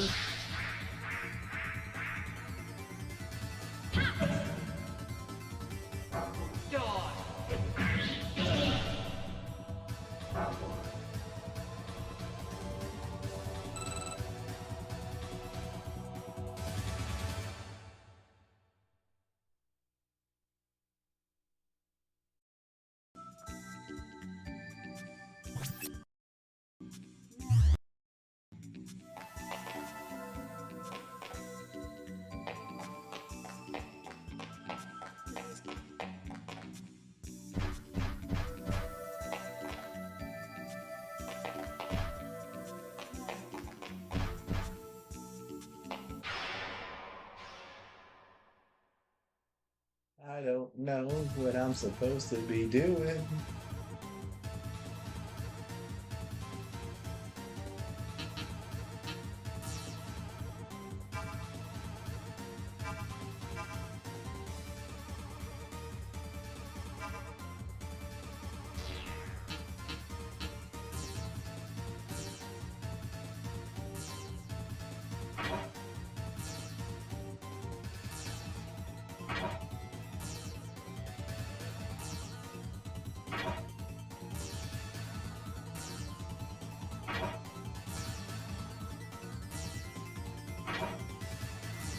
Hey, Persona!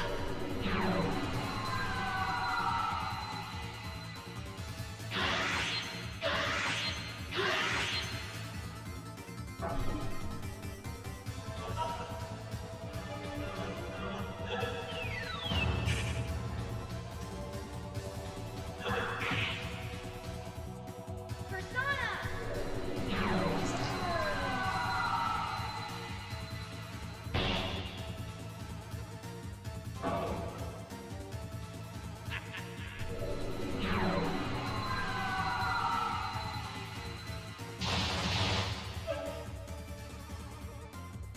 Take it!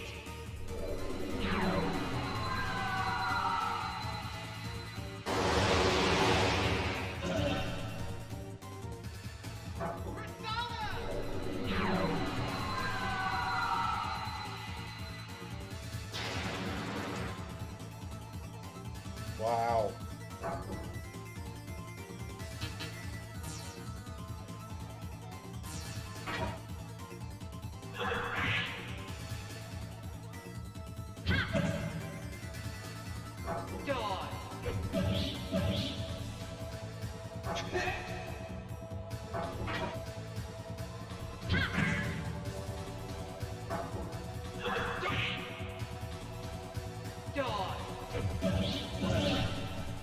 think it's funny that the enemies run away sometimes.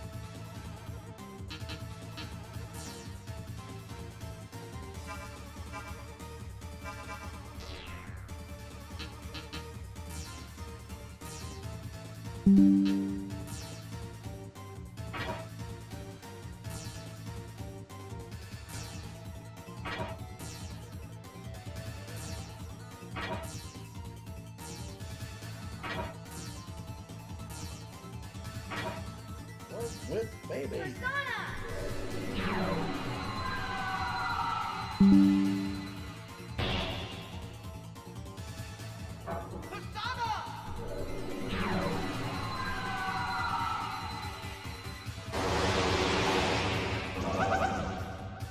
Please.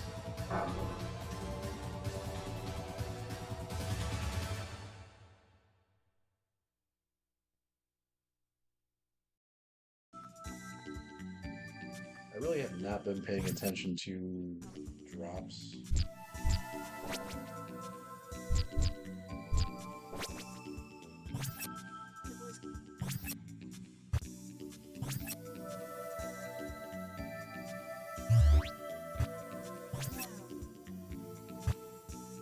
Oh.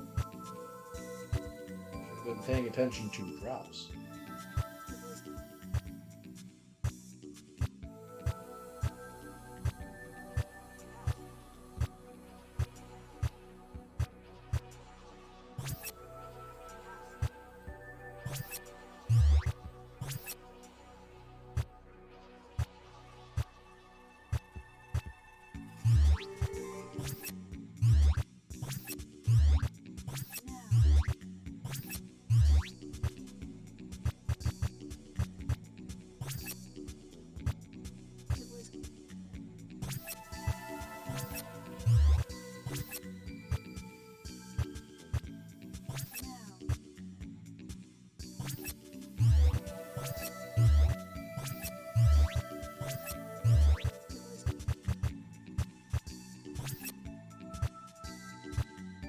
Oh, shit. I missed a lot of stuff.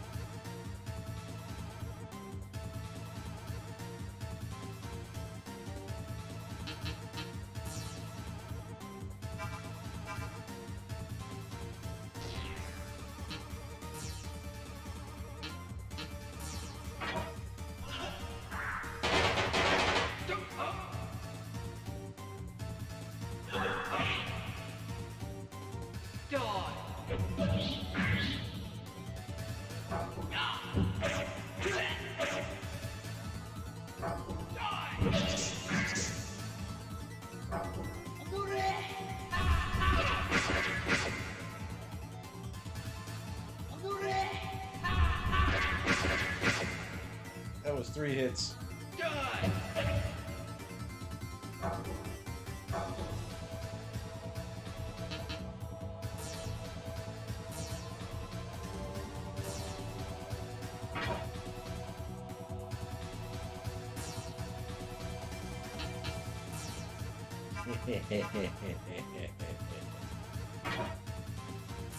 That's why I wanted Anubis.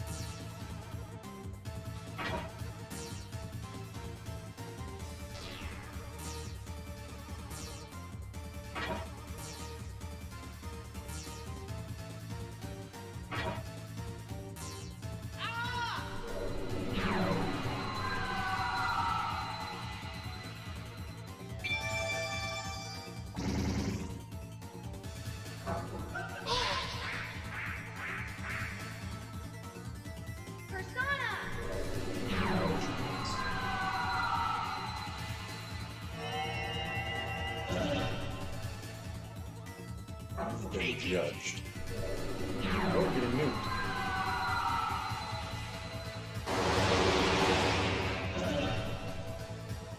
Goodbye. Love whip, baby.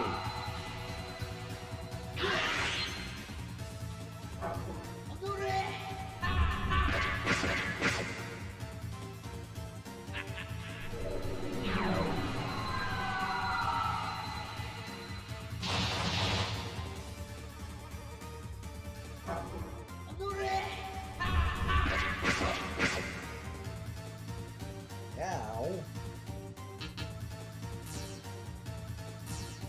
Some ass.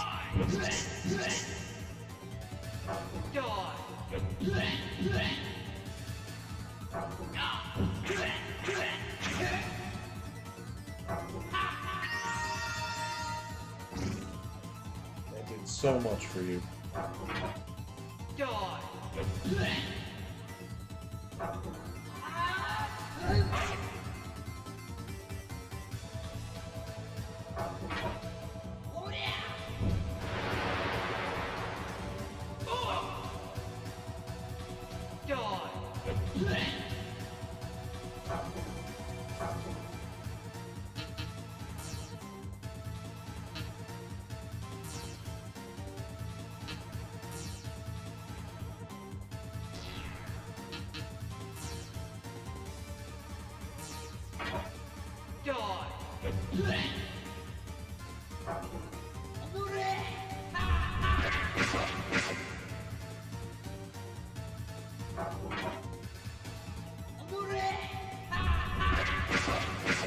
I don't get what the hell's going on with Mary.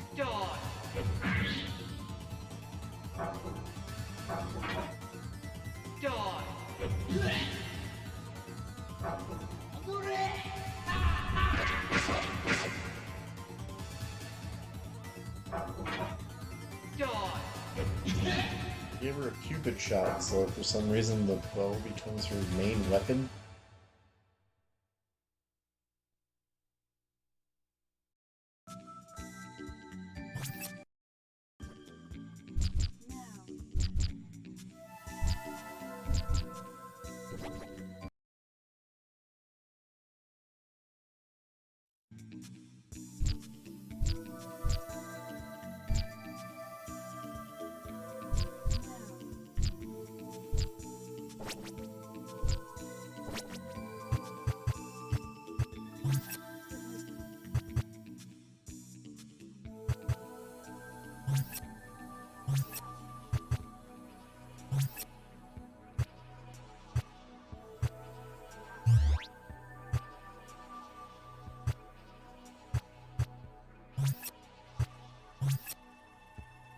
Weird, I don't get it.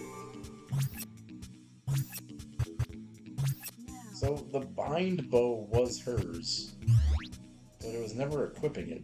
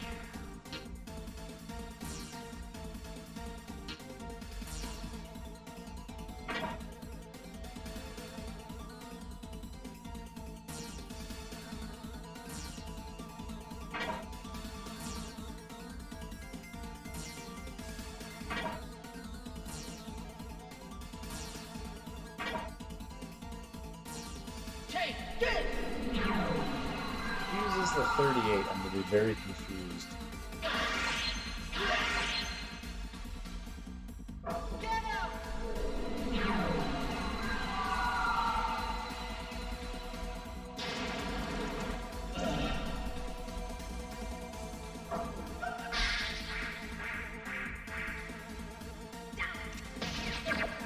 Okay, I don't get it.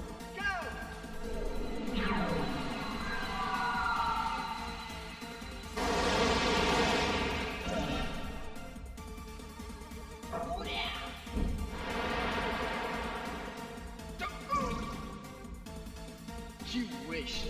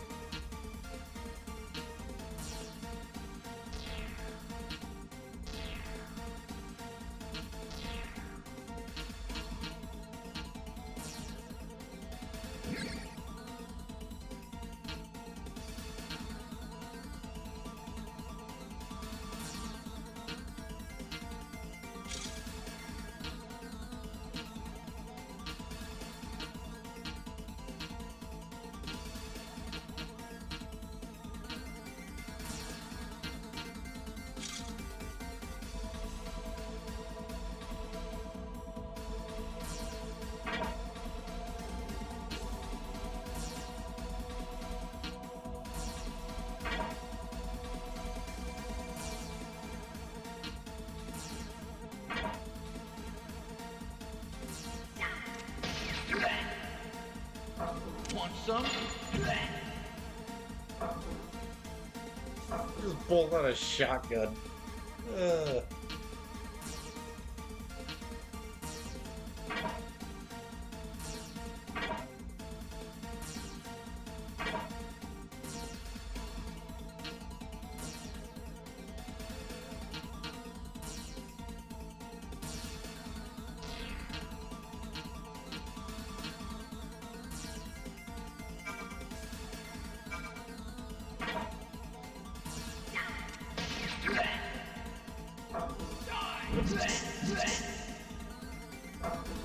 Hey, Persona!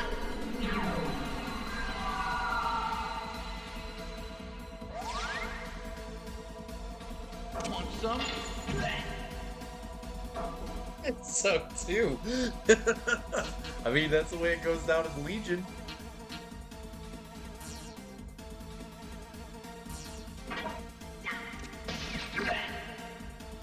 Take this!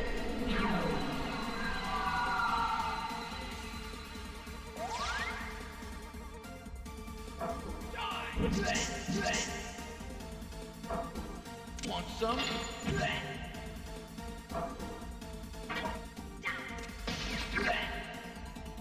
Take this!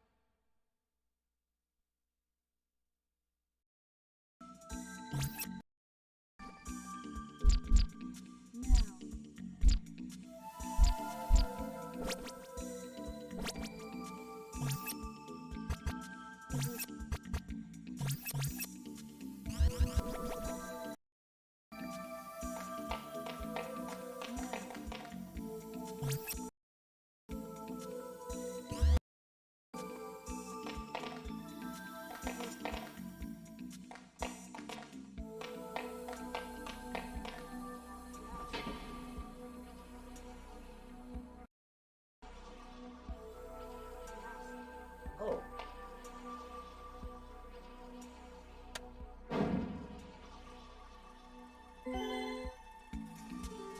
Laser bow.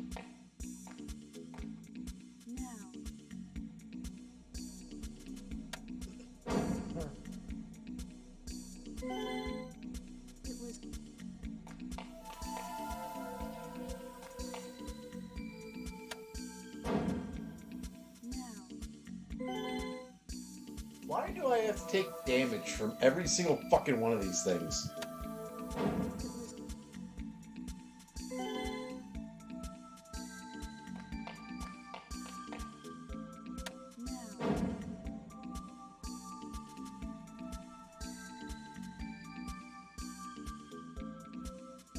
Yeah, load to figure out what the hell the item is.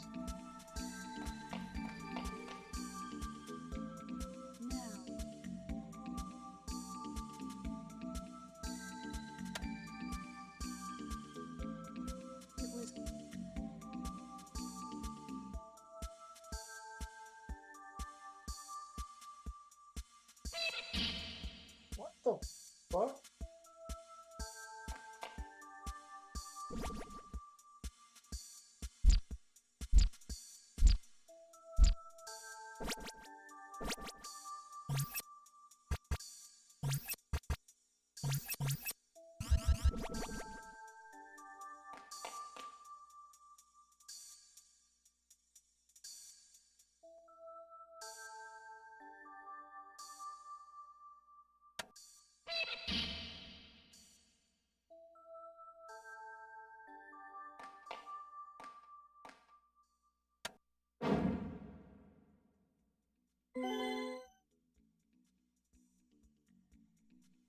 Awesome. Totally worth all the time.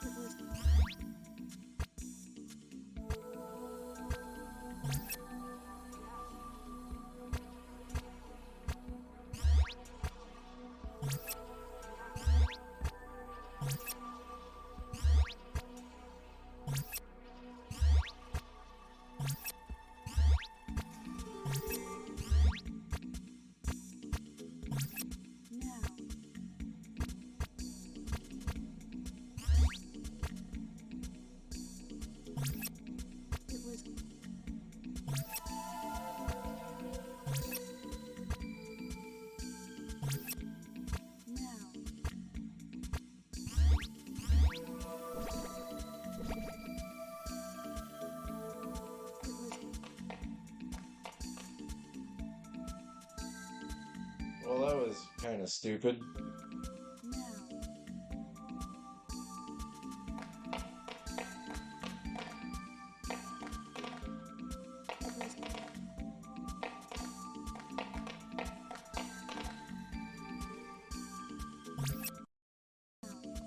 I have no idea.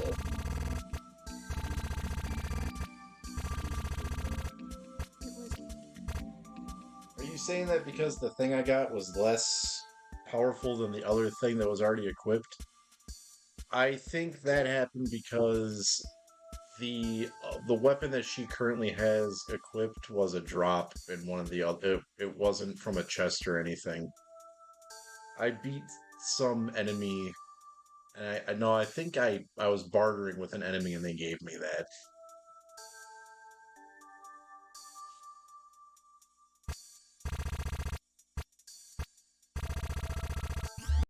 Negotiating with an enemy?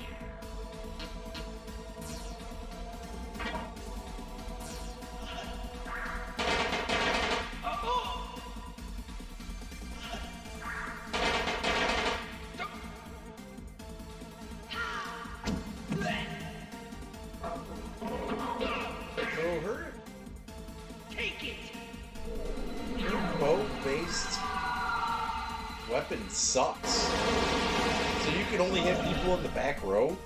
That's kind of stupid. That makes her so useless.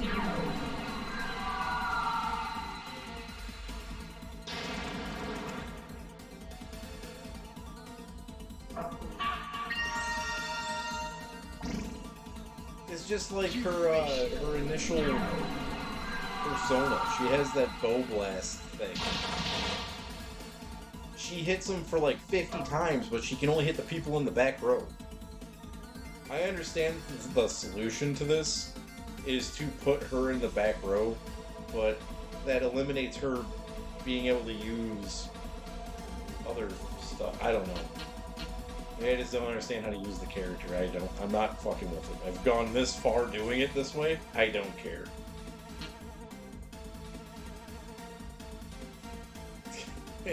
No hit run. Yeah. Uh-huh. Totally.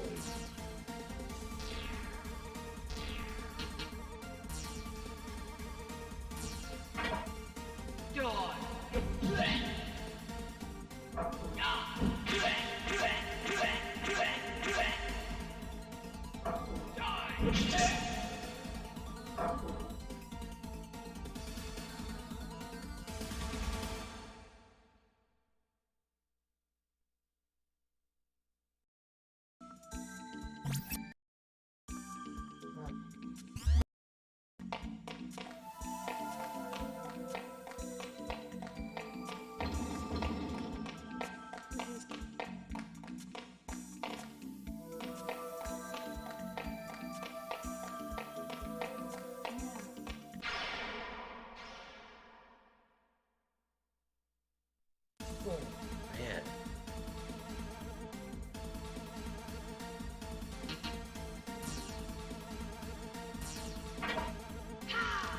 This setup sucks. Whoa! Hitting for 208!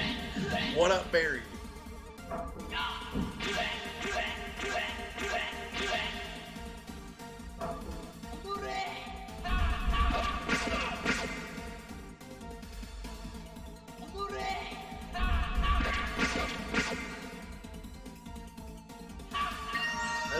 understand how a strength stat makes a bow and arrow like stronger. I think a bow and arrow it's only as effective as far back you can pull it. So like maybe when she's lower strength she's just like eh. But when she's got full strength she's like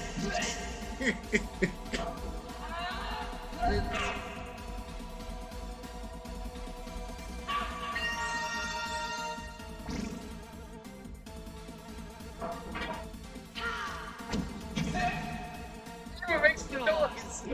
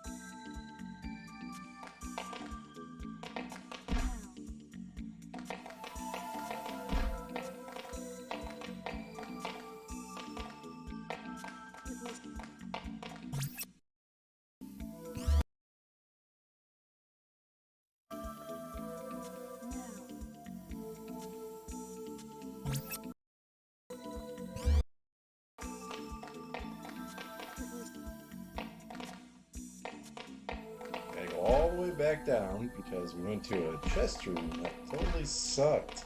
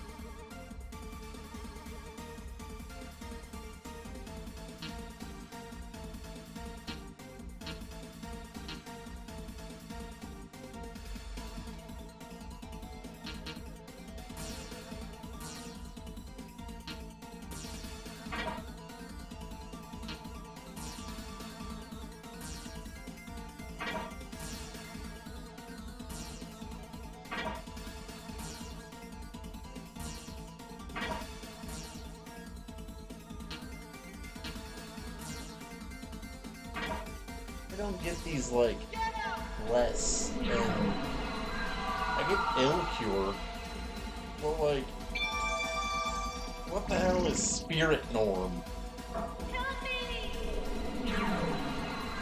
So when you got terminal spirit disease, you're just like, let me go back to the normal.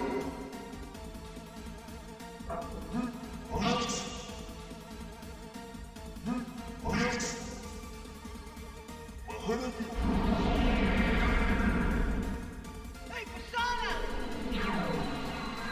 Love whip, baby!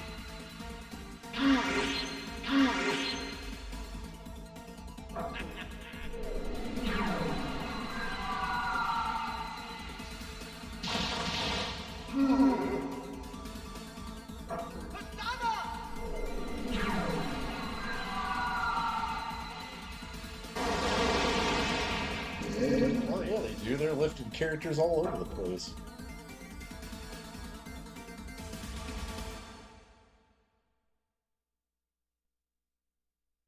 We even got Myrtle. She's the one that died from the snake on the toilet, right?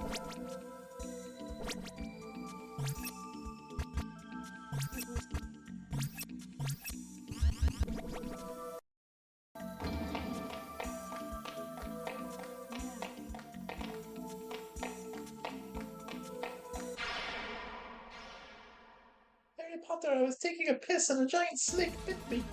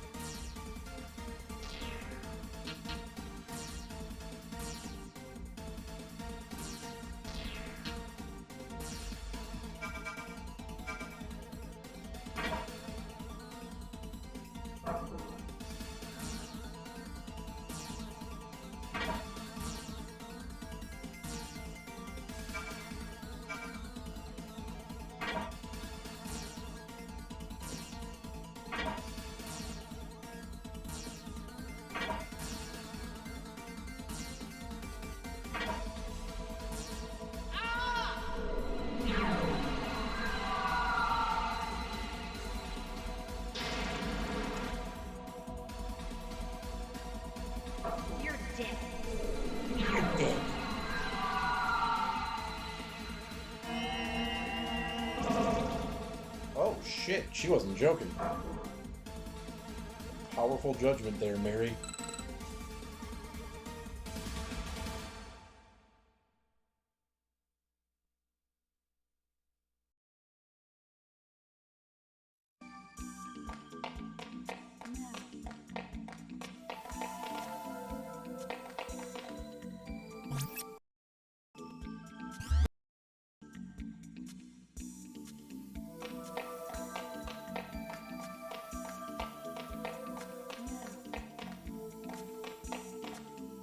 Wait, what?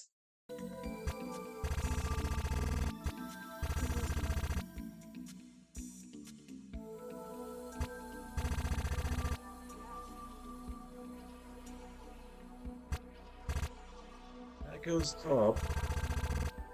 That also goes up. What's going on?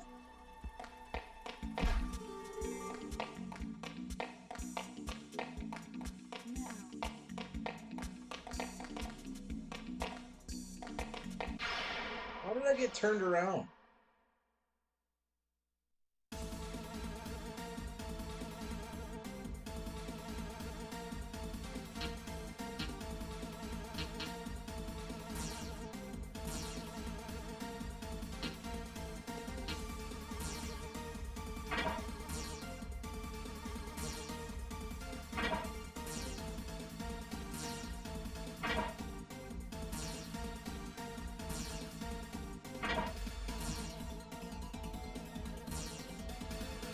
Oh, whip baby!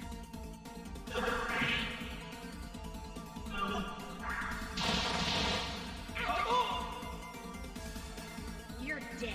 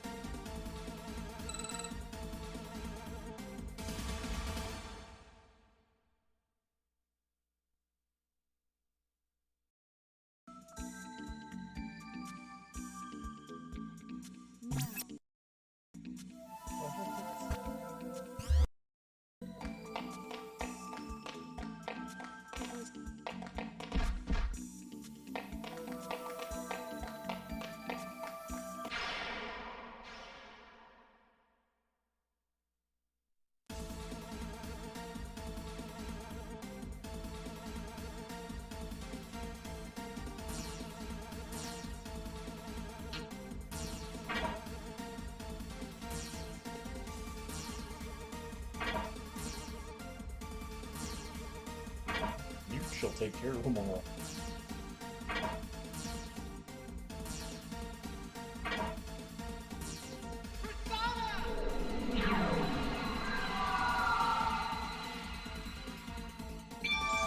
Like, heal to me is weird, okay? So, like, Mary's first You're dead. rendition of the first Persona, her cure was just called Restore. And then we get Heal All. Why isn't it Restore All?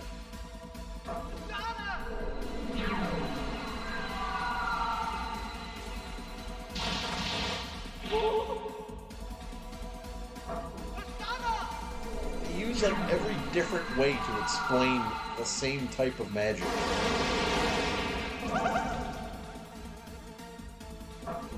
Well, this is fire. This is blaze. This is incineration. This is blaze all incinerator.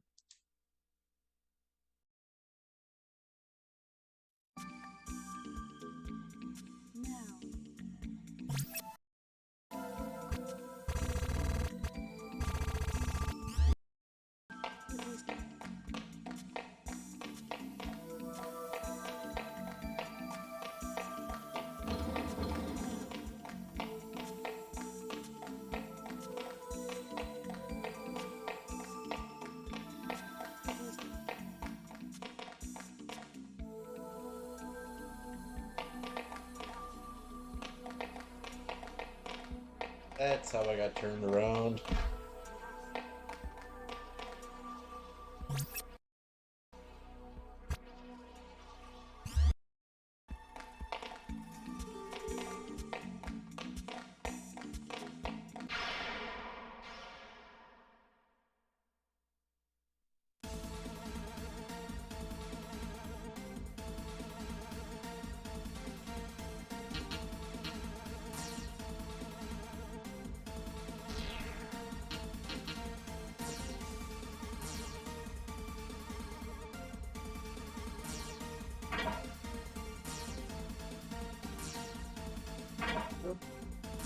I bought something over the week. I bought something during the week that it's so weird to me that today is Saturday. It feels like the end of like the month or something. I don't know. This day doesn't even feel like it exists. Weird.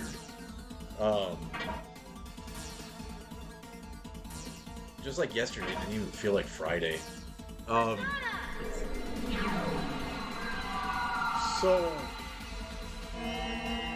there was a trailer that I posted not too long ago on the Negative Press Trailers page. I posted that Virtua Fighter 5 Revo World Stage. I had no idea what the hell it even was, and I didn't know they were making a new Virtua Fighter or anything. So it's like, it's Virtua Fighter 5 Showdown plus this new mode called Revo World Stage. It's pretty sweet. It's so like Virtual Fighter. Now, if I've said Street Fighter, I don't mean Street Fighter. Virtual Fighter. If Virtual Fighter, Virtual Fighter 5 was awesome, but it was lacking like. Virtual Fighter 4 had a Kumite mode, which was never-ending fighting. Virtual Fighter 4 had this like arcade. Virtual Fighter 4 Evolution had this arcade exploration mode. Revo World Stage brings back that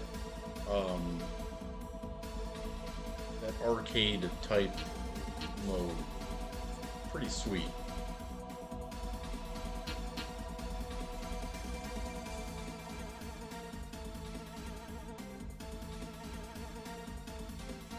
And I'm gonna play that after I want to be the Boshi.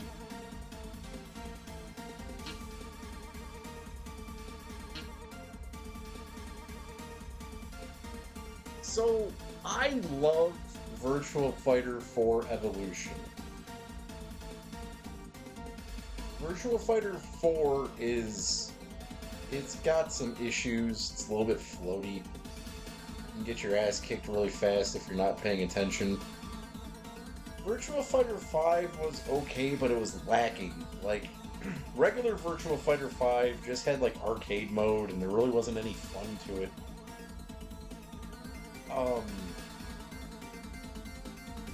Virtua Fighter 5 Showdown was pretty cool. This Revo World Stage game was pretty cool. I like Virtua Fighter because I know where it's broken, and I just have a lot of fun. See, that's not entirely true.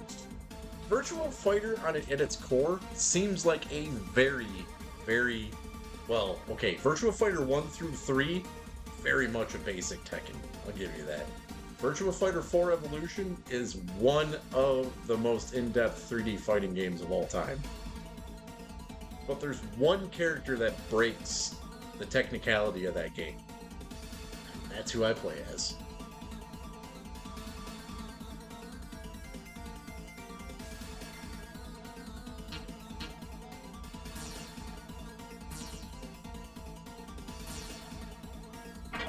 I have a lot of fun in Virtua Fighter just knowing how to OP fly through the game. The only character that really gives me issues is Vanessa.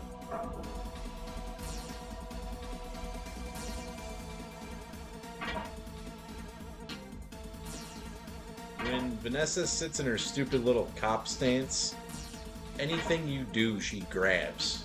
And it's a buffer attack. So she'll grab you by what you're fighting with and pull you and set you up on a backwards frame. And you get your ass kicked.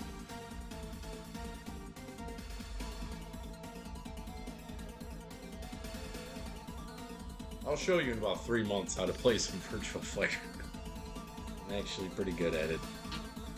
Like I said, there's just a broken character. He's got a very broken way to fly through all the Street Fighters, Virtua Fighters, Virtua Fighter, not Street Fighter, Virtua Fighter. It's a very broken way to fly through those games since 4.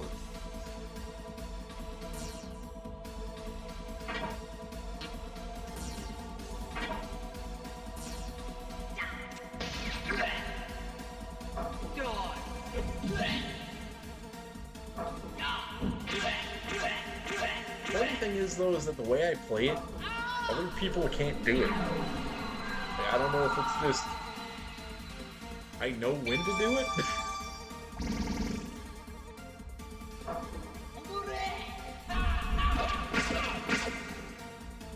But no, you can totally break the way the AI concentrates with Lion. And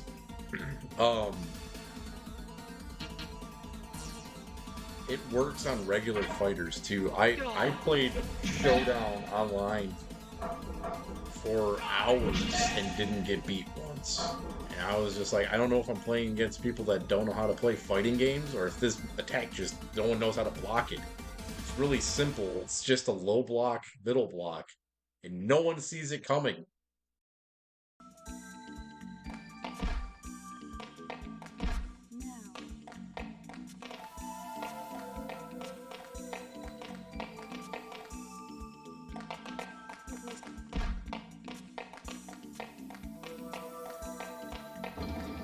You know, in Tekken, if someone's playing Law, they're just going to... yeah, grinding wins on new players again, totally. Like in Tekken, if someone plays Law, you know they're going to do backflips. You just know that's what they're going to do. I don't know if, like, it's so simple that people just don't know it. Like, literally, all you do with Lion is it's up circle. He does this low kick, middle kick.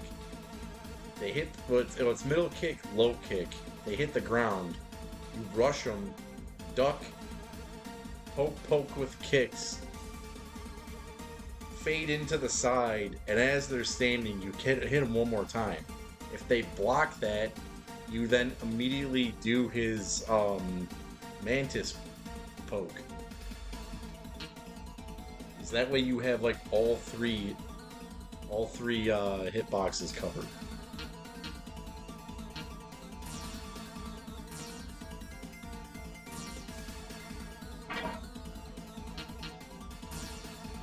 He also has like this lazy Shoryuken move too that you can also use.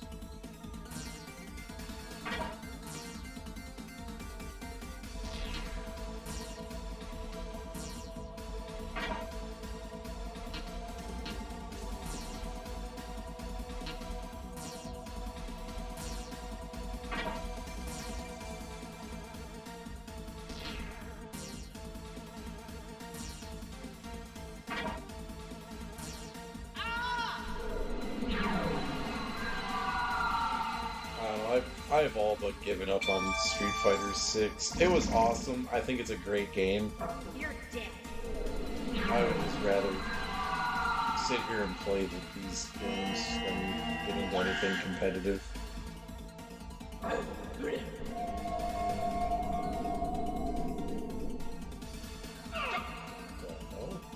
Take it!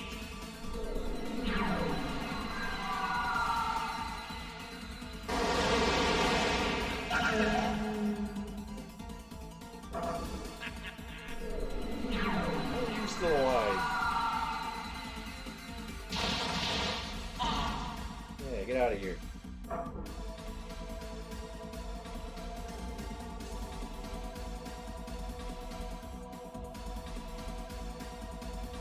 Yeah, it is. I don't like...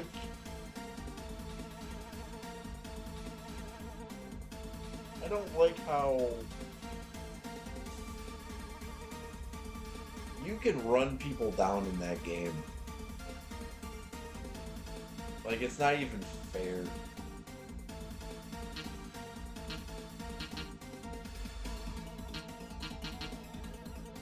I'm content with Platinum 2. I reached Platinum 2 with the Platinum Blonde. I'm cool with it. I don't need to hit Diamond and all that other shit.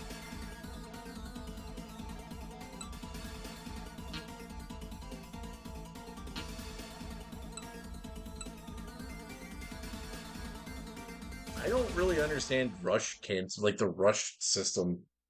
Like people use it on me and shit, and it just like,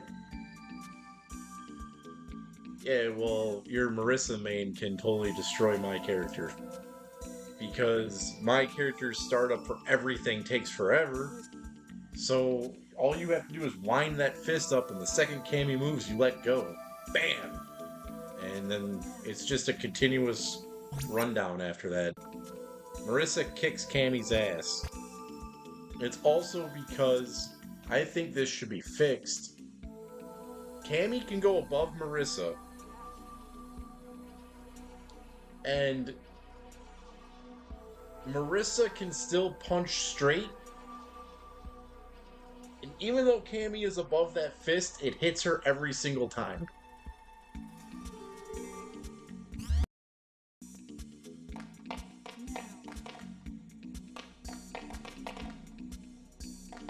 That's the way I play Cammy that gets under people's skin. It's the ball techniques.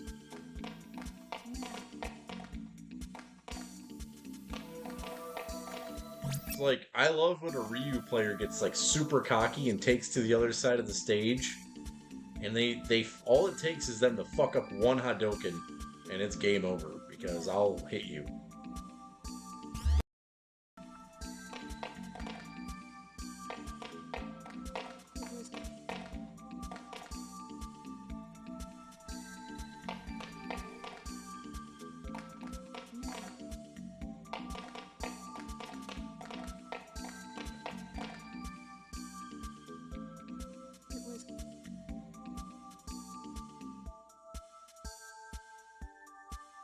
I have never been good with the dive kick. You're talking about the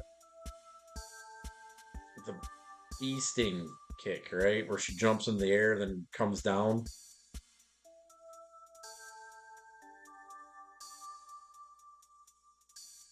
Cammy strike. I have never been good with those, so I never use them. There is a combo that I don't know if it's in 6, but it was in 5. Where I have never been good at these types of combos where, like, you jump, so you diagonal jump, and like, immediately after you jump, you hit the kick. So you hit low, you trip them, and then you do it again, and then they're in, like, free fall. You can combo into her, you can combo straight into the super or her ult, like, well, there's no ultras, but, like, you can hit supers off that second frame. So, like, yeah. The free fall combos. That's what they are.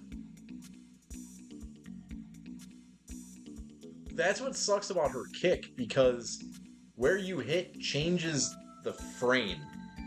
If you hit high, it's more stun damage. If you hit middle, it's a setup for a spiral arrow. If you hit low, you trip them.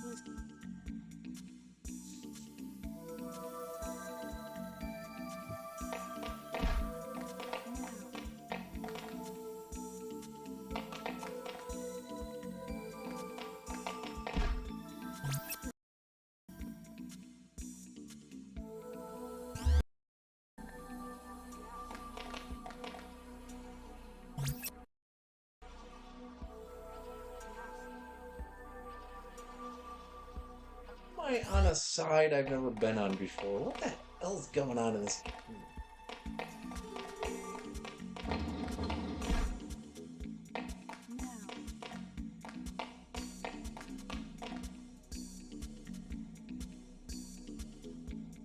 Also, I didn't know this. I was looking at Sega's, well, obviously I was looking at Sega's sale yesterday for Steam. Did you know that they released a new Shinobi game? And there's also a new Ninja Gaiden game? Both of them are 2D.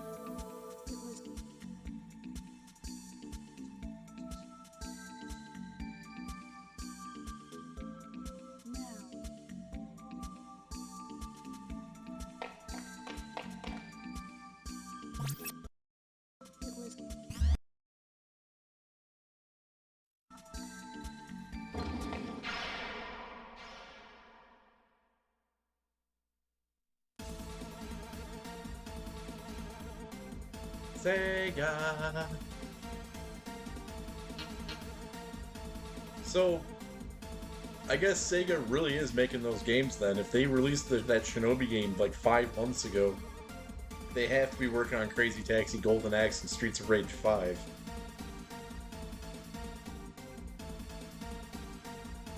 Well, I got that, I was just talking about it, I got that new Virtua Fighter 5.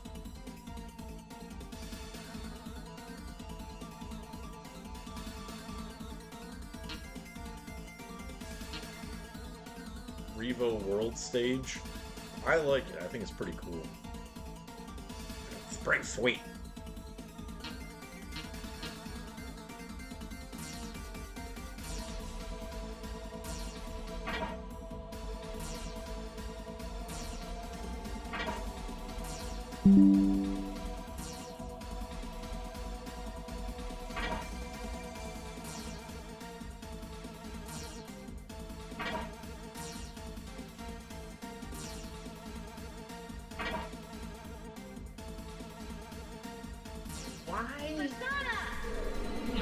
Who the hell is buying Dead or Alive games? Let's go jerk off to porn or something. Stop supporting that damn franchise. Dead or Alive 2 Hardcore was the best. That game was fucking awesome.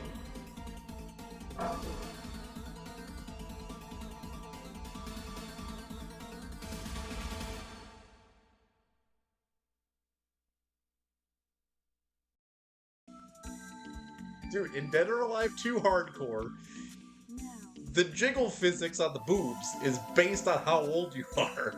So, like, if you say you're like 18, if you say you're like 1 year old, the boobs don't bounce. If you say you're 99, it's just it's like basketball on the chest, man. Yeah, that's a real thing in Dead or Alive 2 Hardcore.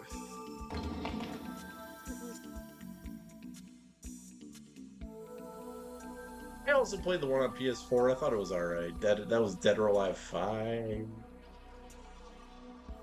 It's 5, right?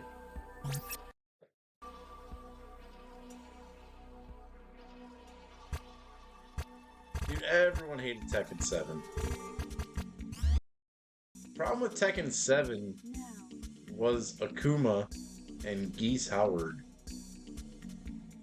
I don't understand the concept of having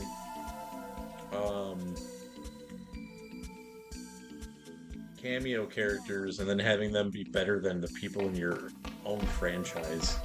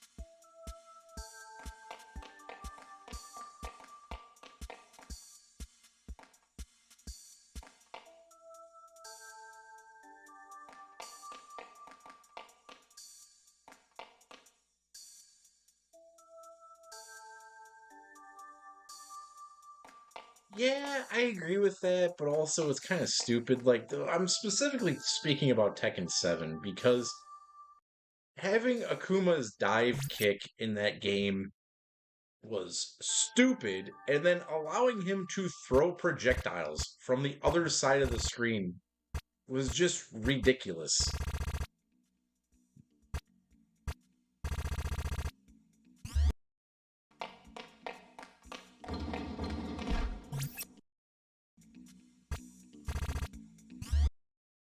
At least with Akuma, you could, like, slide under him and shit. And Akuma played like regular Akuma, where when you catch up to him, you can beat his ass because he's got like 800 stamina.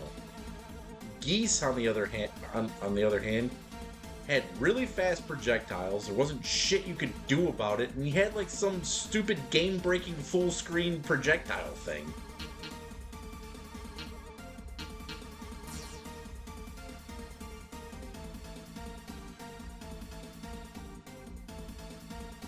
I think Street Fighter EX3 is better than Tekken 7.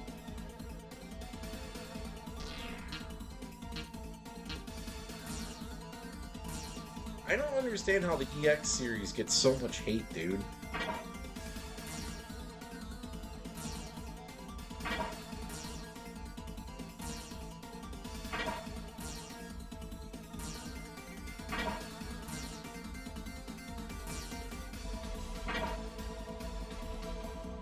Well, yeah, but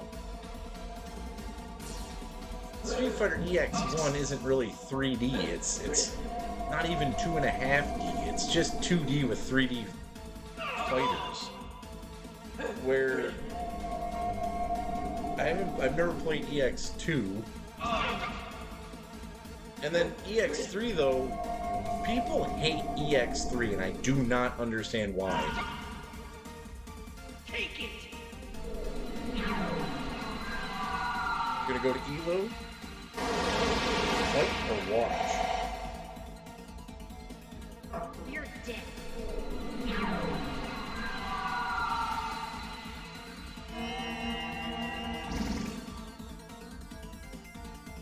You wish.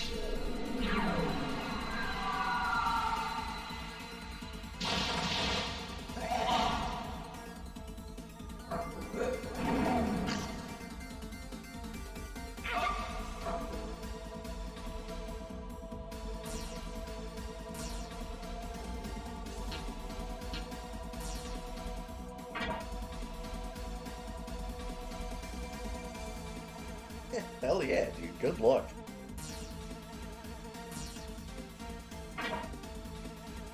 So, how does it all work? Like, let's say you beat ass. Is everyone in the same bracket? Like, do you have a chance that if, like, you just kept beating ass, you can go up against, like, one of the big guys?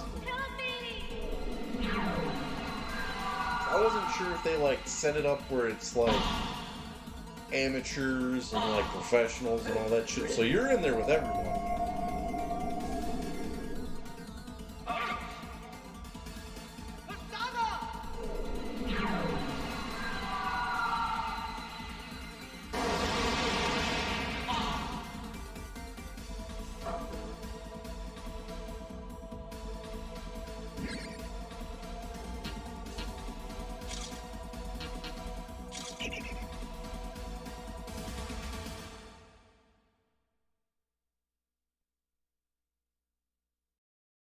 It's only a matter of time. You're gonna be too popular to be able to come back to the stream.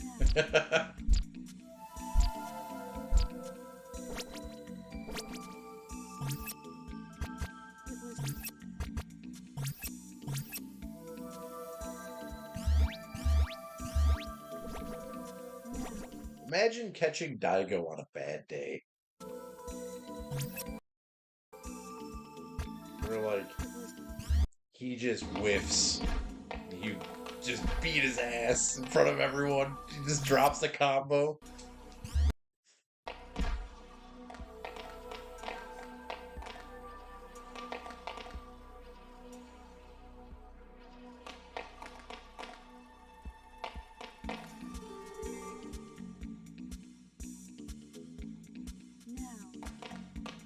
only pro I have fought two pros. Well, one's not really a pro, he's more of a troll. So, when I first got Street Fighter V, Street Fighter V on PC was broken. Because ranked matches would sometimes glitch out, and they would just throw you against like someone way, way higher up than you. I was in bronze, and it threw me up against Broly Legs. I almost beat him. Dude lags like crazy, and he's not that good. Like that was like my third or fourth day of playing that game. That happened. Like he lagged out, and I lost. And I was like, that's awesome. And then I fought Darkside Phil, whatever the hell his name is. I knew who Broly Legs was by name. I didn't really know who he was until like that fight, and I looked him up. Phil, I had no idea who he was until I was maybe like getting into streaming. Someone brought his name up, and I was like, Darkside Phil, I know that name. Like, I fought that dude in Street Fighter V when it was glitched out.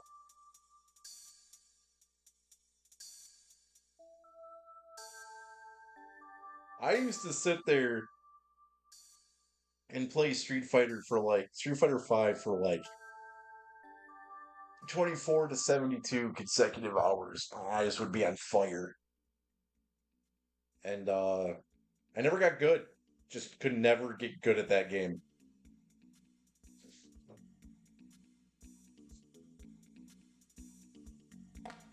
Dude, I was heavily supplemented at that time.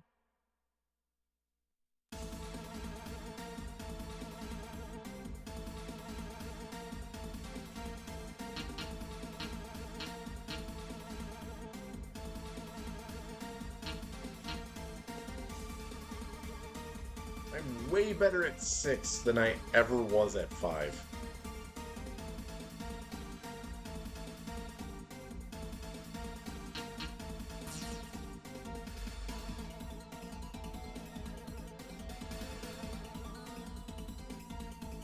Dude, that's how it goes. I was the same way with Counter-Strike. I would play ranks in Counter-Strike and suck for like 2 hours.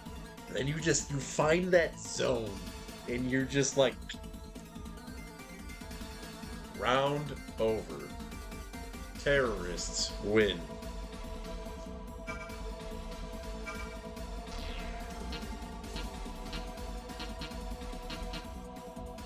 I don't know, I was Counter-Strike, what was it called before it was Counter-Strike? Global Offensive. That was the last, like, non-fighting game that I used to play online a lot. Yeah, I know that exact feeling you're talking about, where it's like, man, I should just stop playing, man, I'm doing terrible. Then you just start getting into those matches. You start doing that crap that everyone has done to you in the past 52 rounds. You're just like, okay, yeah, I see it now. Exactly. You become Neo. You don't see Counter-Strike. You don't see Street Fighter. You just see green digits.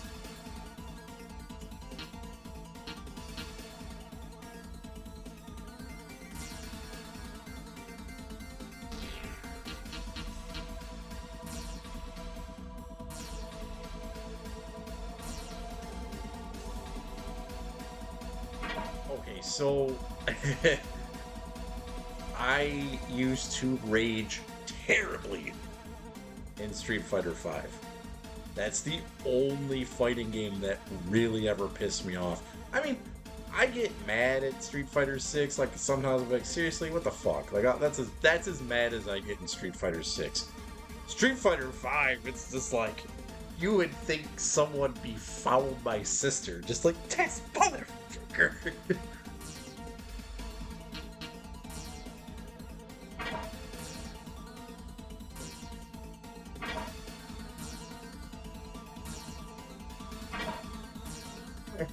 remember I woke up my ex-girlfriend one time and she's like, what's wrong? Who are you mad at? I was like, this fucking Ryu guy. She was just like, really? Really?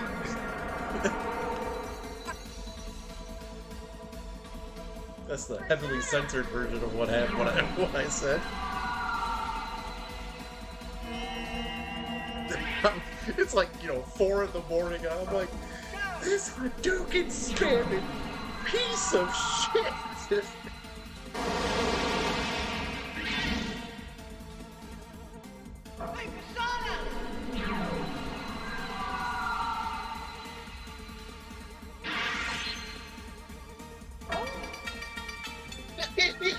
Yeah, dude. Exactly. Then they get confiscated and I don't get the job anyway. What the hell is that, man? I drove all the way to Ohio to apply at your game store to be told I can't get a job because I brought a knife and a pack of smokes. Didn't know there was laws. You ask me, man. That's prejudice.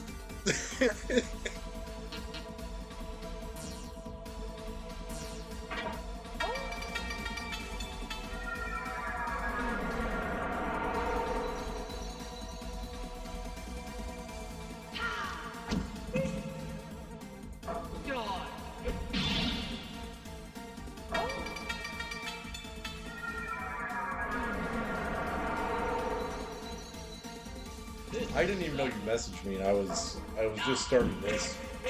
I heard my phone go off. I'm like, I started to read what you were saying. I was like, what?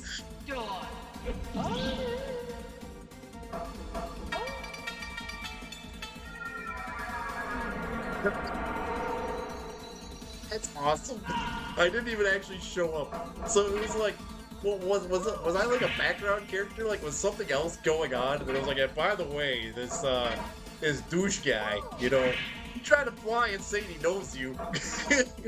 A fucking pack of cigarettes and a knife to a job interview. Who does that? He said his resume was like not blinking while playing Road Rash for fucking 27 hours straight, and you said that was cool?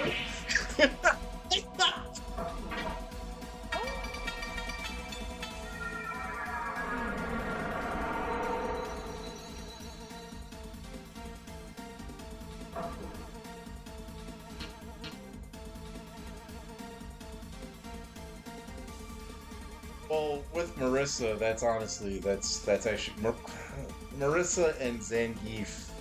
They have since they're grapple characters, technically, it's easier to just run up and grab them.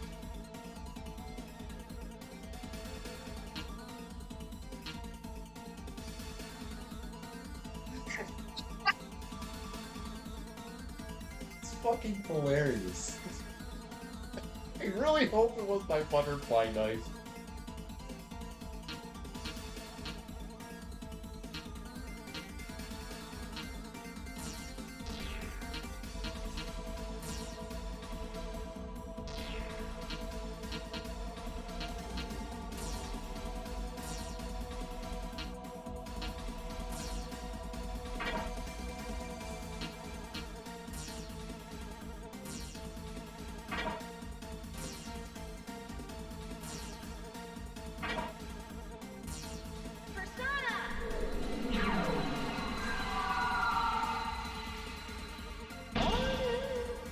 So yeah, we thought it was gonna be Kurt Loder. Ended up being some asshole from up north with long hair.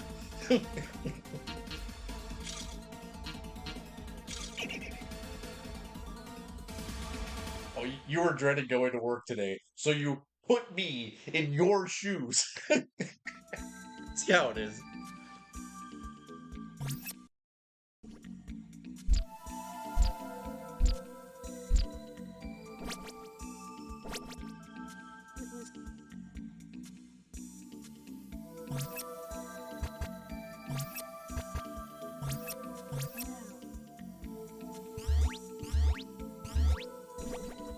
That's funny, man.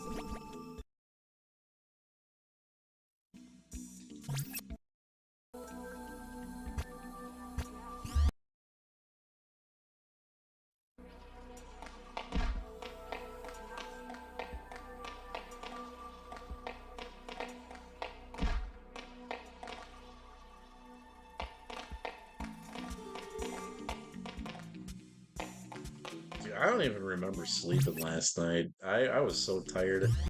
I got home. I I didn't even realize it was Friday the 13th, like the entire day.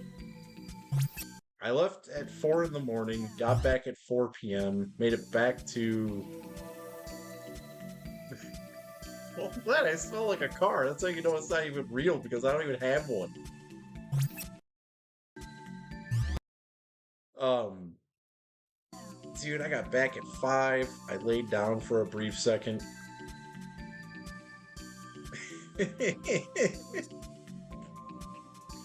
What does that smell like? Does it smell like me? I don't smell like a car. Um,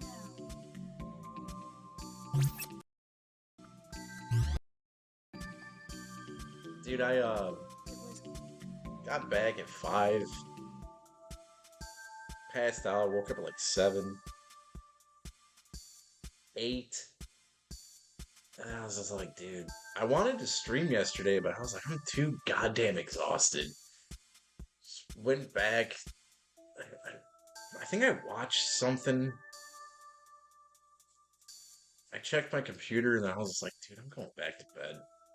Went to bed at 10. Woke up like an hour and a half later. Sat up for a little bit. And I don't know, around midnight, I just died. I think I woke up like 5 times this morning. And I was just like, I remember the last time I woke up though, because I was like, what day is it? It feels like 15 days have passed since I've fallen asleep.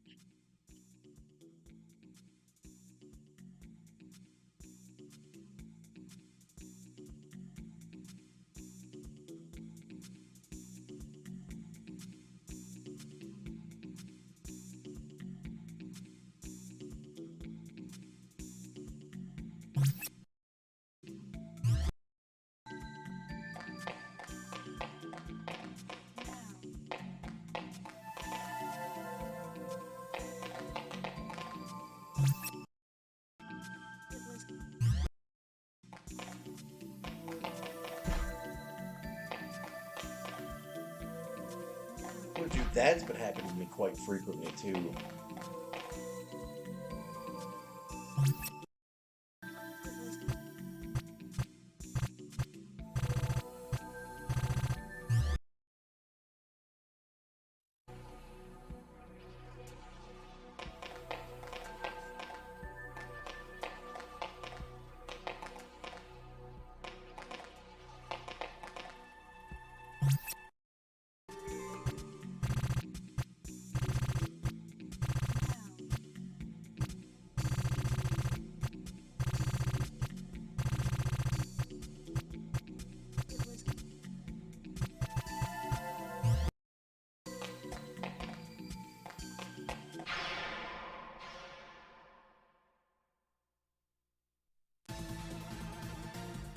Dude, that feeling sucks. Especially when it's like later than that and you think you missed the bus or something.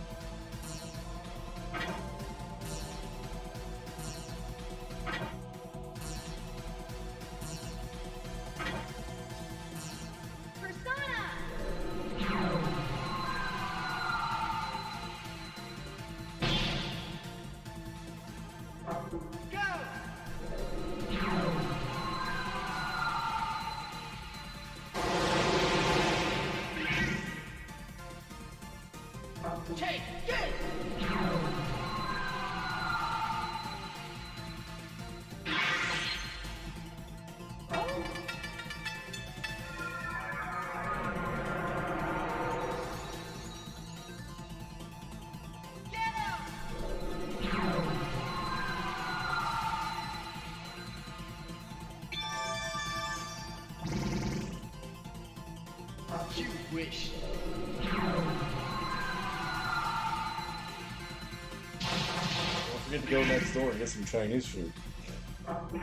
Sit there for another 30 to 40 minutes.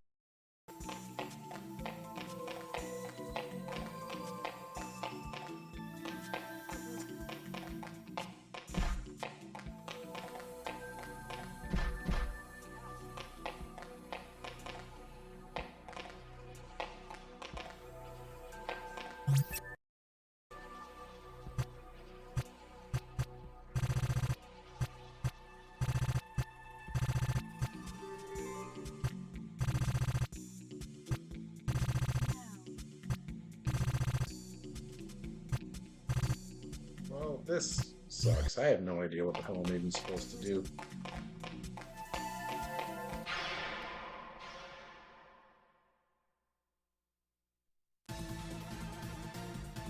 We're gonna be stuck here for a while.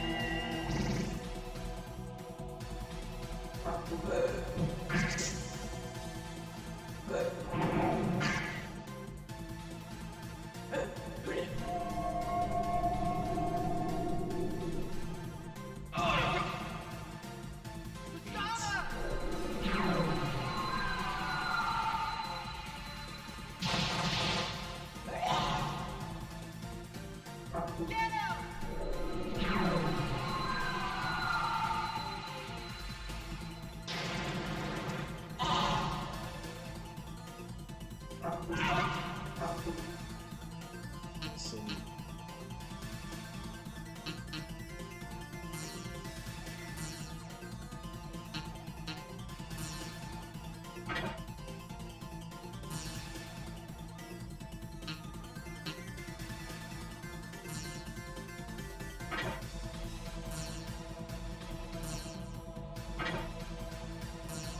You're dead.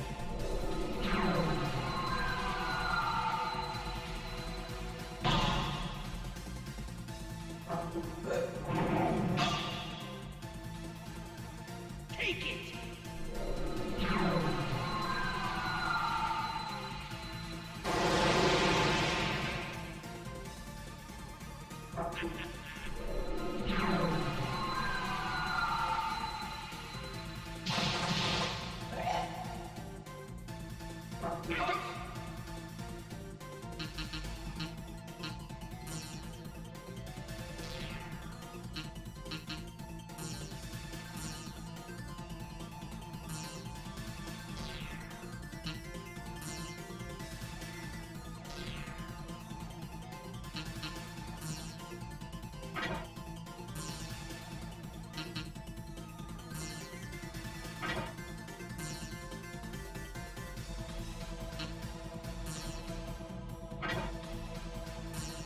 Take it!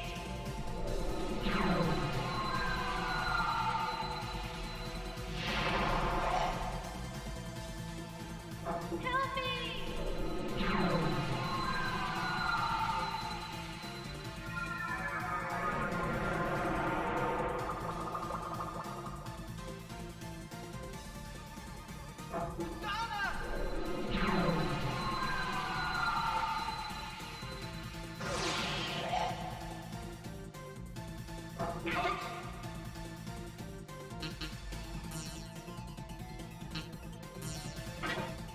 Help me!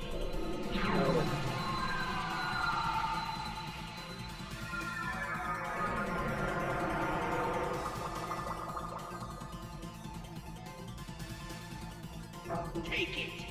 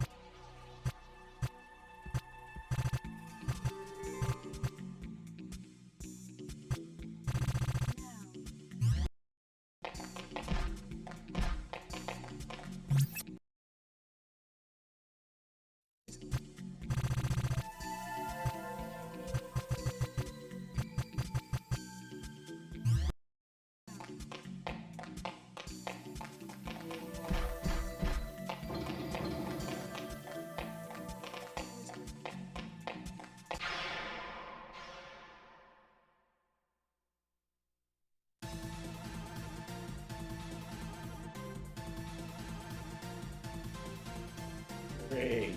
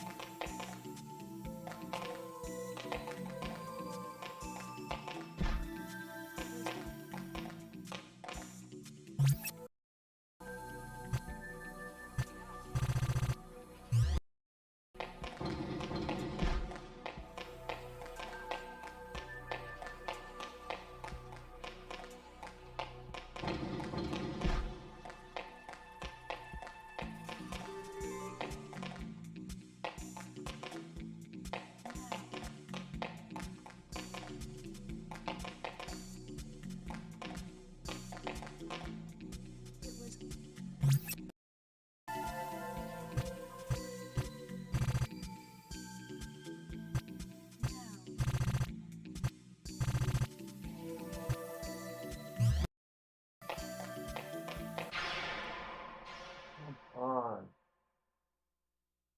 I gotta close the window. Oh.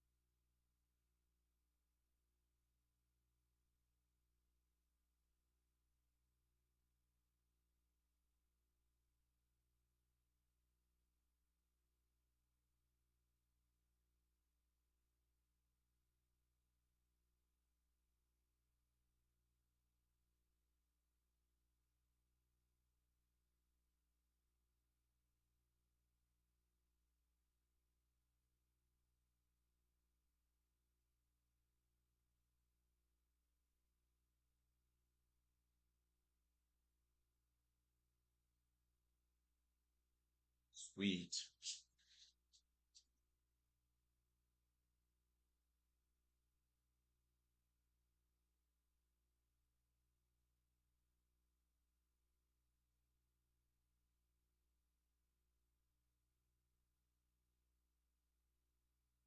Well, there goes a whole chunk of progress.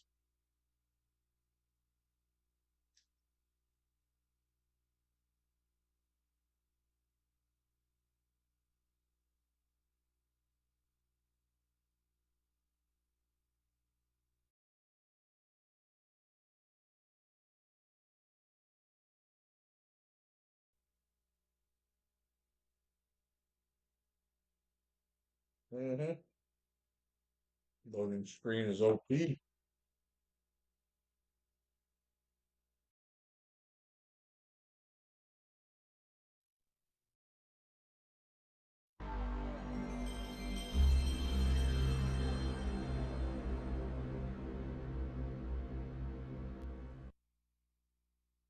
Are you fucking kidding me?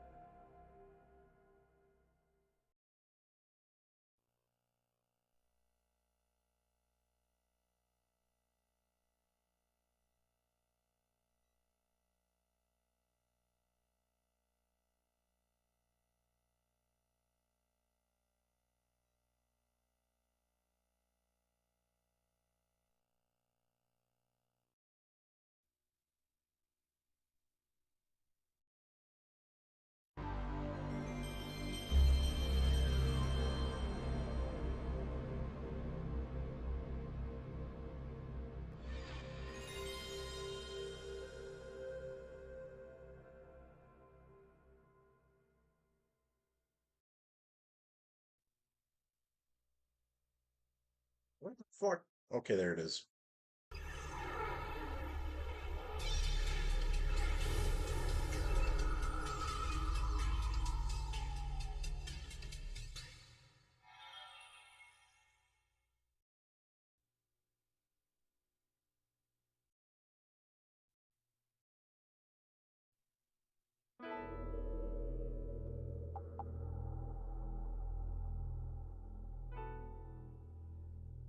What the fuck? What is going on?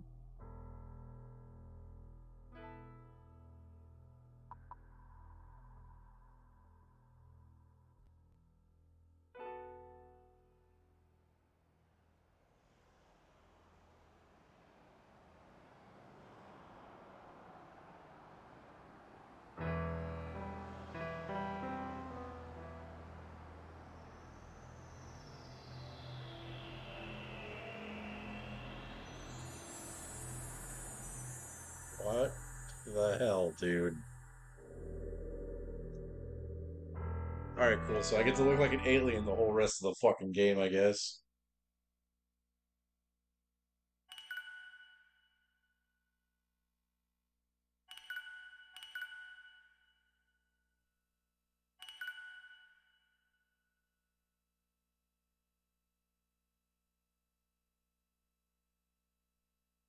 Fuck this.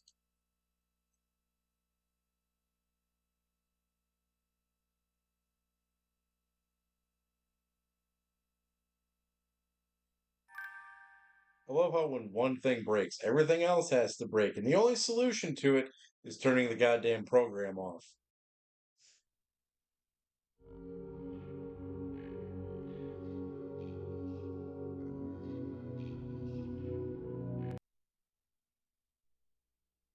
It's got like 5,000 flies in here for some fucking reason.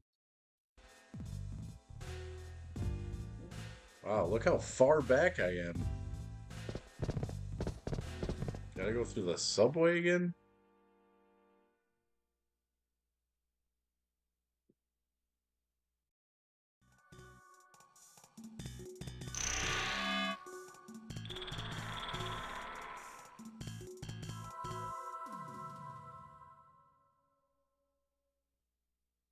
This is fucking stupid.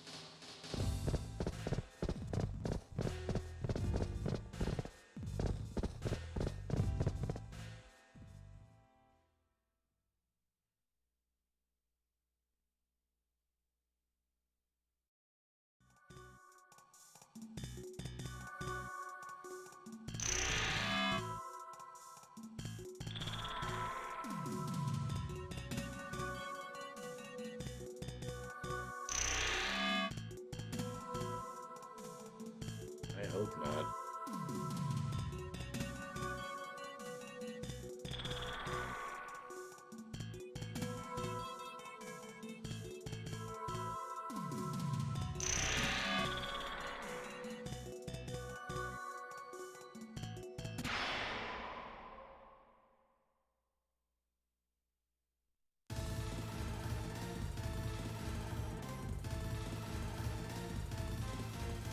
What are these fuckers doing here?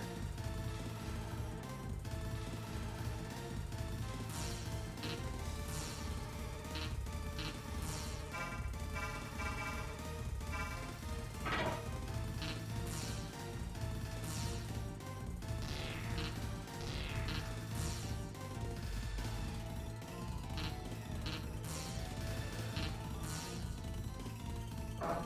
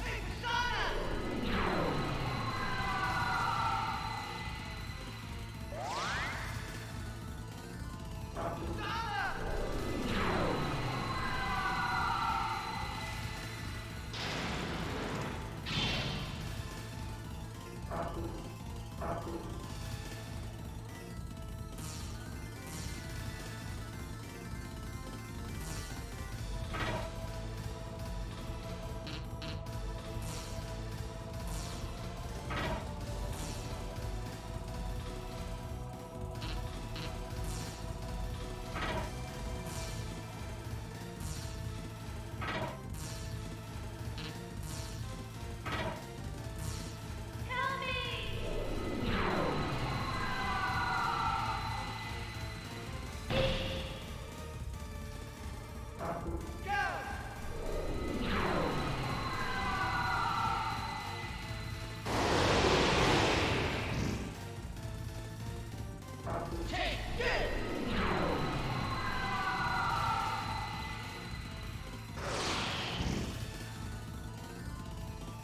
You wish.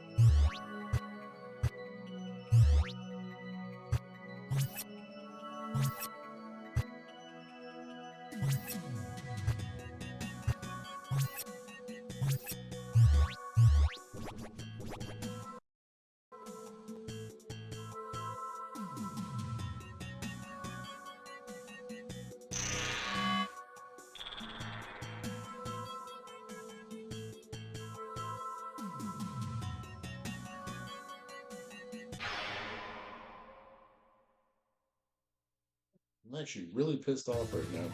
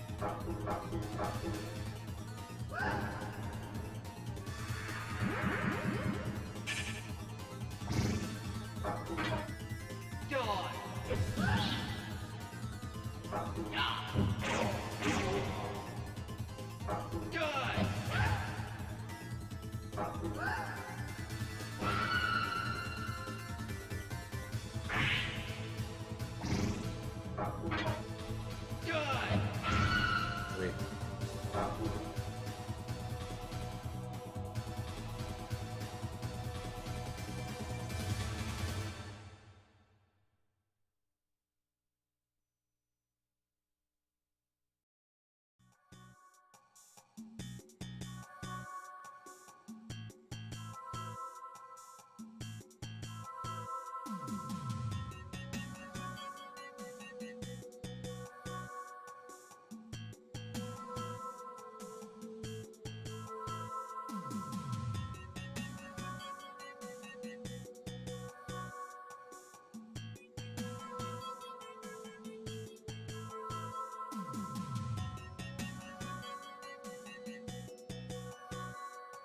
It's so weird streaming without a webcam. I don't like this.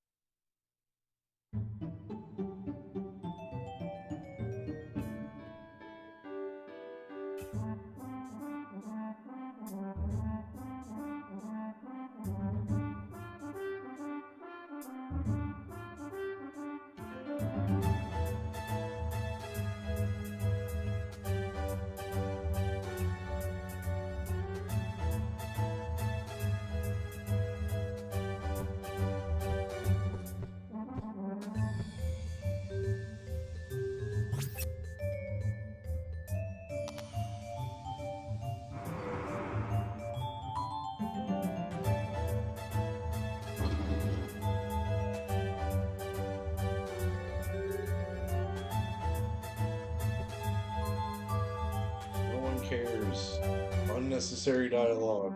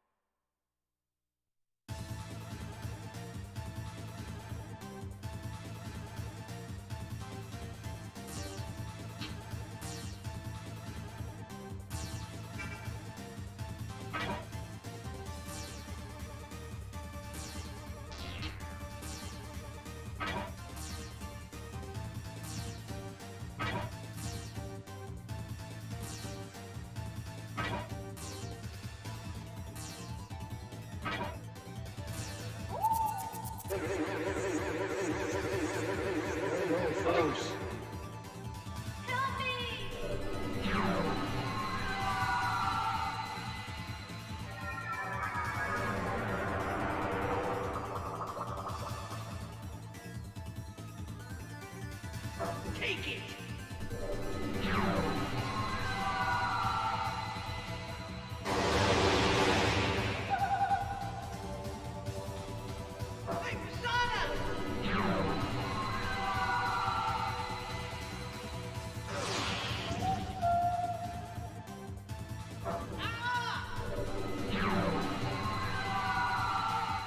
Clearly there's another, like, staircase or something in this fucking place that takes you to the top floor. Like, I don't know where it is.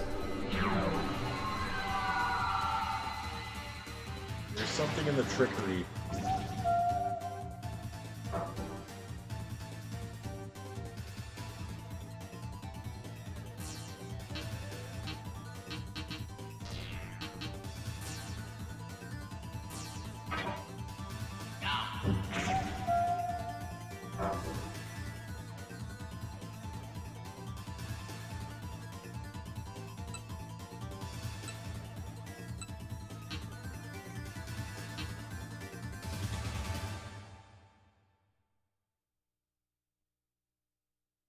You lost 300 pounds at Subway.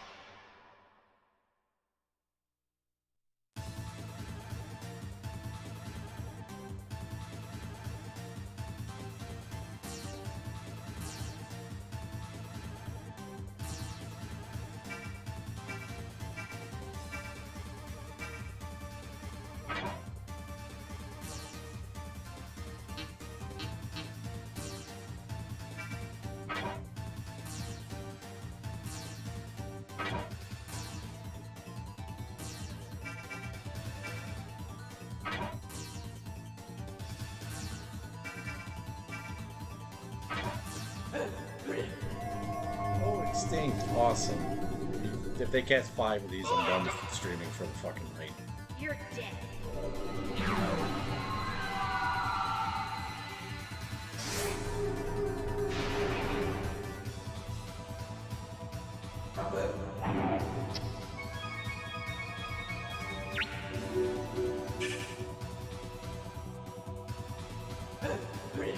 Bullshit, dude.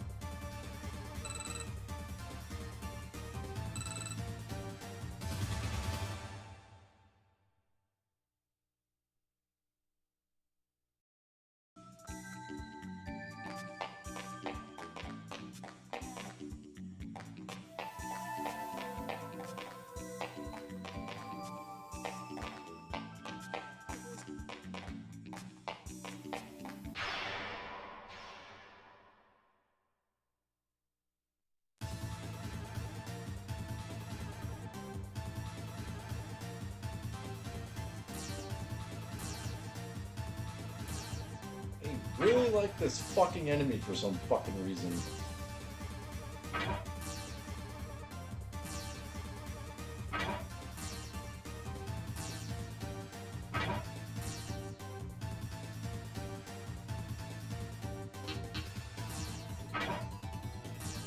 You're dead. Surprise, motherfucker. Where did his head go? Lol. I'll show you where the head went.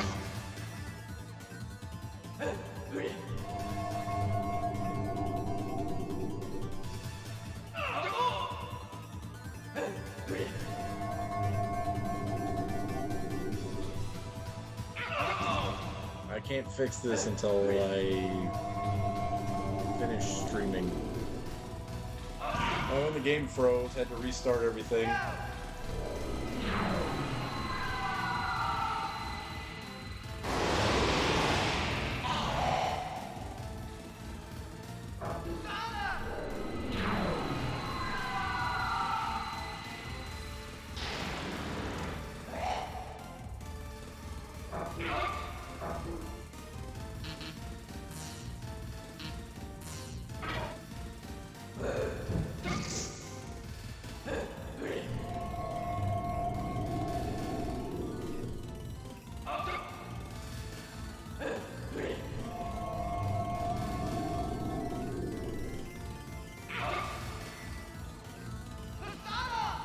Of course, this dungeon doesn't have a fucking save in it.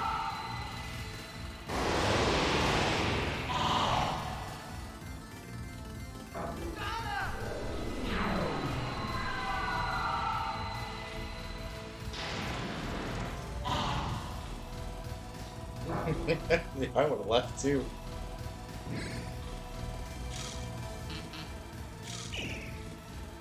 Fuck that.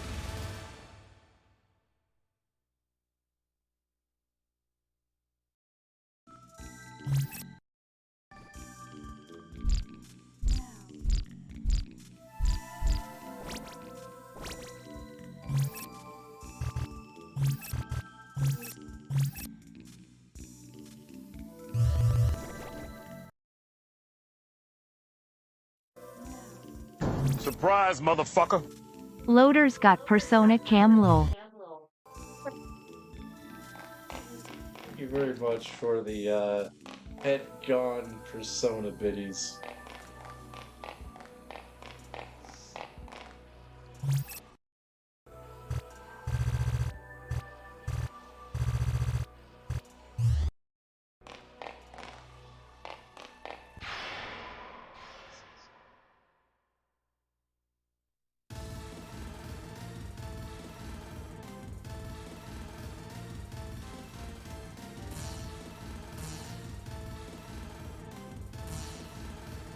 Oh, God, yeah, it is. Just gotta do the thing. You know,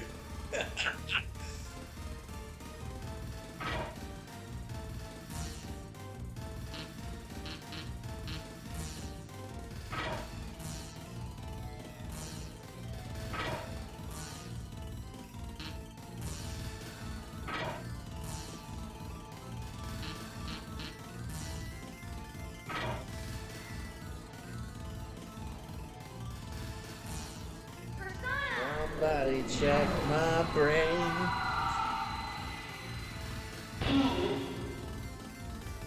California's alright.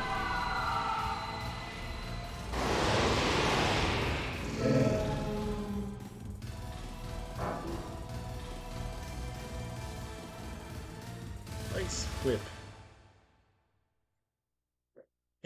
Yeah. Yeah. Three-legged dog. Yeah, it's over now. And I can breathe somehow.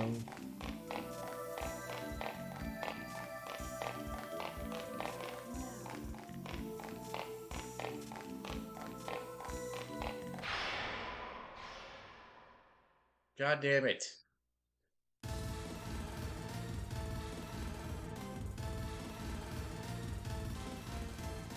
That's not Alice in Chains. That's not even Nirvana, man. I don't mind stealing bread from the mouths of decadence, but I can't feed on the powerless when I sound like I'm a southern country guy. Oh.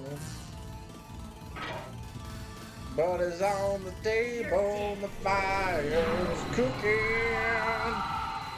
Andrew Wood is dead, and I'm from San Diego, yeah. And I'm going hungry, yeah.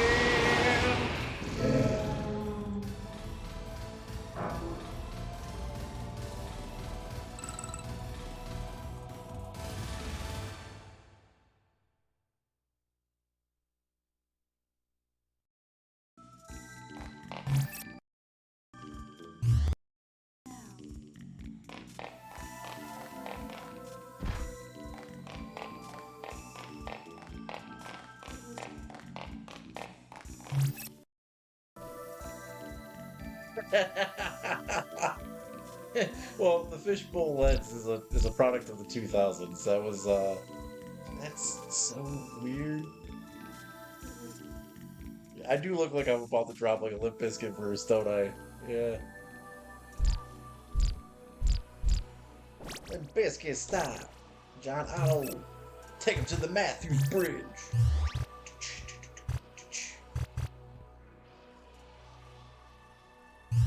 Can you feel it?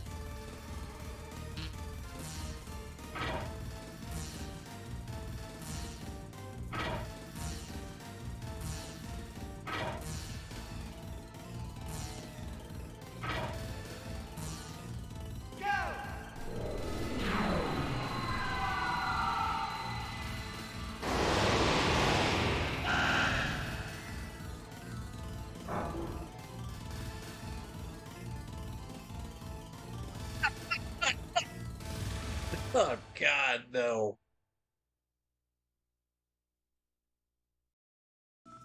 Yeah, that would be terrible. I always do like like the day that this stream takes off, it's like I'm gonna be in the middle of doing something really stupid, and I'm gonna have to do it every single time.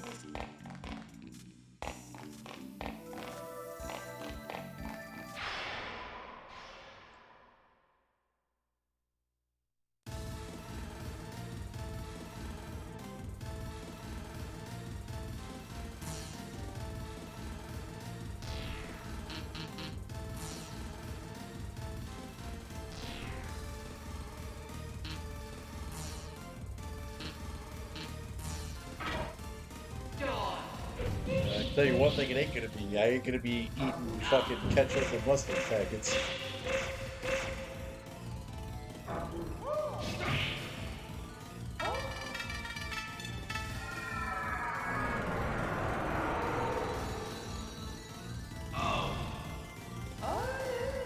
Sweet. I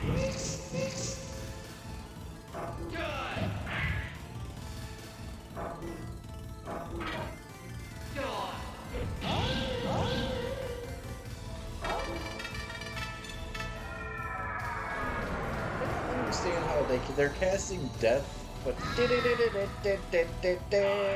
not a death song. Play like Zombie Ritual. Surprise, motherfucker. Tell people you're feeling very curmudgeon.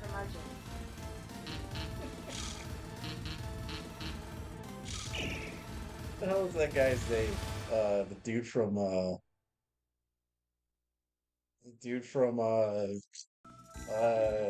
Beethoven.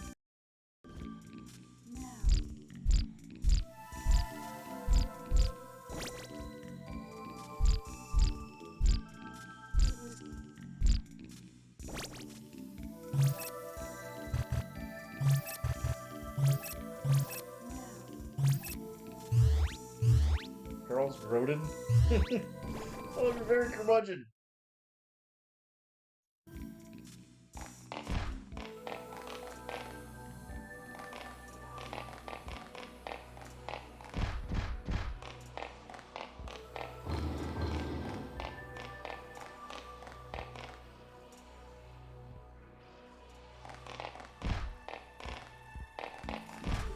I have to figure out how to get into that mess of shit.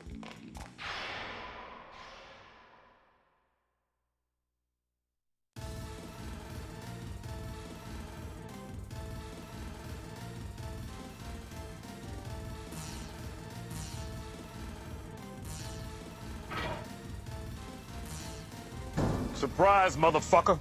Start throwing around words like melancholy and superfluous lol. Superfluous? Melancholy. I know, because I am melancholic.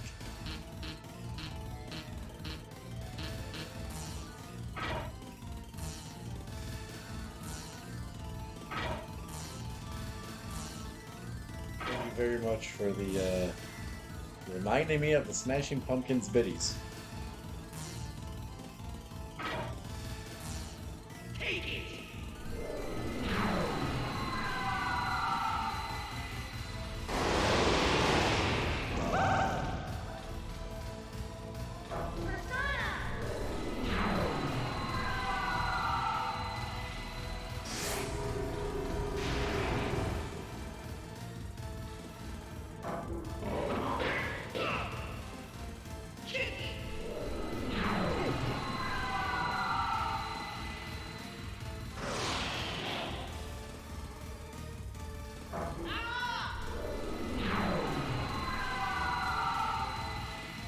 Dude, the fucking... What's weird about my webcam looking like this is because more light is being shown than ever is when it's actually in color. And I don't understand why the closet door is so white, but I'm so green. Is this like an alien detector? Like, what the fuck is this? I feel like I'm making a 1999 E-Bombs World music video. Hi, I'm Frederick Fox.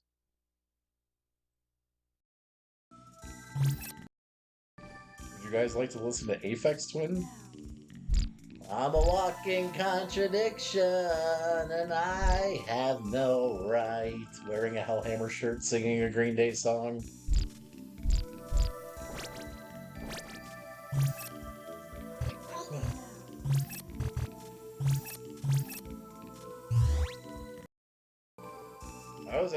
I was listening to that the other day. Listened to Dookie in its entirety. Well, I did that yesterday. I was listening to Dookie, Insomniac, and Nimrod.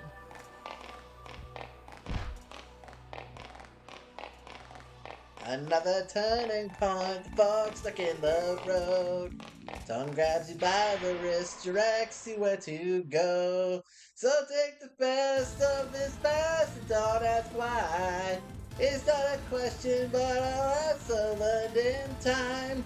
It's something unpredictable, but in the end it's right. I hope you had the time of your life. I am overwhelmed. I'm always fucking overwhelmed. I'm not overwhelmed when I'm here, because I have control over everything. I can tell all y'all to fuck off.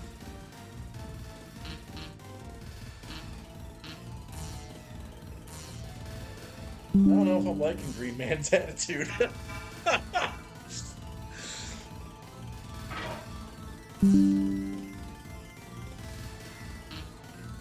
Well, gag me with a spoon.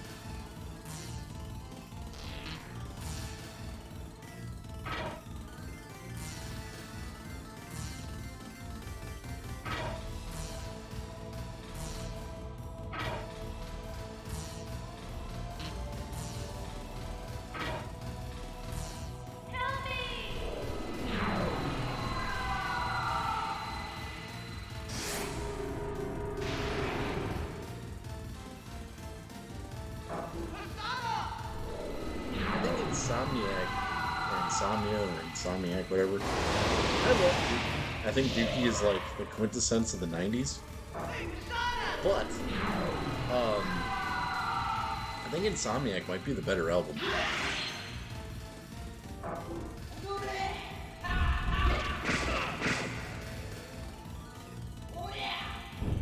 my god, I used that word correctly.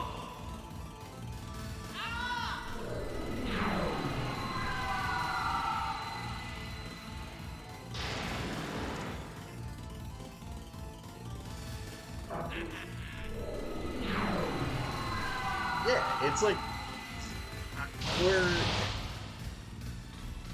the history of Green Day is weird because a lot of people in my generation knew them because of American Idiot. A lot of kids I grew up, well, I'm basing that off of kids I grew up with. A lot of kids I grew up with were not listening to the radio and shit. I was. Also had an older brother. He had Dookie. He pooped himself. Anyway. He used to listen to that shit all the time, and he was a big fan of Green Day, so by proxy, I listened to Green Day. Where was I going with this? What was my point? So a lot of kids in my generation that didn't really have older siblings, that were the older siblings, when they started listening to music, they knew who Green Day was around American Idiot. Where Dookie, I feel, was like they sold out on Dookie. Because you listen to their two albums prior, it's like it's more Bay Area punk than like radio friendly punk. And then Dookie drops, you know, they get signed and shit. And I feel like with Insomniac, they were kind of like, now that we're signed, let's play what we really want to play. And I think Nimrod has a little bit of that shit too. Also, Hitchin' a Ride. Hitchin' a Ride's a really fucking good song.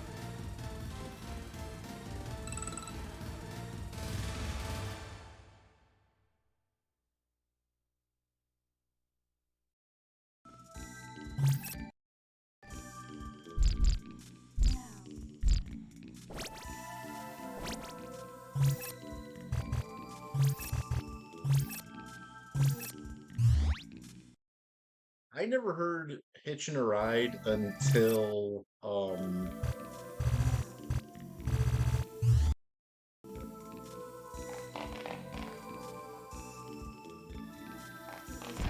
yeah, I agree with that too. I never heard Hitchin' a Ride until International Super Hits. International Super Hits is probably one of the best compilations of any band's career.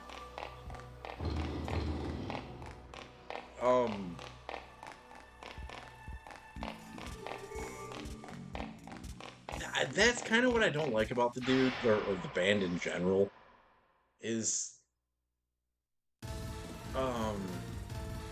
Trey Cool and Mike Dirnt don't really talk politics, and Billy Joel just always has to go out there and talk politics, and it's like, dude, what happened? Why did you guys come back in 2001 or 2000 with, I knew what you said. Why did you guys come back with the politics? Your first 5 albums have no politics at all, and you just had to jump on the bandwagon of that? Like, dude.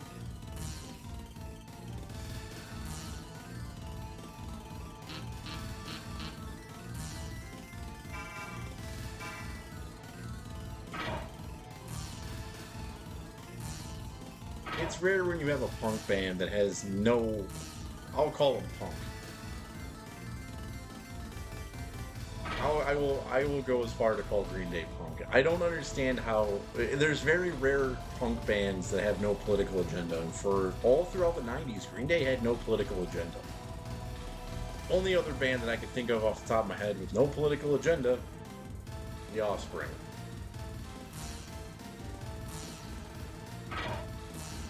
Where they talk, you can talk about politics and you can talk about war and shit and not be a political band.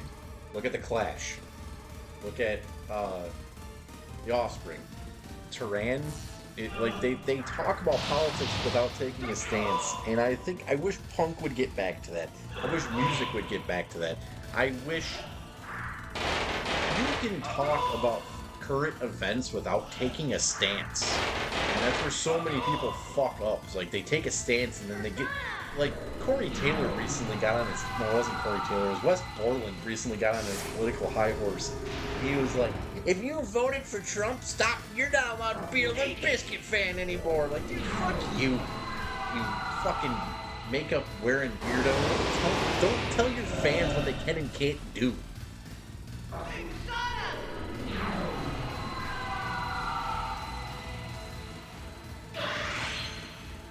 The Offspring kicked a member out over COVID?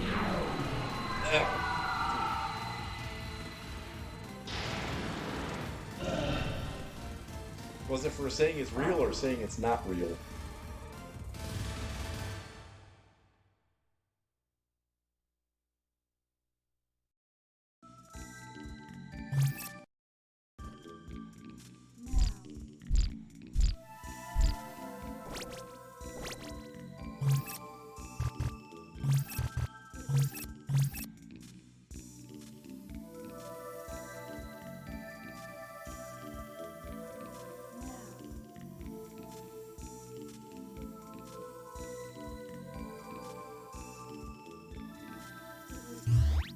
Dude, that's another person I can't stand is Aaron Lewis. Fucking Aaron Lewis, man, another person, nothing to do with politics in any album, but then comes back with a fucking acoustic guitar and has to start telling people how to feel about politics. Like, so tired of that shit, dude. Do these assholes realize you can be a musician without having a political agenda?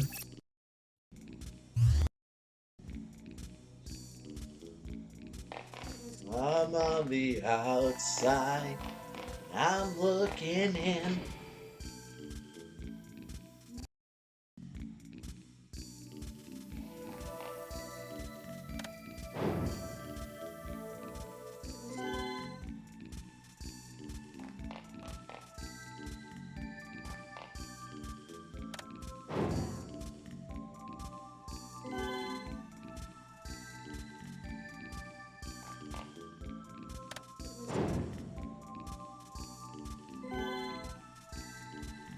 Problem is that it's safe to say in America, no matter how it looks or how the spread unfolds when it comes to voting,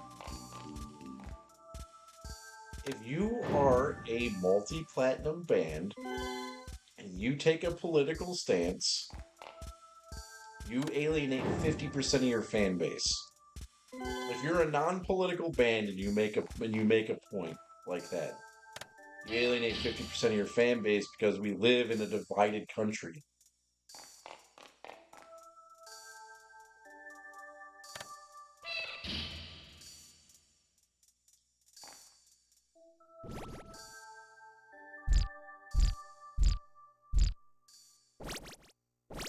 I mean, then there's people like me who will make political spiels just to get rid of people in their stream, which everyone here is not who I'm talking about, obviously, because I've warned you guys from the beginning. I will say shit to alienate myself to see if you can stand it. And if you can stand it, you can stay here. It's not necessarily what I actually believe, you know?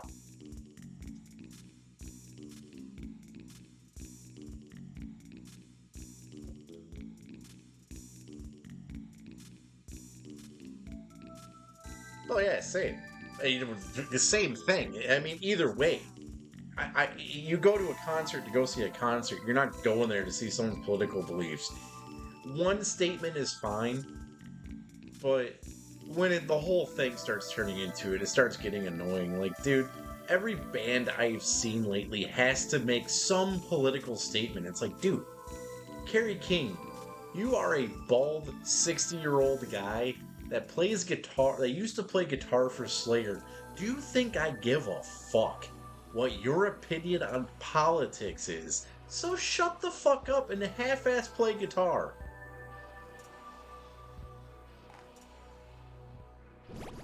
Every concert I've been to, there's something has to be said. Like, you don't have to do that.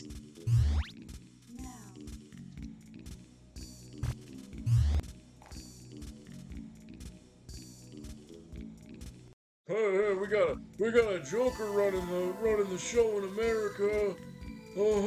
I dropped out of high school though. I know what I'm talking about. Like, shut the fuck up.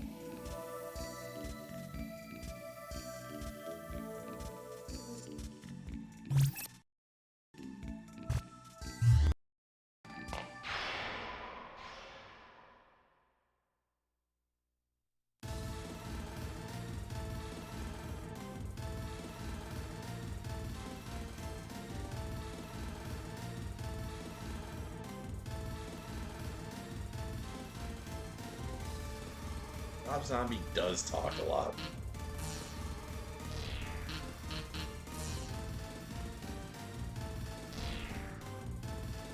Oh, that's another thing I can't stand, is when you go to a show and you can clearly see they don't give a shit about fucking being there. But they don't want to cancel the show, though, because they still want money.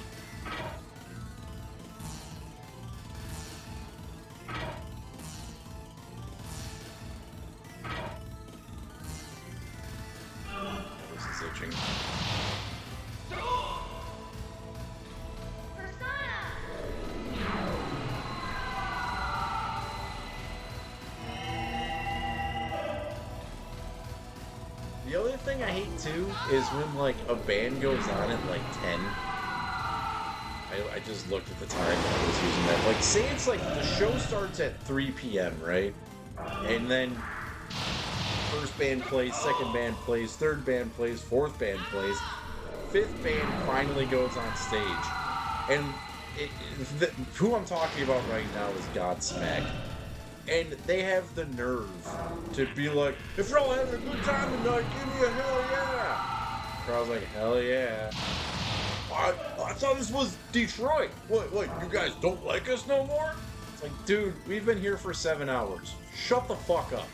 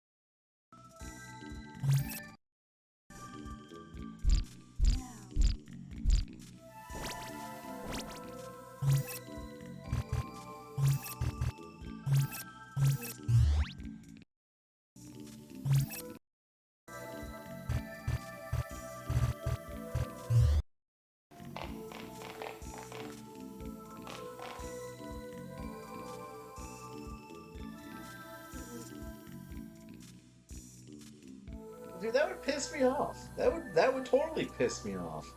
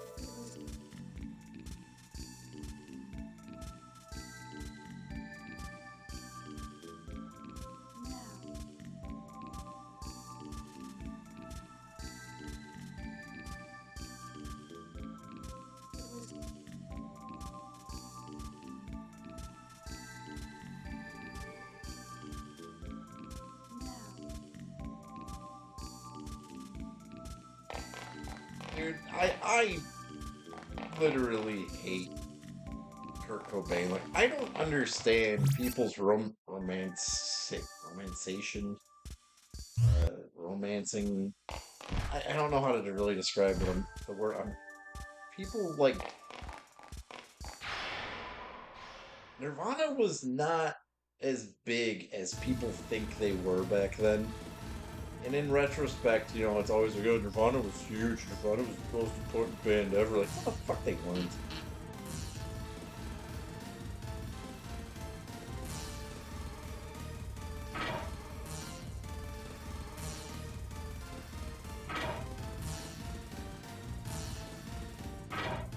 What made Nirvana famous was the kids that grew up hearing about Kurt Cobain. It was a name people heard on the radio. It's the same thing that's happening with Triple Extension. Whatever the hell that guy's name is. It's the kids that grew up hearing about his death that made him famous. Same with Tupac.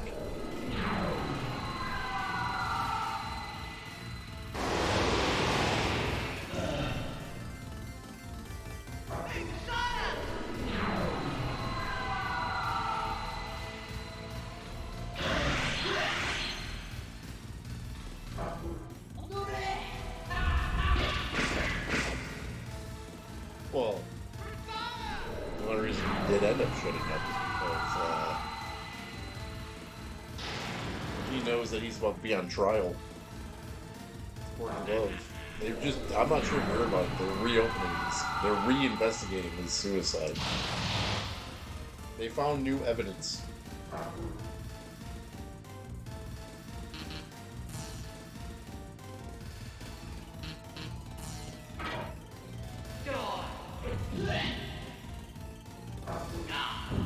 Yeah. You know who's been awfully quiet? Who isn't talking about politics right now? Eddie Vedder. Eddie Vedder's nowhere to be fucking seen. Billy Corgan's out there talking. Dave Grohl's out there talking. Courtney Love's out there talking. Eddie Vedder's nowhere to be seen right now. Got a whole bunch of political assassinations happening. Eddie Vedder ain't saying shit.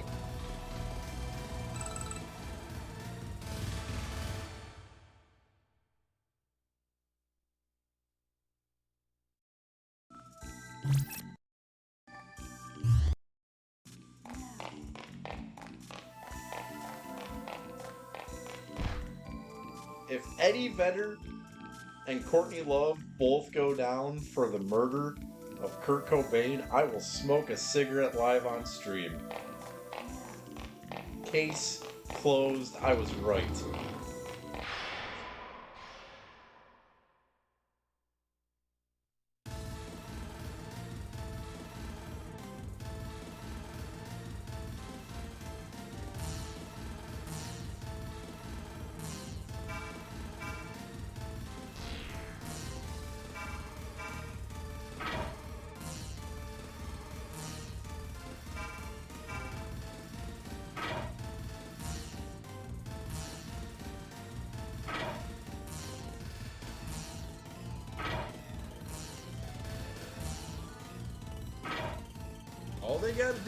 all they gotta do is look at those photos that have been scrubbed off the history of everything of Courtney Love hanging out with Eddie Vedder while Nirvana was on tour.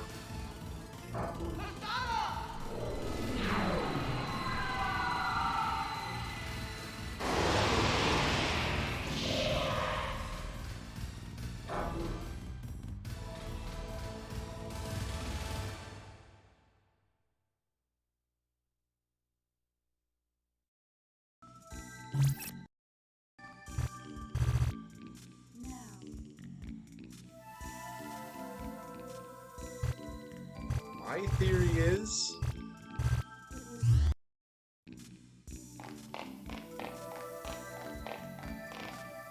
Eddie Vedder was banging Courtney Love.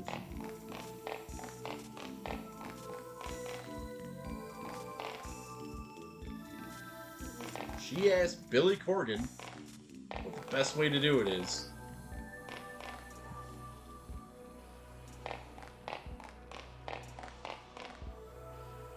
Billy Corgan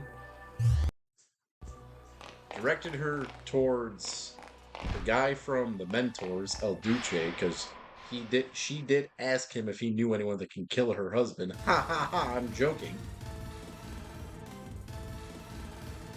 He didn't help her. Then Eddie Vedder was like, yeah, we can get rid of him. Either Eddie Vedder got someone or he did it.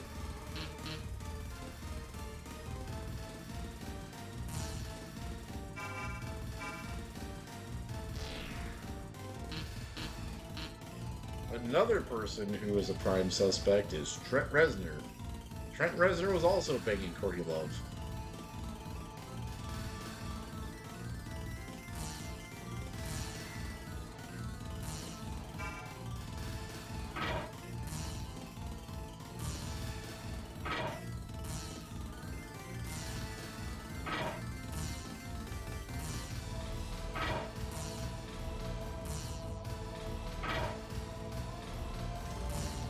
You're dead.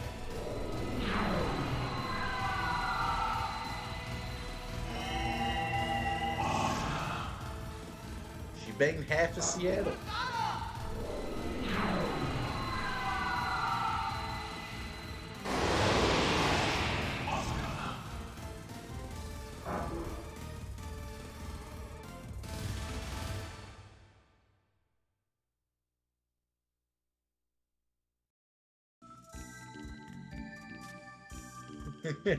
Could be.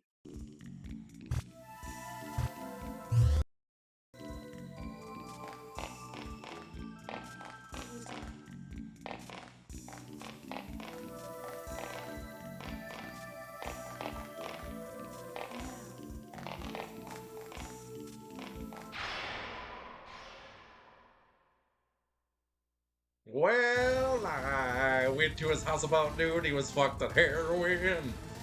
Yeah. Well, I let myself in through the sliding door as a sliding glass window. Oh, yeah. Well, I picked up a shotgun and wrote a song called Once About It.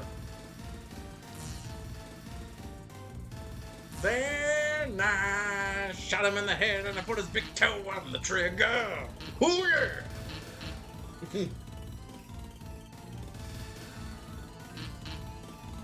Oh, they don't know. That's why I talk like I'm against homicide.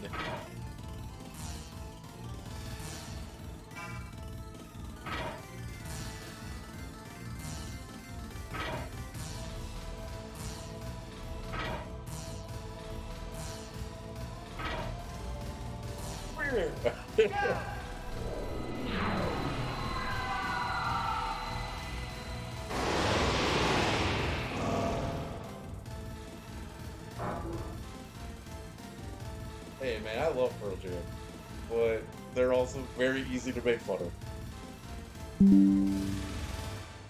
I think 10 is one of the best albums ever fucking made.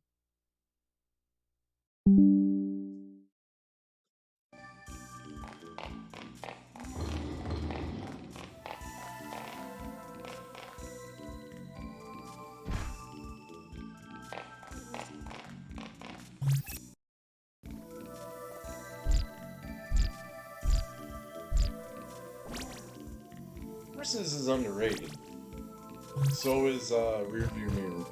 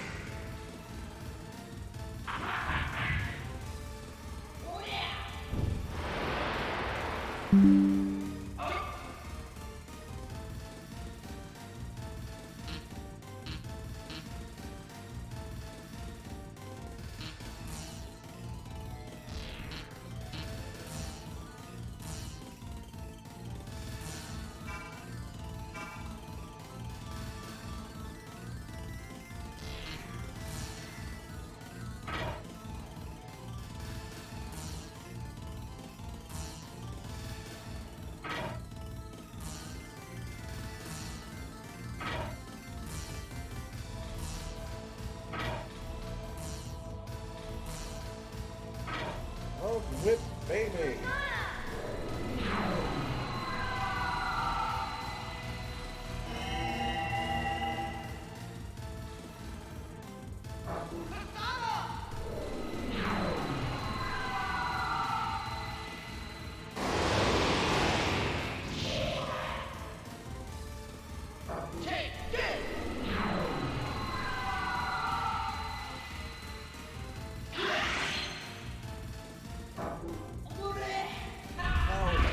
Is diabolical. The only reason I say no to that is because gang mentality. If you pay close attention to the Shook Knight shit, East Coast, West Coast shit, no one ever went across lines. It all happened when people would end up in other territories. Suge never went out of LA out of his way. He let people come to him. Now, if Kurt was killed in LA, I would be like, oh, hell yeah.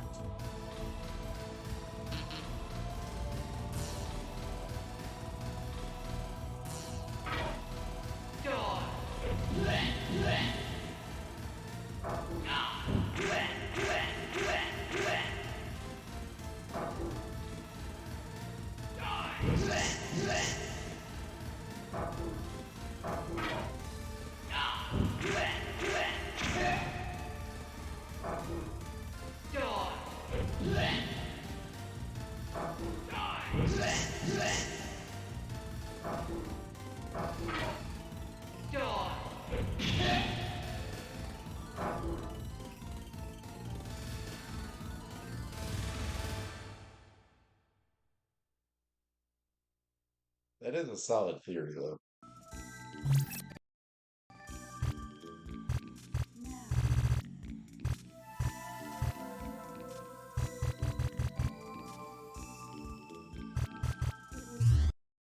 Axl Rose, I could actually see being someone who could commit homicide.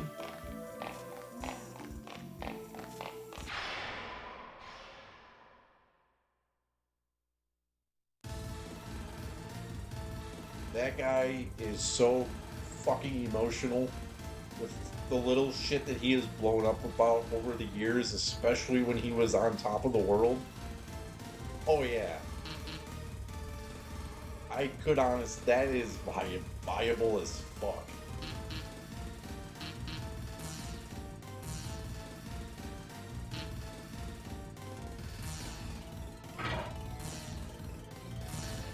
That is someone I could see driving from the jungle to Seattle to shoot him.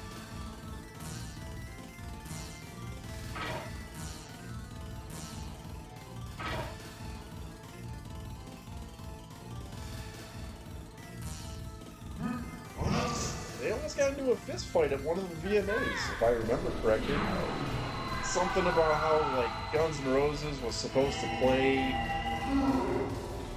and they were contacted first, but Nirvana started getting more popular, so they included Guns N' Roses off of the slot, and they had Guns N' Roses open up untelevised, and Axl Rose was all pissed off about it because he didn't get any exposure. And then Nirvana got the primetime slot, and I remember that one.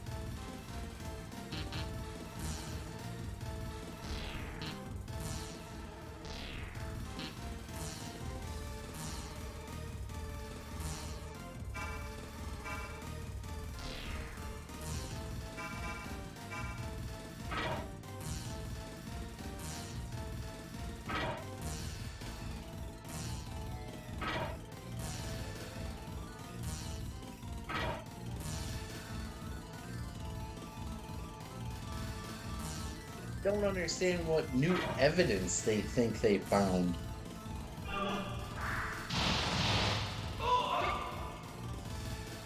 Well, that's what I want to know. I want to know what evidence they fucking found.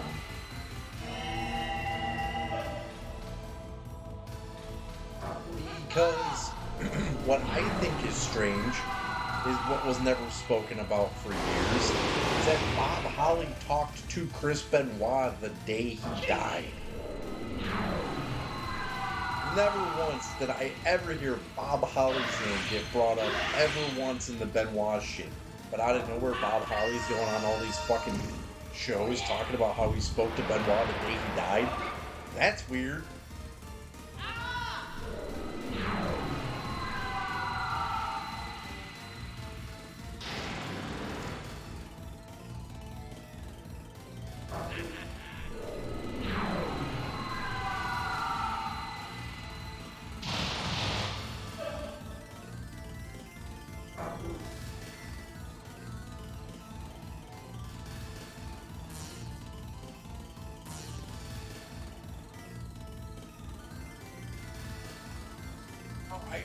I know that, but what I'm saying is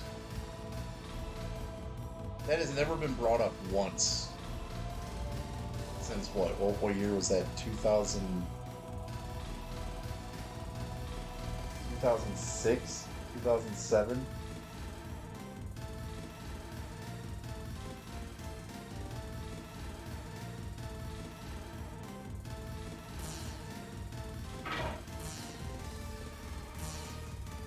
Out of nowhere, you got Bob Holly saying that shit. It's just fucking weird.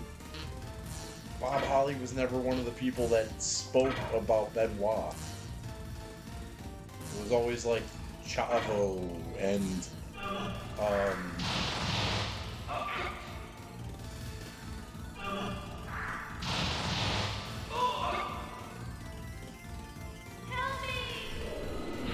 good point. I mean, I don't view hardcore Bob Holly though as a fucking liar.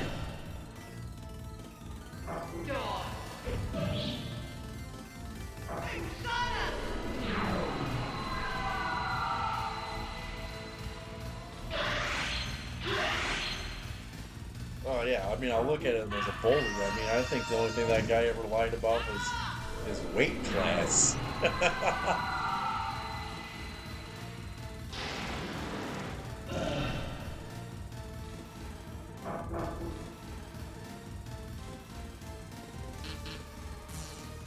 I agree with Bully, but he's even admitted that he's treated people like shit.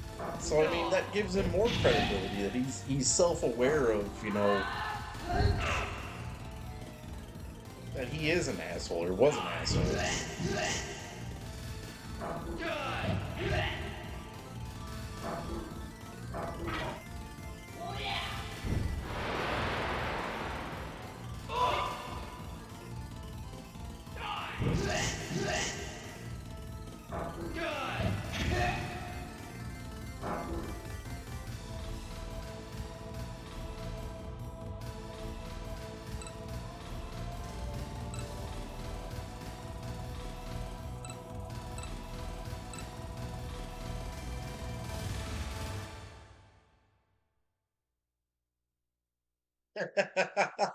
I don't think anyone ever told him that, brother.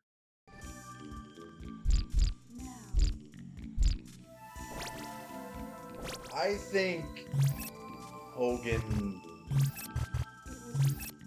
lied about a lot of shit near the end to get his name out of anything he was ever involved with. Steroid trials, all that shit. I think he did it for long term for his family to be like, I don't want people harassing my family about me after I die.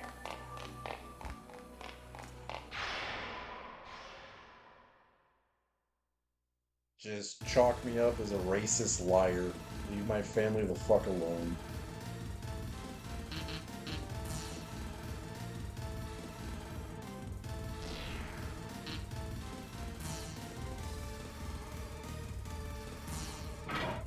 Which one? There's so many files out there right now, I don't know which one you're talking about.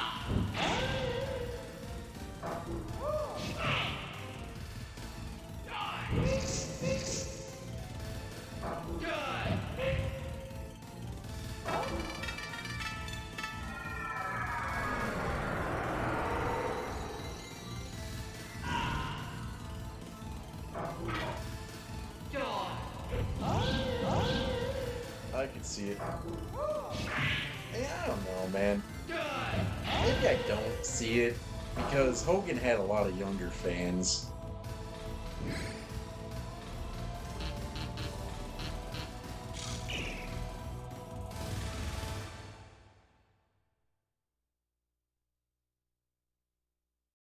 Nah, I wouldn't put Hogan on that.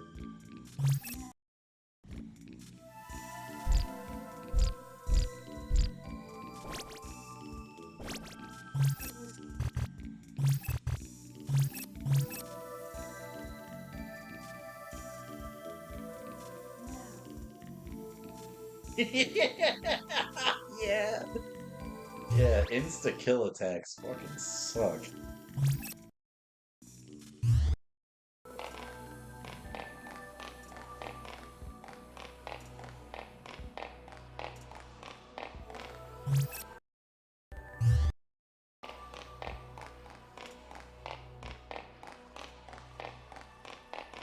You know what else sucks? People who design these goddamn hallways. I think I just found it.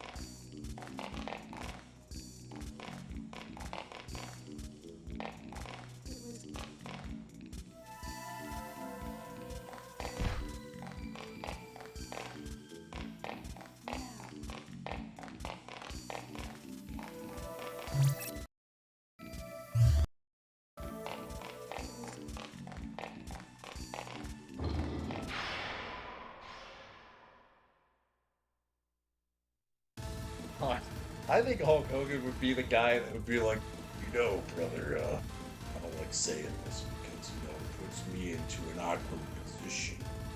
But, you know, me and Macho, man, we were at odds, you know, and next thing you know, we get a knock on the door, brother, and it's Vince, and he's hanging out with Trump and Epstein, man. I knew something was up, man. I could just smell it on the air. It was the vitamins, you know, just looking that something was wrong. And they wanted to get me on the plane with them. And I didn't want to go, but Macho Man totally went. That'd be Hogan.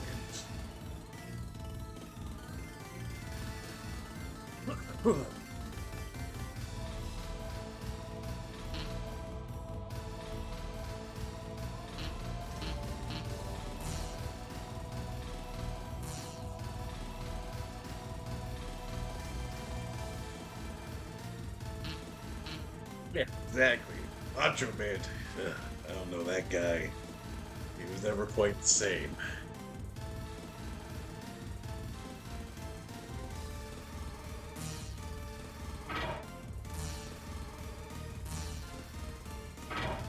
Then, you know, after he'd say that, he'd have Brutus the Barber Beefcake ready to sit there and be like, "Yeah, what he's saying is true, man."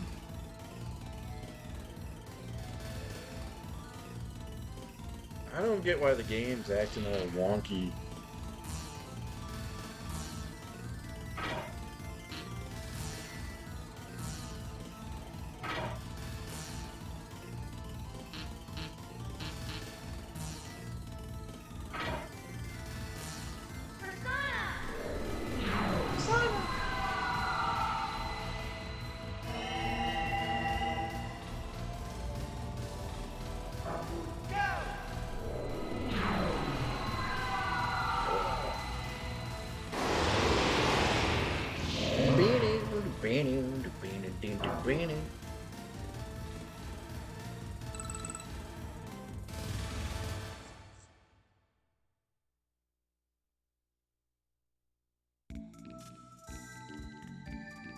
Dude, 500 eggs?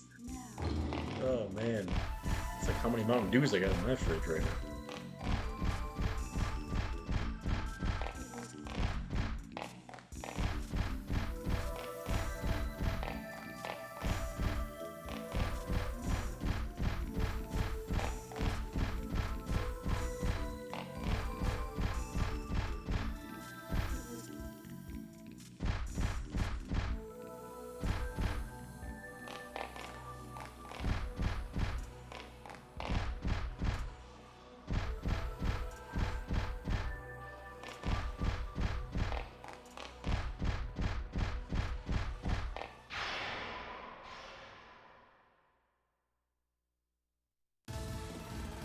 At least I made it to the static progress.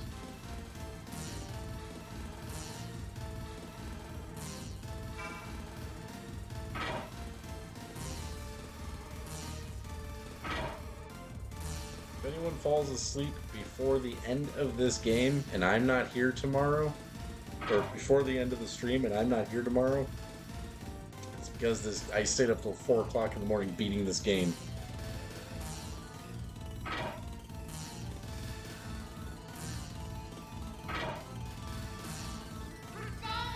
I'm not tired about it. Time is just flying by, and I'm sitting here like, dude, it ain't barely moving. Oh, that was cool. You're dead.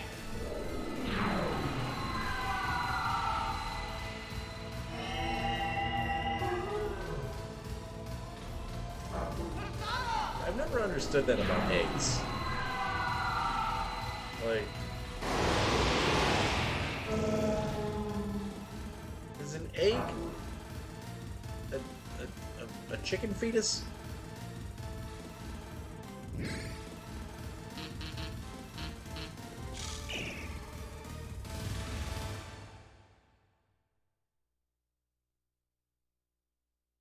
Okay, okay, I wasn't sure on that.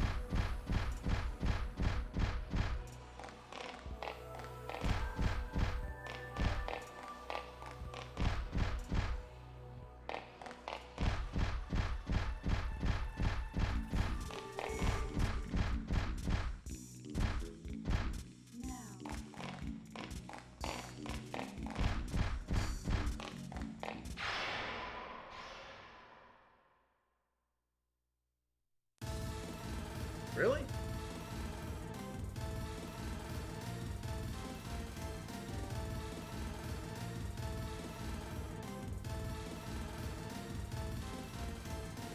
Damn chicken nuggets.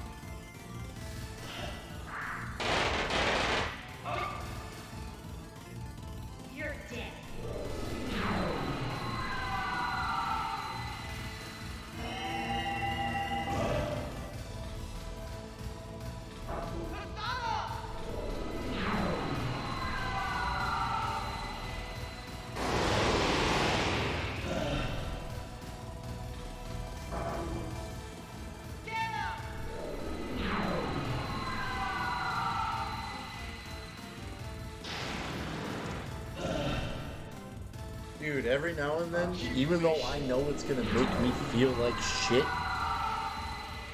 I go and buy myself a 20-piece chicken McNugget. Knowing that's how good they are. I know I'm not gonna get any nutritious value from them. I know I'm not even gonna feel good, but I'll eat them.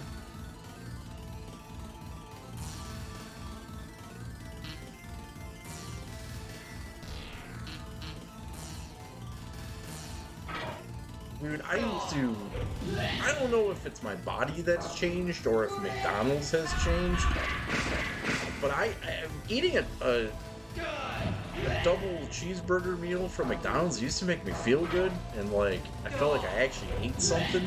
Nowadays, dude, I get 2 cheeseburgers from McDonald's, and by the time I end up finishing the second one, I feel like I'm gonna throw up already. I just feel like shit for the next 2 days. It's like my body is smacking me in the brain like, you know, that wasn't real food.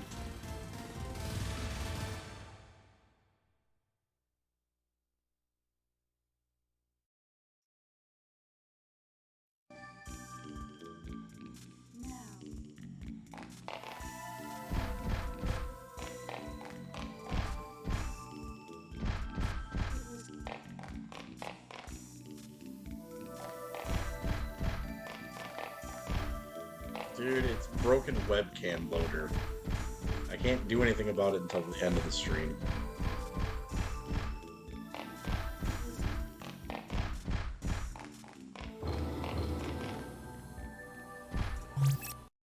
I'm starting to think there's another way into this.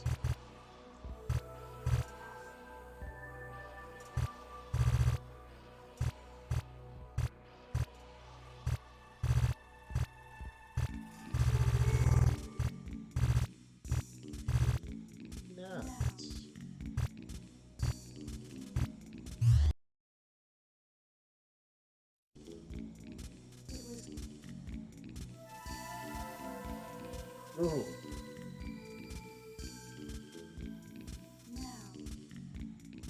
Ooh.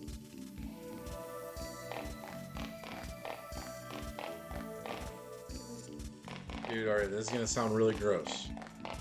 It is really gross. I'm gonna tell this story. Dude, there was one time I bought 2 double cheeseburgers and 12 McNuggets, a large fry, and root beer. Right? My normal is just 2 double cheeseburgers and a root beer and a large fry. Every now and then I would get the nuggets with it, and dude, I don't know what happened, but I ate all of it, right? One sitting, just ate all of it, and then I got sick, like really sick.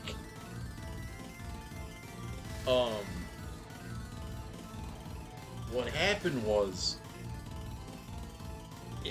I felt it the entire time going through my stomach. Like, I felt it like ripping through all of my lining, and I was like, dude, when I take a shit, it feels so much better.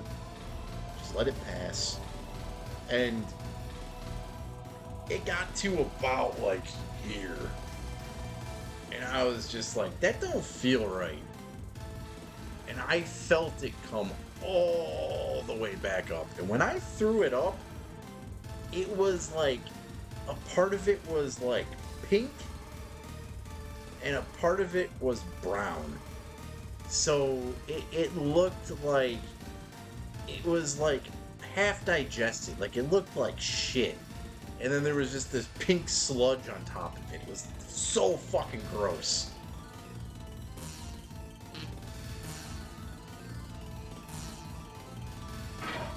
I didn't eat McDonald's probably like for like 5 years after that, dude. That was gnarly.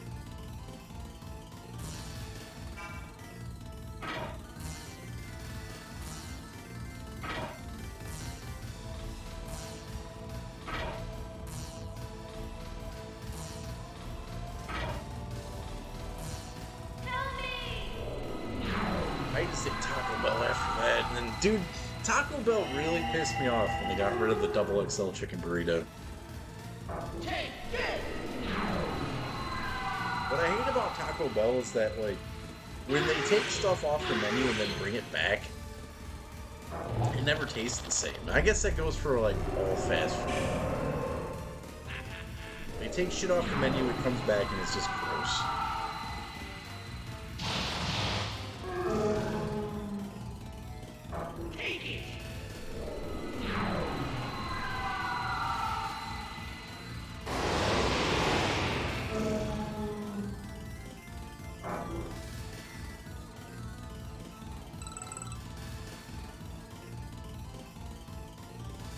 Well, Burger King food poisoning sounds horrendous.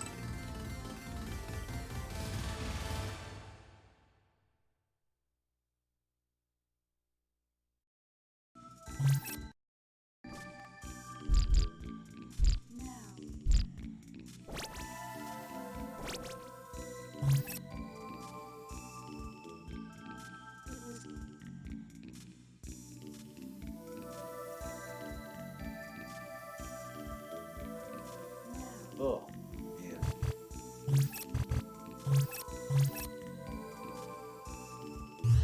Well, I clearly don't watch my calorie intake. I don't think I ever will.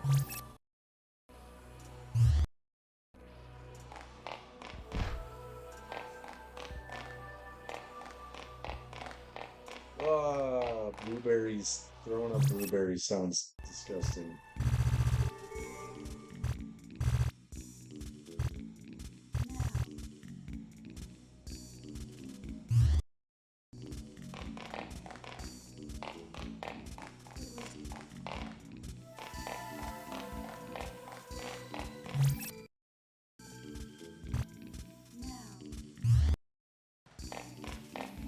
Dude, throwing up corn sucks too.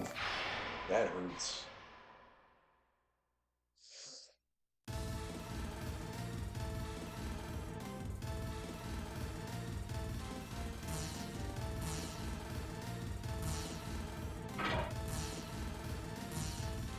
So, the last time I got food poisoning, when I ate those like undercooked,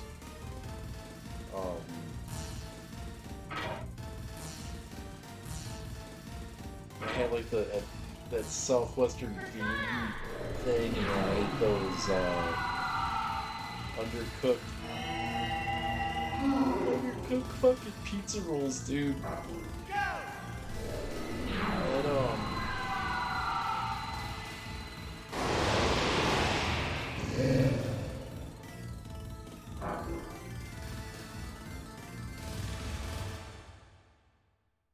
what was I gonna say about this? Oh, I had corn. Like, I ate a can of corn somewhere in there too. And, dude, that corn coming back up sucked.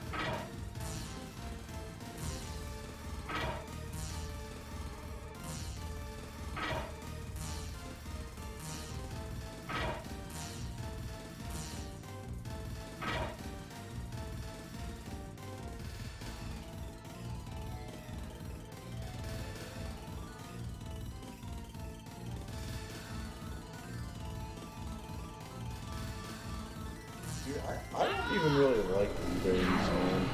I like blackberries. I like raspberries. I like pineapple. I like some strawberries. I can't eat oranges. I don't like blueberries. Oh, shit sucks. Keep wishing. Kiwi's alright. I don't like lemon.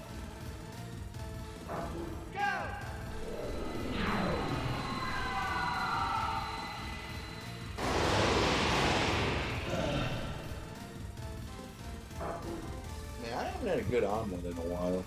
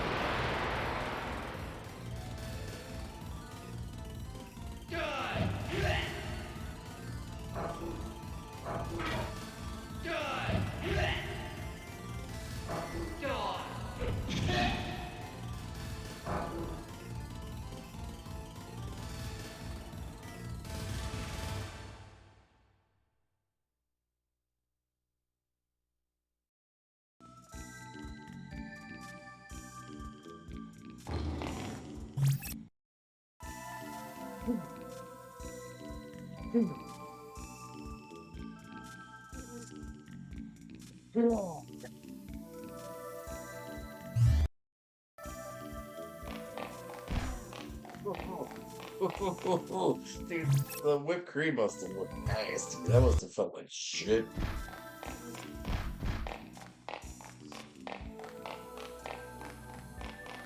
And I know cake don't feel too good.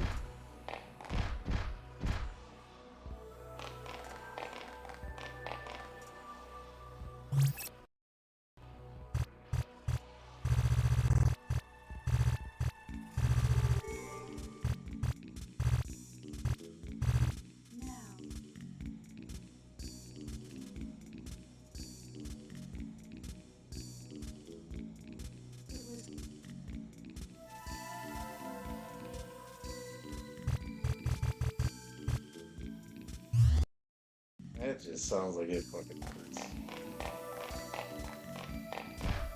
That's a lot of height.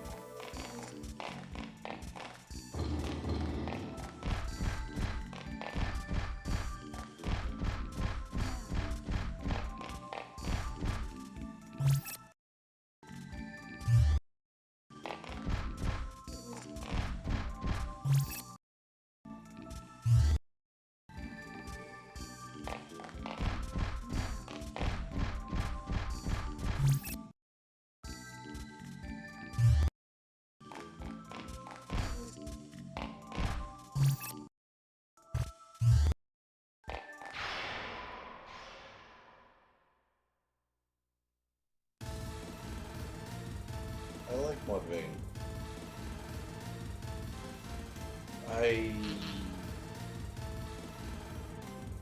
Wait, are you talking about the album Mudvayne? Or are you talking about the band Mudvayne? I did not like the original recording of that new song that they made. I heard that Chad Gray went and remade all the music because he didn't like it or some shit.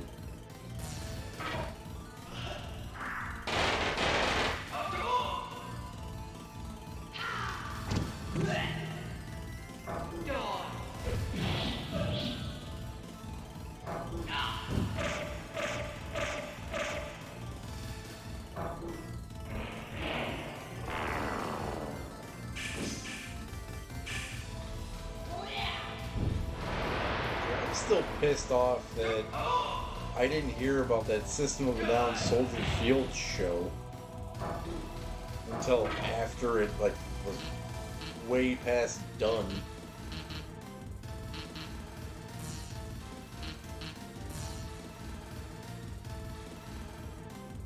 Dude, there's actually a badass show coming to somewhere in Chicago on April 11th. Something called Death Fest. Fucking Pig Destroyer is playing Crawler to the Yard in its entirety.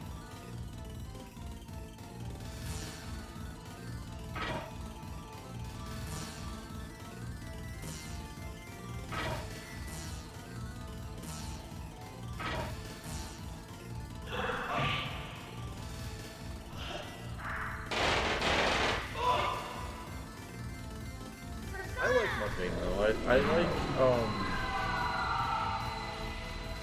I think their first two albums are great. Lost and Found is kind of 50-50.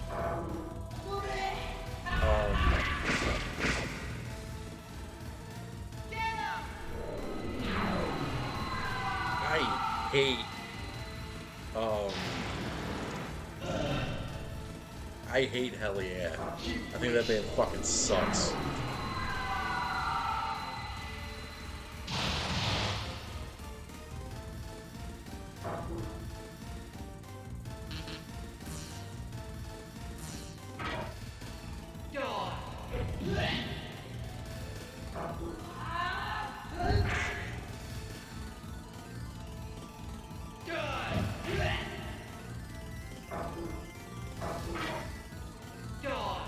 I just really hated that alcohol and ass. I fucking hate that song.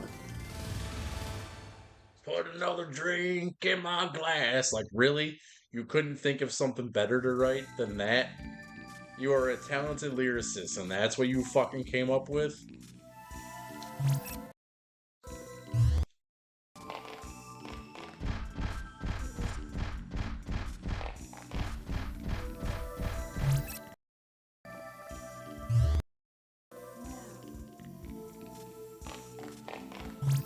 Yeah, what I heard that he's doing that shit because he wants to get back into like a touring mentality and some shit. He's testing the waters to see if he still has it in him to tour or some shit. I think his wife is cooler than he is. The chick that's on Turbo.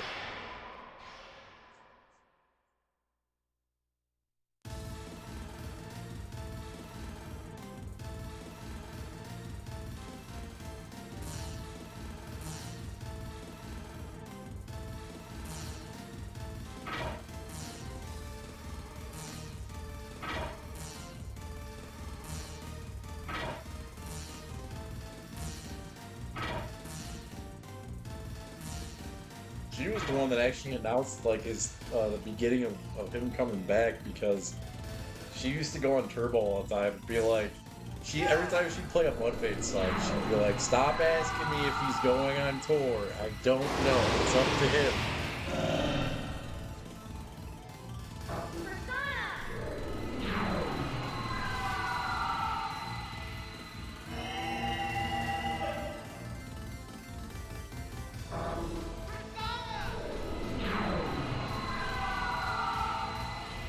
I think Mudvayne is what you get when you mix Slipknot and Tool.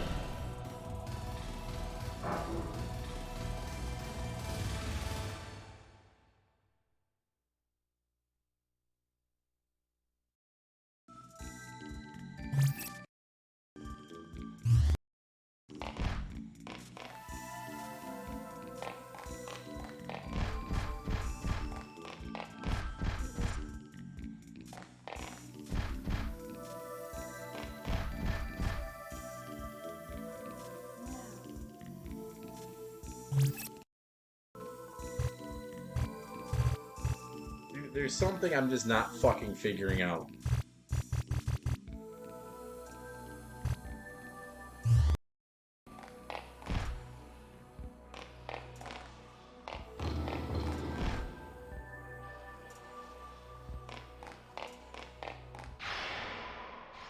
Is there a fucking switch somewhere?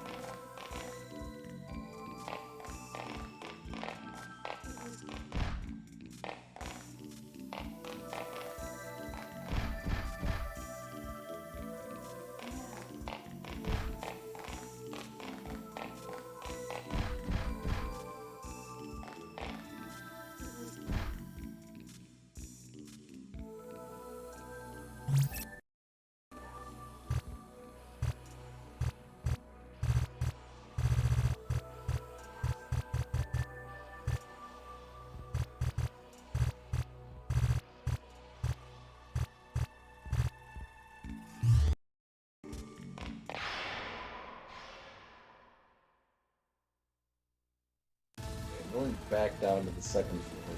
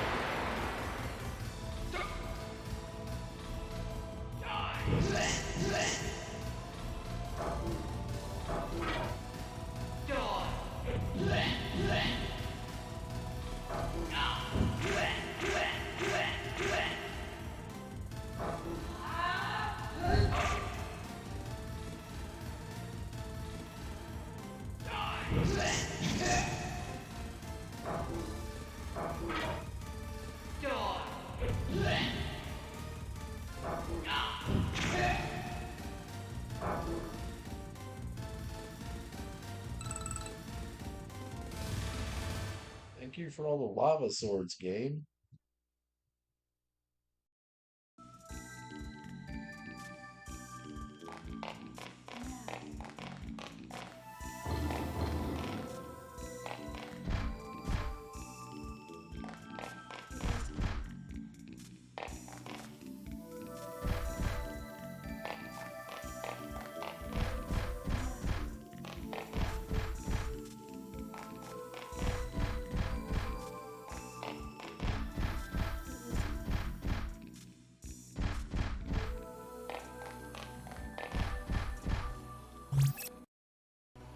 Because the game's evil.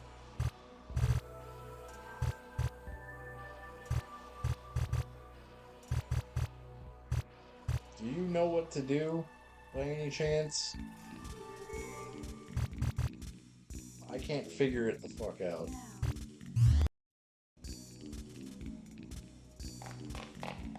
Either there's another way through here, which would require me...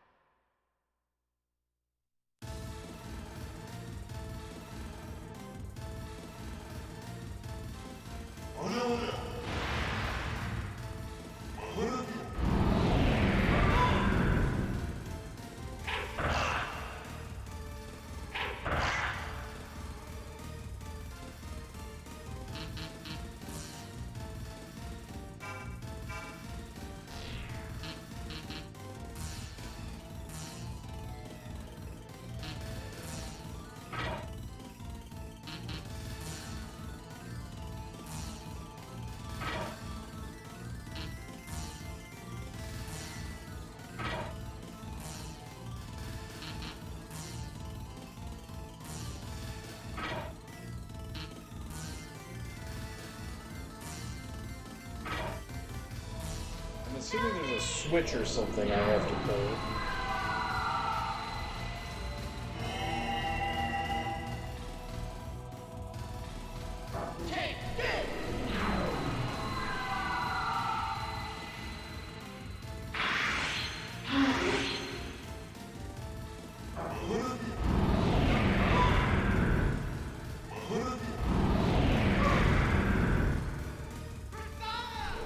That is so cool.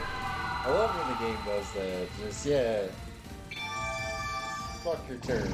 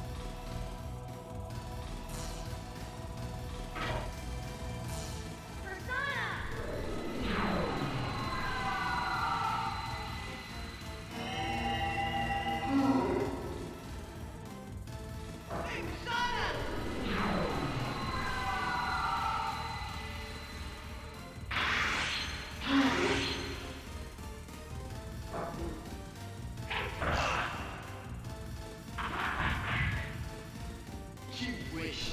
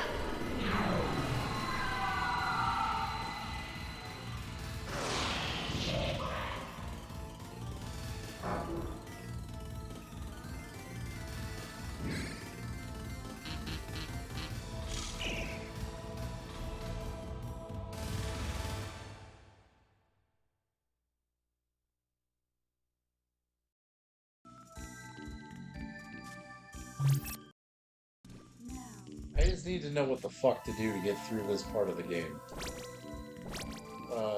If you got a map, fuck it. Let me see it.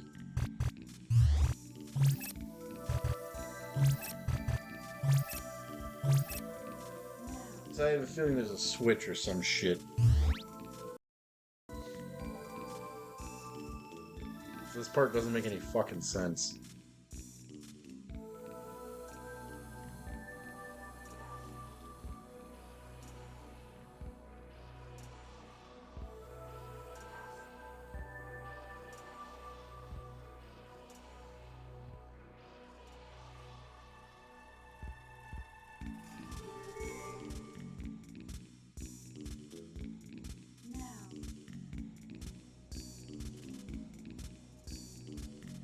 The fuck?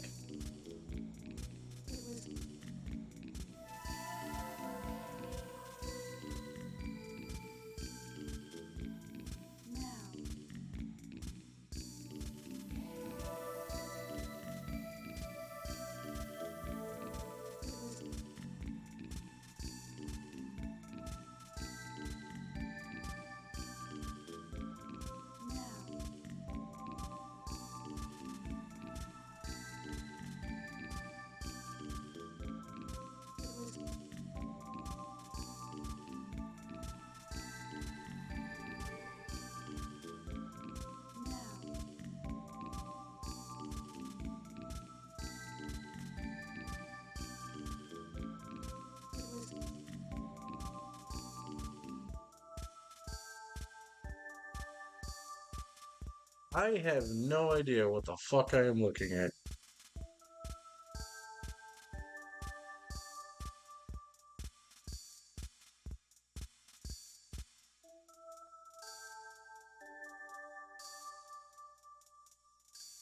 I think this is Persona 2.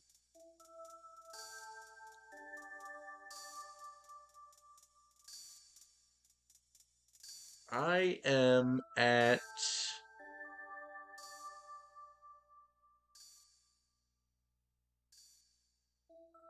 the something castle. Castle Mana.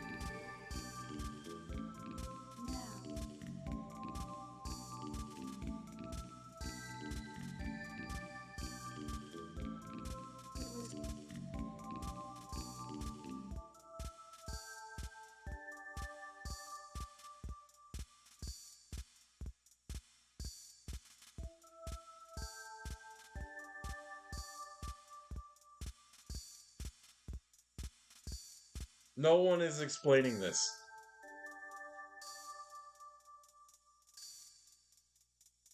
Yeah, I already got the treasure. This is from... I'm at where I need to be. I think.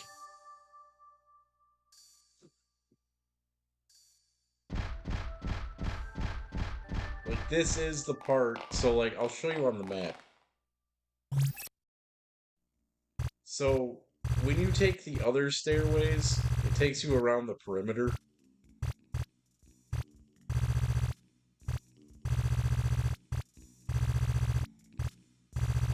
Then you go up to the 5th floor. The 5th floor is the magic. This is from the 3rd floor, which they're forgetting something very fucking crucial.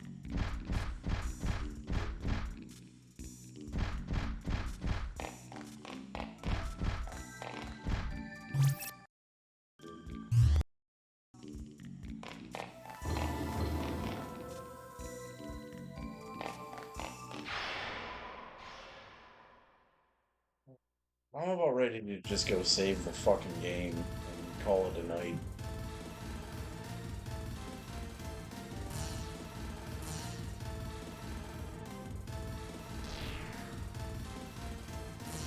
This is very fucking aggravating.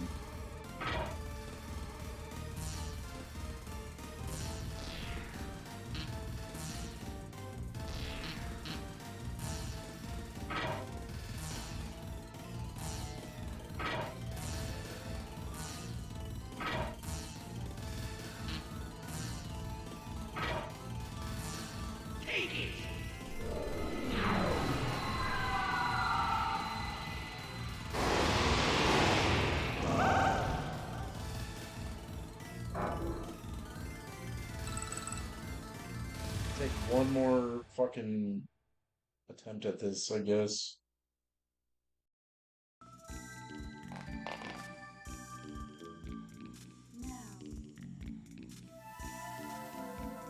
There's no central elevator.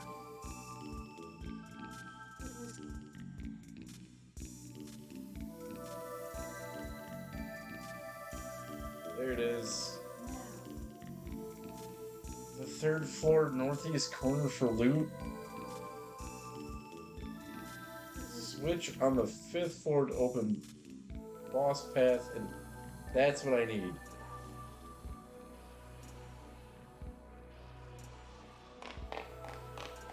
There is a switch. That's all I need to know. There's a fucking switch.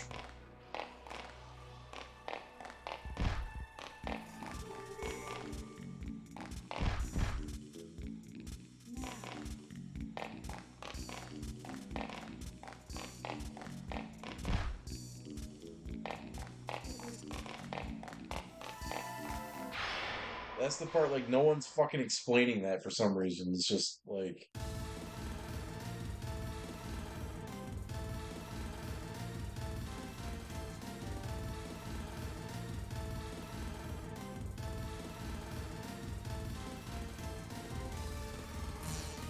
Dude, you should look up how much the fucking strategy guide for this game is. It's more expensive than the game.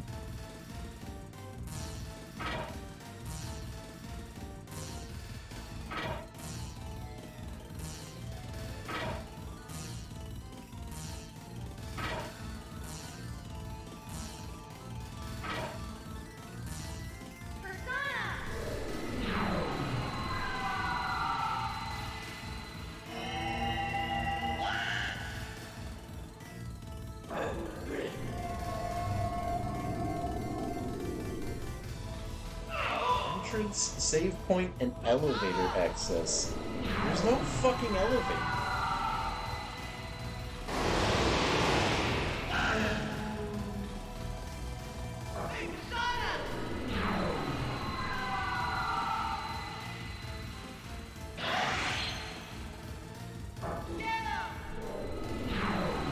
There's no save point either.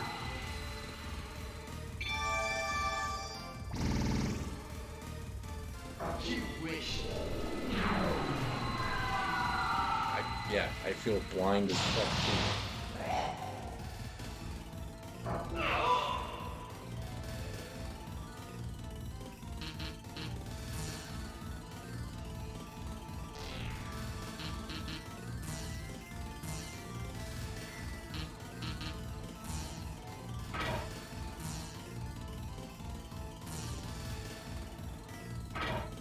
Yeah, I feel like part of that information is about the PSP version. I'm gonna go back up to the 5th floor and see.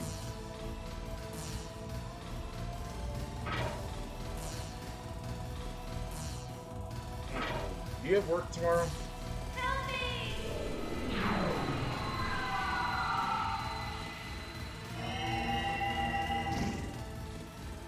God damn it. Alright, so I'm thinking I'm just gonna save the game and just come back at this tomorrow. I don't know where the fuck almost 9 hours went to in this game. I feel like I've got nothing done.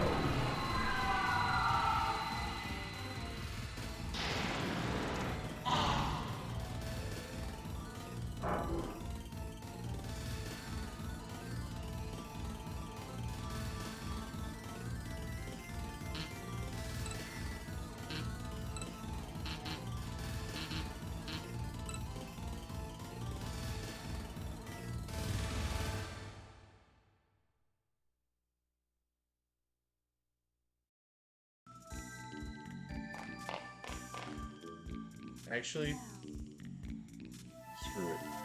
1 second here.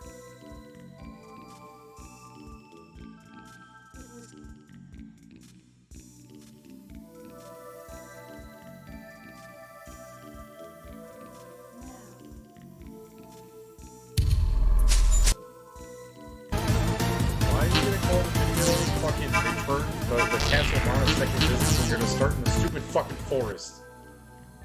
God, I hate people on YouTube.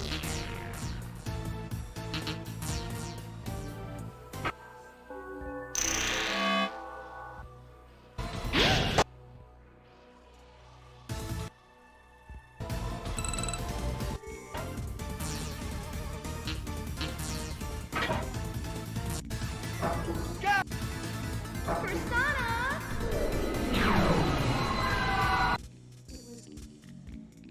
Why is it all fights? Like, what is this? The subway? Dude, you suck. You are a terrible motherfucker on YouTube.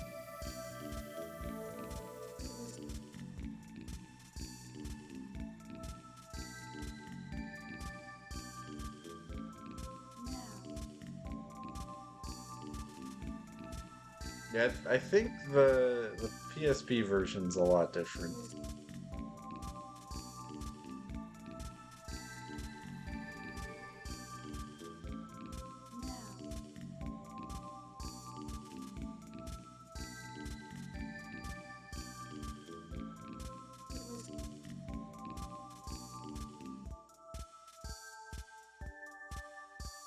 Dude, how the fuck you're gonna make a part 1 and not make a part 2? Blue Knight Knight, you suck.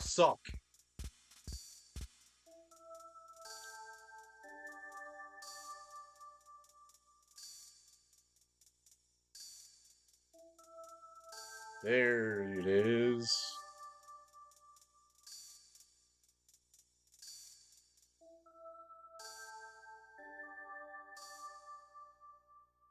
Why do you make your videos in 10-minute increments?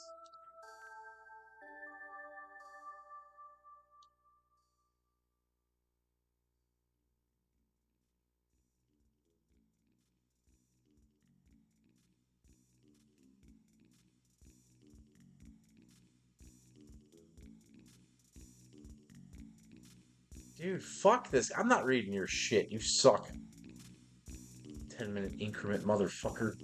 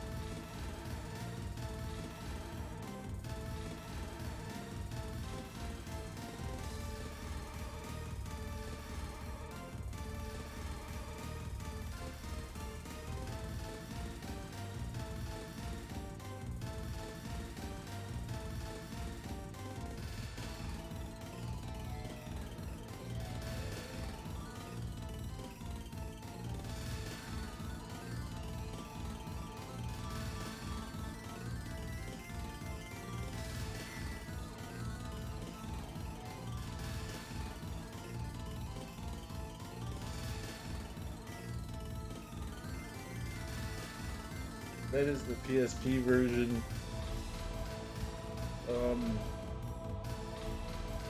Yeah, the map's different.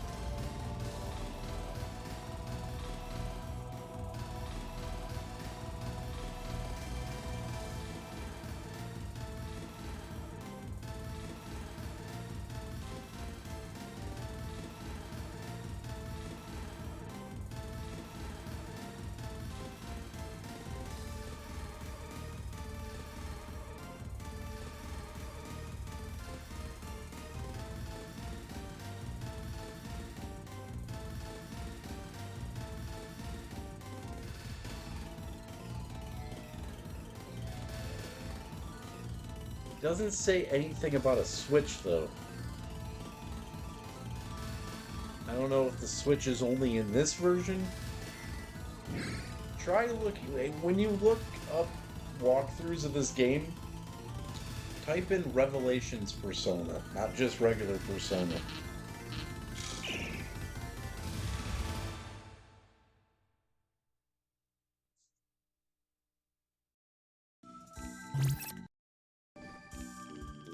Just typing in Persona will get you the PSP one. If you type in Revelations Persona, it'll get you this one.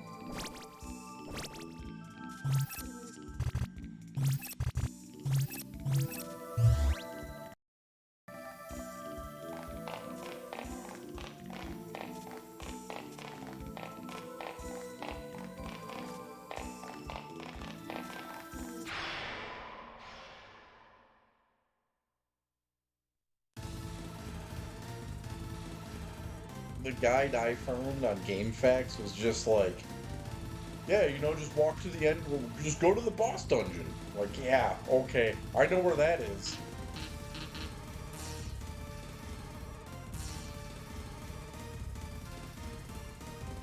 Then there's the other one saying there's a fucking elevator, which that's not true.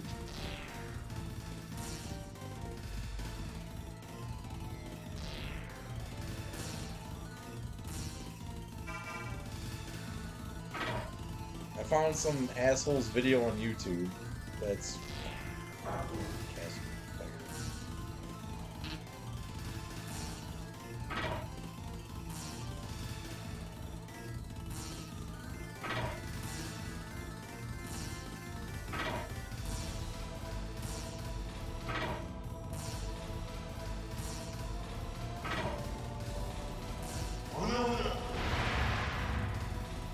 You're dead.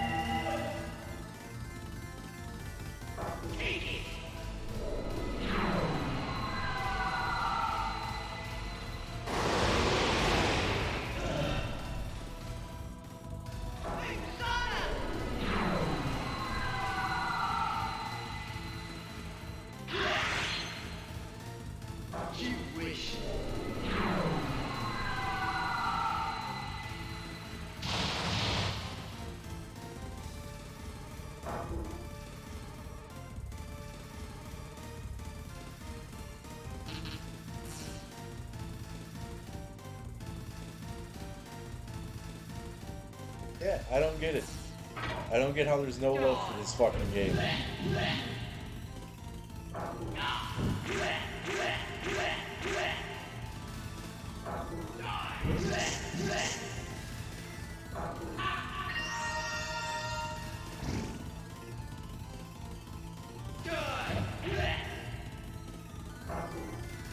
This is the type of shit that if I was playing this as a kid, I'd be like, it's broken!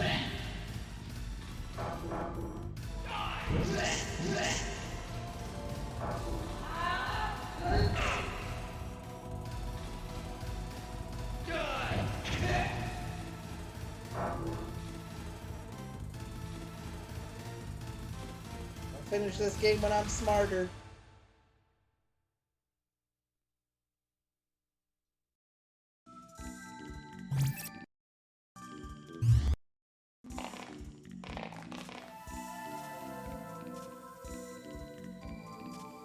Yeah, did that.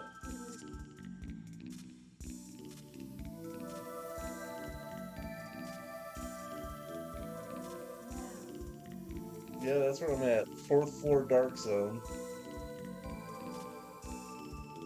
Like, why? There's.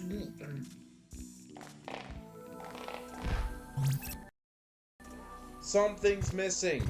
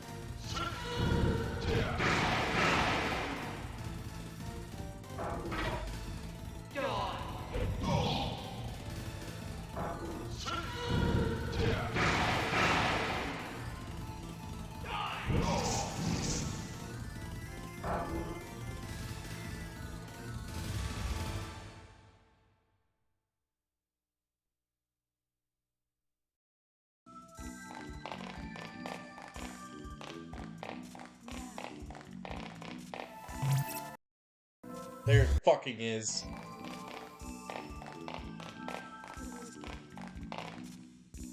Nope. That's not it.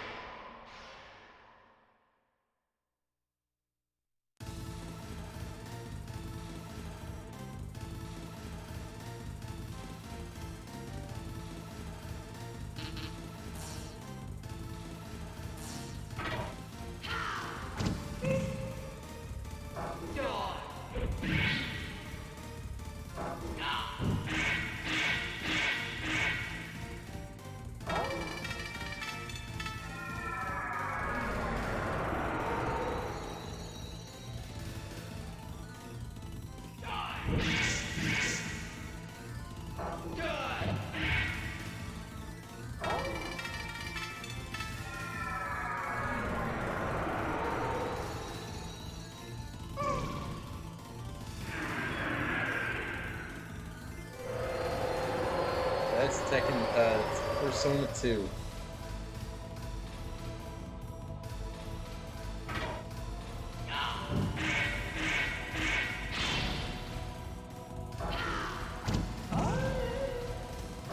Alright, that's saving.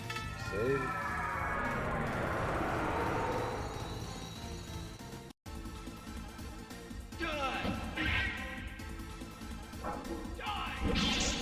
Yeah, dude, I found the Persona 1 strategy guide on Amazon for $1,000.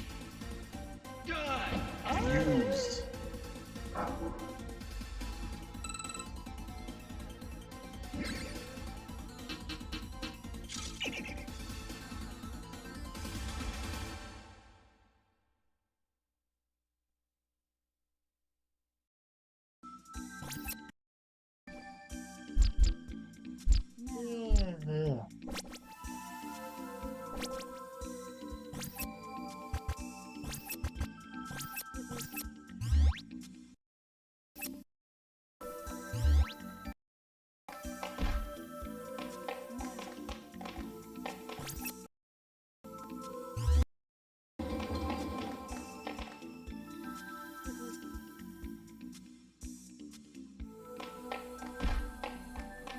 Fuck no, it ain't worth $1,000.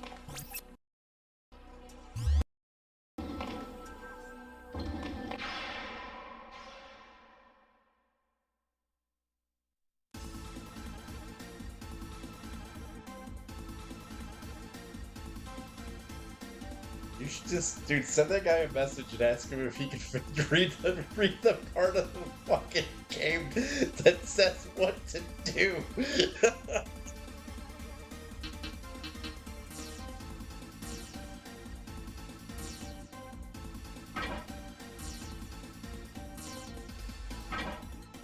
Just be like, hey man, I'm not sure if I believe that this is a real strategy guide.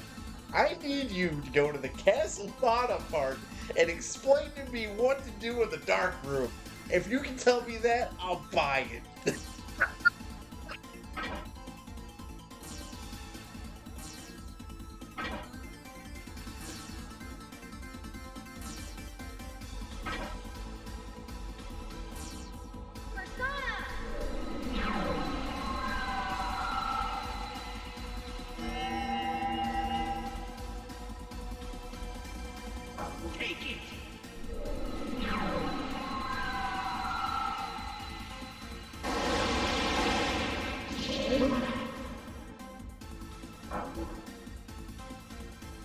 Yeah, I think I'm just gonna save and come back to this tomorrow. I just don't get it. Like, there has to be a switch. Or...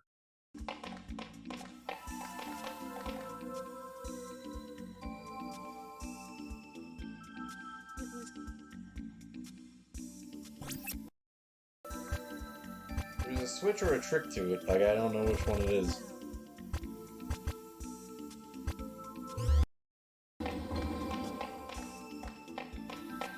Something just crossed my mind, but there's no way that's what it is.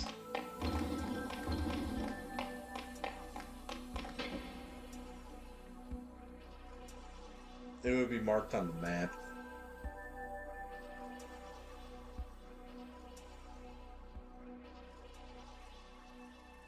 So that one... Don't fucking freeze.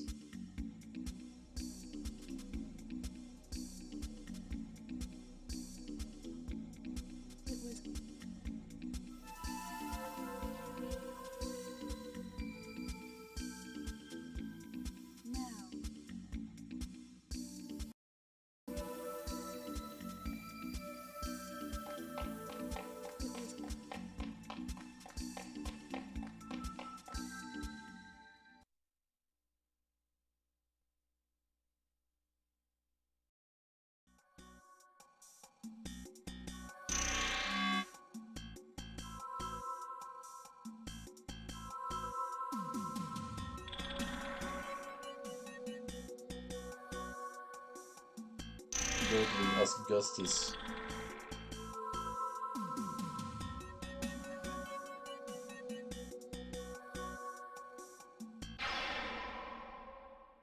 We are like right at the end of this goddamn game.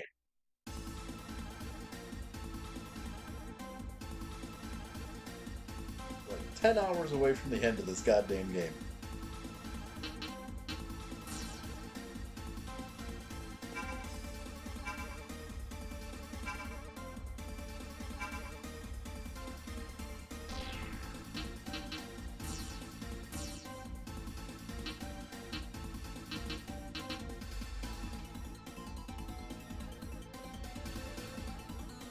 That's good.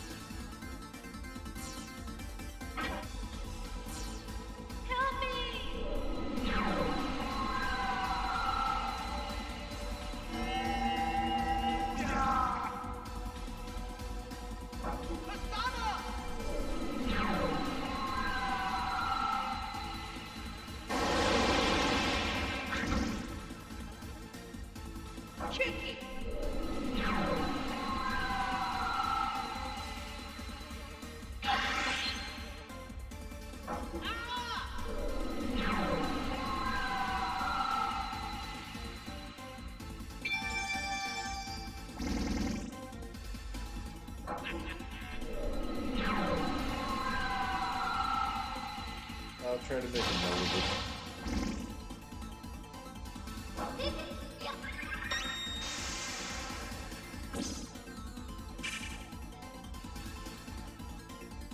Joking. I'll do it. I'll write the note right now. I have a lot of shit that I have to add to the PS2. I have to review a lot of shit to the PS2 list.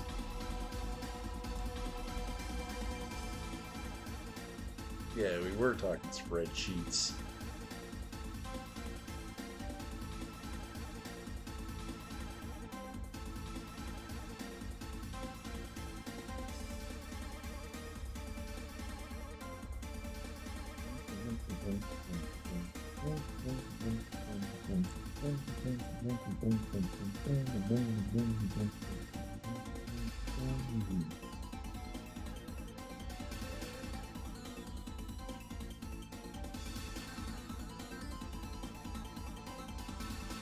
Yeah, I was thinking that too, that I can actually go, I think I might be able to go back to the Velvet Room and fucking get the thing I want.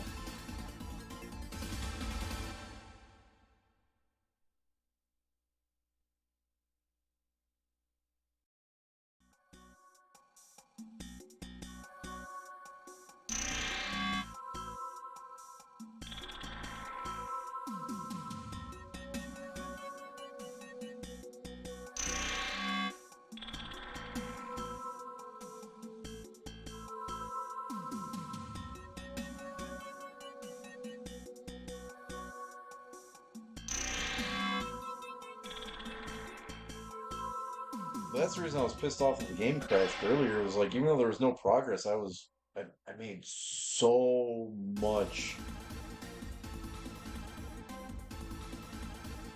fucking leveling.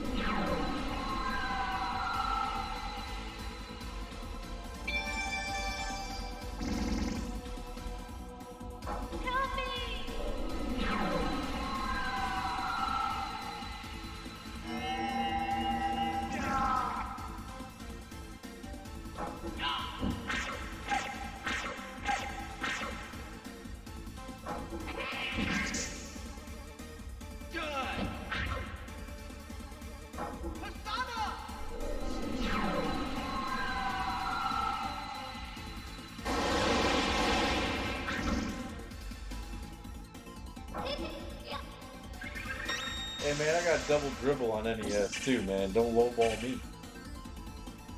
I know what I got.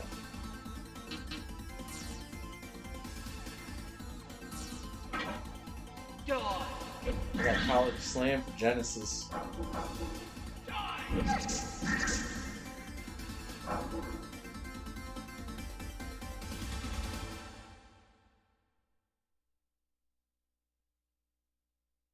I don't know what I paid for it.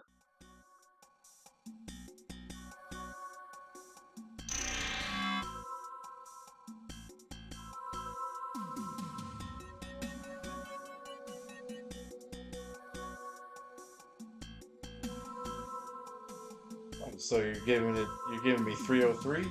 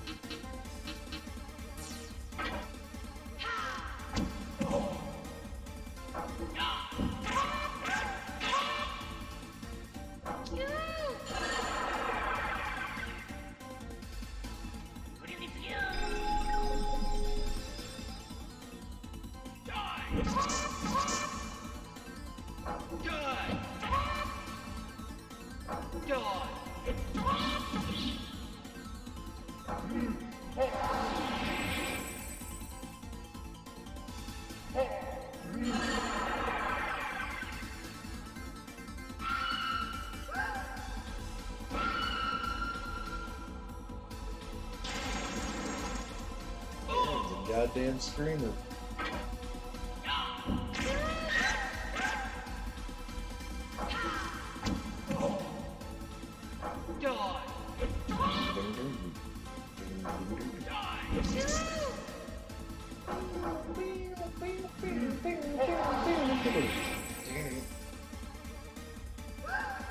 Fucking John Voight.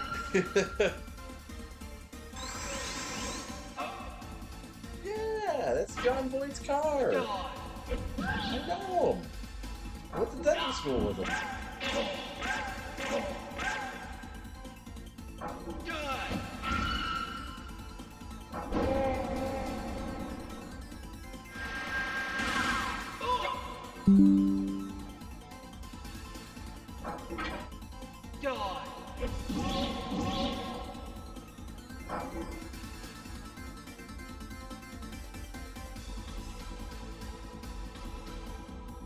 He's gonna play Persona 3 and then play Persona 3 FES. Are they the same game?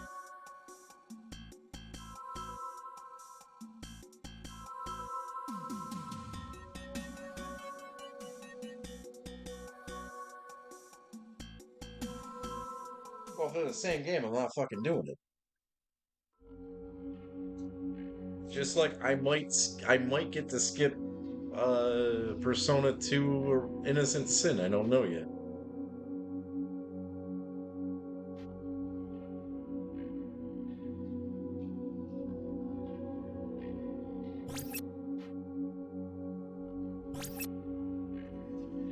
Or not Innocent Sin, Eternal Punishment. If Eternal Punishment's the same thing as Innocent Sin, I'm not fucking playing it. Which I can't find any information on that either. If you can figure that out by the time we play Persona 2, I would be really happy to know. Because it looks like there's a 10-hour difference between Persona 2 Innocent Sin and Persona 2 Eternal Punishment. If those two are the same game, I need to know that.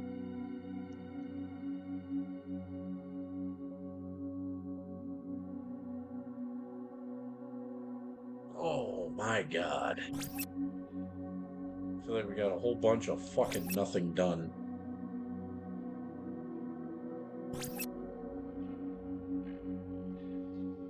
In 9 hours, we moved an inch.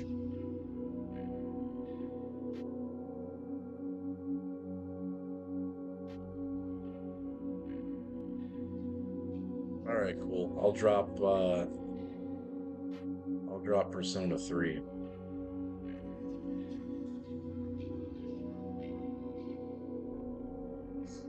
Remind me to do that later.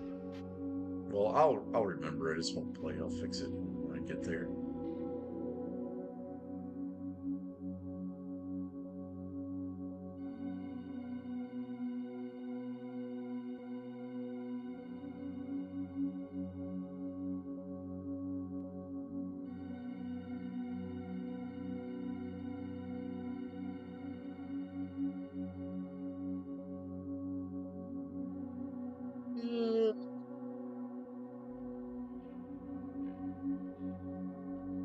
God damn.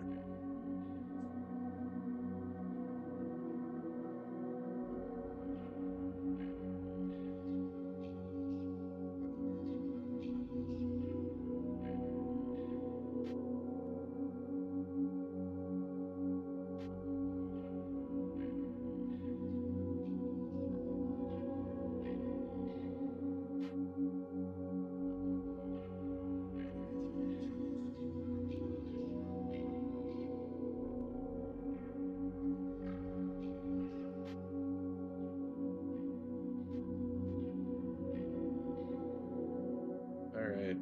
We're going over to go see Creature.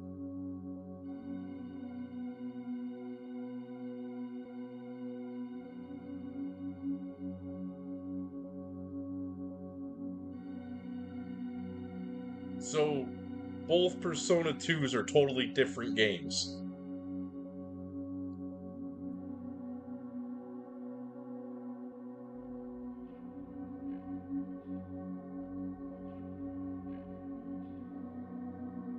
Okay, good.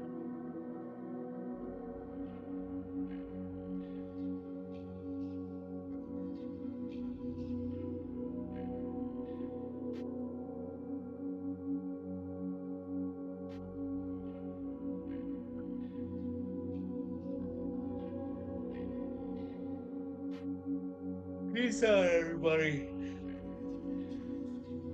God damn. I'm gonna figure this out.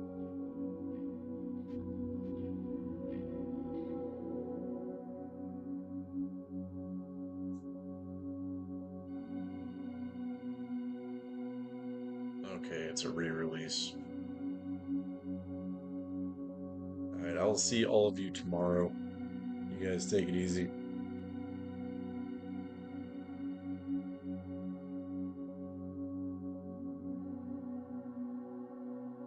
Oh, Royal is a re-release.